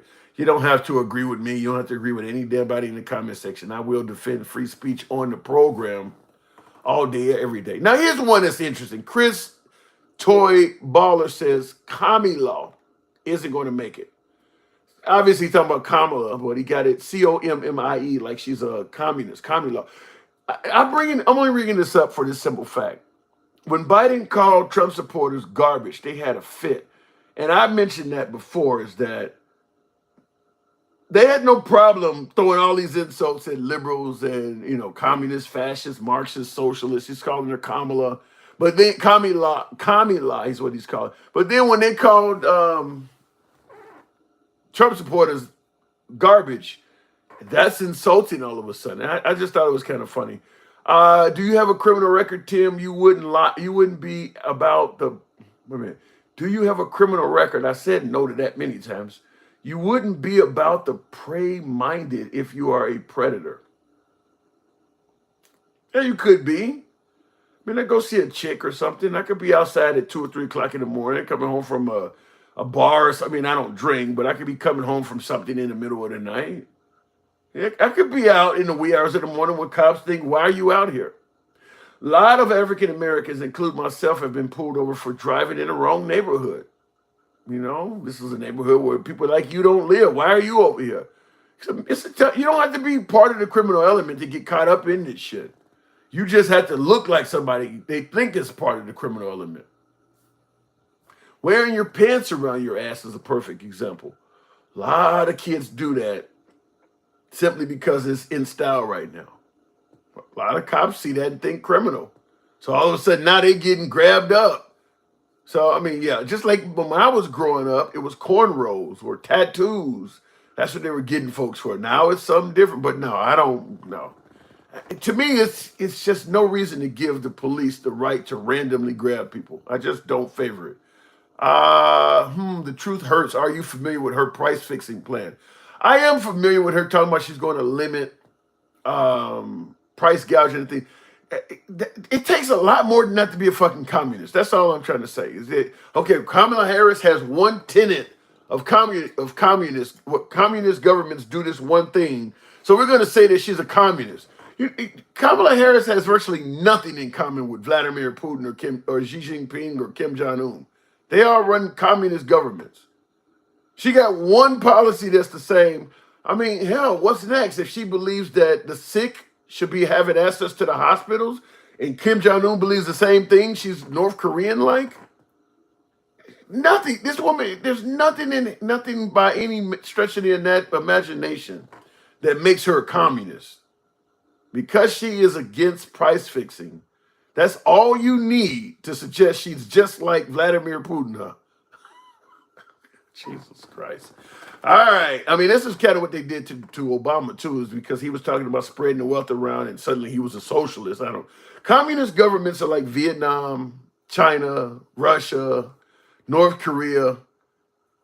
4 years of Kamala Harris, or even 8 years, America's not going to be anywhere near like that. Not even remotely close to that.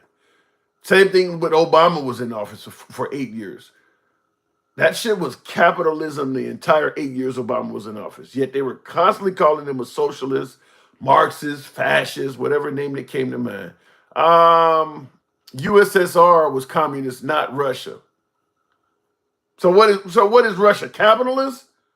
I'm under the impression Russia is a communist government. The USSR was controlled by Russia. I mean, at the end of the day, the USSR does not exist without Mother Russia. I mean, it's not like NATO where the countries have some say. The USSR was essentially Russia controlling everybody. What do you mean it wasn't communist? So you're telling me the Soviet Union was communist, but Russia alone is not? Who told you that?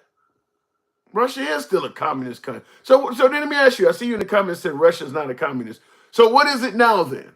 If Russia's not a communist country, what is it currently? What is China currently? What is Vietnam currently? What is North Korea currently? If they're not communist governments, I'd be curious to see what your stance on that is. Yeah, I did it. That's crazy. You're telling me because the Soviet Union broke up that who ended the Soviet Union? Gorbachev, the guy with the fucking thing on his head, the birthmark on his head. He's dead. He's deceased now, but yeah. Russia's not a communist government. Yeah. State your case. What kind of government is Russia? If they're not a communist government right now in 2024, what are they? Trump is a predator, says Bandito. Yikes. Predator how? In what manner? Who was he preying on? I'd be curious to know. What about her saying that she wants to control the flow of information on mainstream media and social media? Chris, Trump is saying that too. They're talking about Kamala Harris threatening to take down social media page. Trump was talking about getting rid of TikTok. He's talking about CBS should lose their broadcasting license. He's talking about doing that too. Is he a communist all of a sudden now? Because he certainly was in favor of getting rid of TikTok. Trump was talking about getting rid of TikTok for sure. So what's the difference between him and Kamala other than you agree with him and you disagree with Kamala Harris? Real quick in the comments, Trump bragged about peeping on underage Miss Teen USA contestants, says True Blue.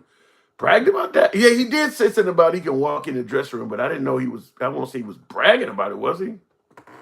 Maybe. I know the conversation you're talking about because I played it on the program.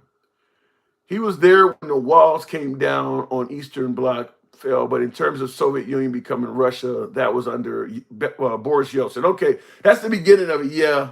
Well, Stalin too. Stalin finished up after World War II. I don't know enough about Russian history to go all the way through it, but I've never known Russia after the Soviet Union to be referred to as not being communist. That's the first I've ever heard of that. You'd have to explain to me what they are now. And I noticed in the comments, nobody's saying it. All of a sudden, he was totally gung-ho that they're not communists now. But when I asked him, well, what are they? Went dead silent. Russia's still considered communist. They're still considered a communist government. Even following it with, they'll let you do whatever when you're rich. Yeah, he did say that too. Yeah, I played that clip. I guess he was bragging. Yeah, Denkel says definitely bragging. How when you the pageant owner, you can walk into the dressing room. Yeah, that's bragging. He did say that. Yeah, because I played it a couple of days ago. In fact, that came up on the program. He did say that. There's over 300,000 kids missing under Kamala. Do your research. Go to the board. 300,000 illegal immigrant kids. Okay. It's true Trump watched teens dressing. Jeez. You've heard the Jeffrey Epstein saying that they were best friends for over 10 years. I haven't heard the tape of Jeffrey Epstein saying it, but I've heard people say that. Tomorrow is Judgment Day, says Phil Walker. Maybe not. I don't think tomorrow ends around now. It's 12:16 here in I'm in Central Time Zone. So currently, and by the way, that clock I haven't changed that one for daylight savings time or whatever, but it's currently 15 minutes after midnight. So 24 hours from now, we will be on Thursday. Thursday, right? Yeah, because Tuesday will be over with. You won't know the election you won't know who won by then. So tomorrow's not Judgment Day. You won't find out for a day or two. You won't find out on Tuesday. I'll say at least that much. You may find out on Wednesday, but you won't know officially before midnight ends on Tuesday. You can't admit the left used the 3 letters to manipulate. Chris, I think everybody used the 3 letters. You talk about the 3-letter agencies like the FDA, the CDC, and all these 3-letter organizations. You're going to get that from both sides. I think both sides, certainly with Trump talking about he going to let RFK run wild on vaccines and shit like that. The medical community thinks RFK is a kook. So you're gonna get 3-letter organizations running wild under Trump too. The medical community thinks he's insane. The 300,000 aren't missing. The court dates, their court dates aren't. Oh, now you talk about the 300,000 children, 300,000 missing kids. That is a lot. But you're saying deep fried, since Chobo, the 300,000 are not missing. Their court dates aren't. I don't understand that. But RFK is the worst guy for the job. Yeah, the medical community thinks he's a wacko, giving him control over vaccines and things like that. Yeah, they think that dude is a wacko. He's going to get no respect from the medical community. So I don't know how. You're talking about using the 3-letter organizations to manipulate people. I'd be curious to see what medical professionals are going to be under him that are going to be following that advice, because he has zero credibility in the medical community.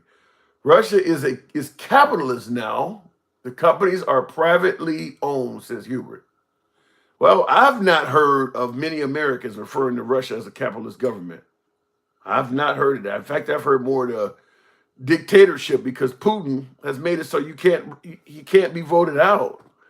They don't have court paperwork for the 300K kids, so Trump supporters are trying to act like the people are missing. Oh, so what happened is they came over with, seeking immunity or asylum or something like that. They're missing on paper, probably hanging out with their families or something like that. They're not victims of child trafficking, is what you're getting at. Big question will be, what would a Kool-Aid drinker say after the verdict tomorrow in the election? Will they still drink, or won't they still? They're going to be drinking. I think both parties are going to believe what they want to believe regardless of the election tomorrow. And I do believe it, because Trump is already saying there's fraud. The right is going to believe there was cheating, and they're going to believe the Democrats cheated. I don't think there's nothing you can say to stop that. If Kamala wins, there's going to be a lot of folks on the right that are going to say the only reason she won is because the Democrats cheated. I think you can make a fair prediction that part's going to happen if she wins. The left will be pissed if Trump wins. You might get feminist groups, women. You might get some people of color. I don't know about Black Lives Matter, but you might have some pissed off Puerto Ricans, some pissed off Hispanics, maybe Black Lives Matter. I'm not saying that the Democrats may not promote some violence and do some crazy shit too if Trump wins, but if Trump wins, they gonna say the election was stolen. I'm not saying MAGA's going to commit an act of violence, because I think the police are all over them at this point. The feds are waiting for them to do it. But I do believe they're going to, at the very least, say the election is stolen. Yeah, and I see that comment says, Nana Ghost says, and they will go to prison for Trump. Yeah, and I think that's the issue, is that MAGA at this point, after seeing what happened on January 6th, and certainly if Trump loses, because there's a lot of people that are currently in federal incarceration, they are counting on this election a lot more than you or I are, because Trump has promised that he's going to pardon them. It means more to them than anybody. If Trump loses, they continue to sit in jail. Leader of the Proud Boys and Oath Keepers got football numbers, so they're going to be in there probably for the rest of Trump's life. But considering that they're serving that kind of time, I think that will calm down some Trump supporters who might have otherwise been willing to commit a few acts of violence. You see what happened to them. They gonna come after you. You gonna end up in prison with them. I think that will. There still may be some cases, but I think that will certainly squelch a lot of people. What they did on January 6th, they felt like, we're doing it all together as a mob. We're gonna get away with it and things like that. And they did for a few days until people started reporting them. Now that people know if you do that, you could get, years in prison and ruin your life. It is going to be less of them that are willing to do that. Maybe some extremes that might think Trump got cheated and may act, but it ain't going to be like it was the first time. Even if Trump tried to have a large protest at the Capitol building on January 6th, you ain't going to have no Nancy Pelosi didn't provide the National Guard. They're going to be there this time. And yeah, them folks they would show up. They would, maybe say, the Democrats stole the election or whatever. But a lot of them folks, like, I got kids to go home to. I'm not about to get caught up in this shit. Had the feds have me on TV. My neighbors turning me in. I think this time it would be a different story, because it didn't go well for them last time. First of all, there was no steal that got stopped. Trump was not put back in office. Biden served his whole term. And a lot of them went to prison. Plus or minus an Ashley Babbitt. So the outcome was not good from any of that. I don't think they'll be willing to do it as quick this time. Looking in the comments, President Kamala Harris, we'll see.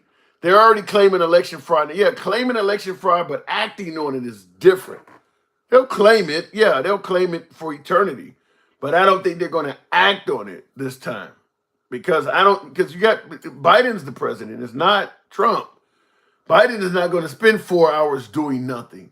Biden is going to have stuff in place proactively. So if they start acting a fool this time, they're going to be, aren't people talking about claiming that they've given a National Guard the ability to use lethal force on Americans? I don't know if that's true or not, but I'm just simply saying if January 6th happens again, it's not going to be a good outcome for the protesters. It won't be good at all. I see in the comments, Andy, you said that's not true about the National Guard. I don't think it's totally untrue, though. If they have a big protest in D.C.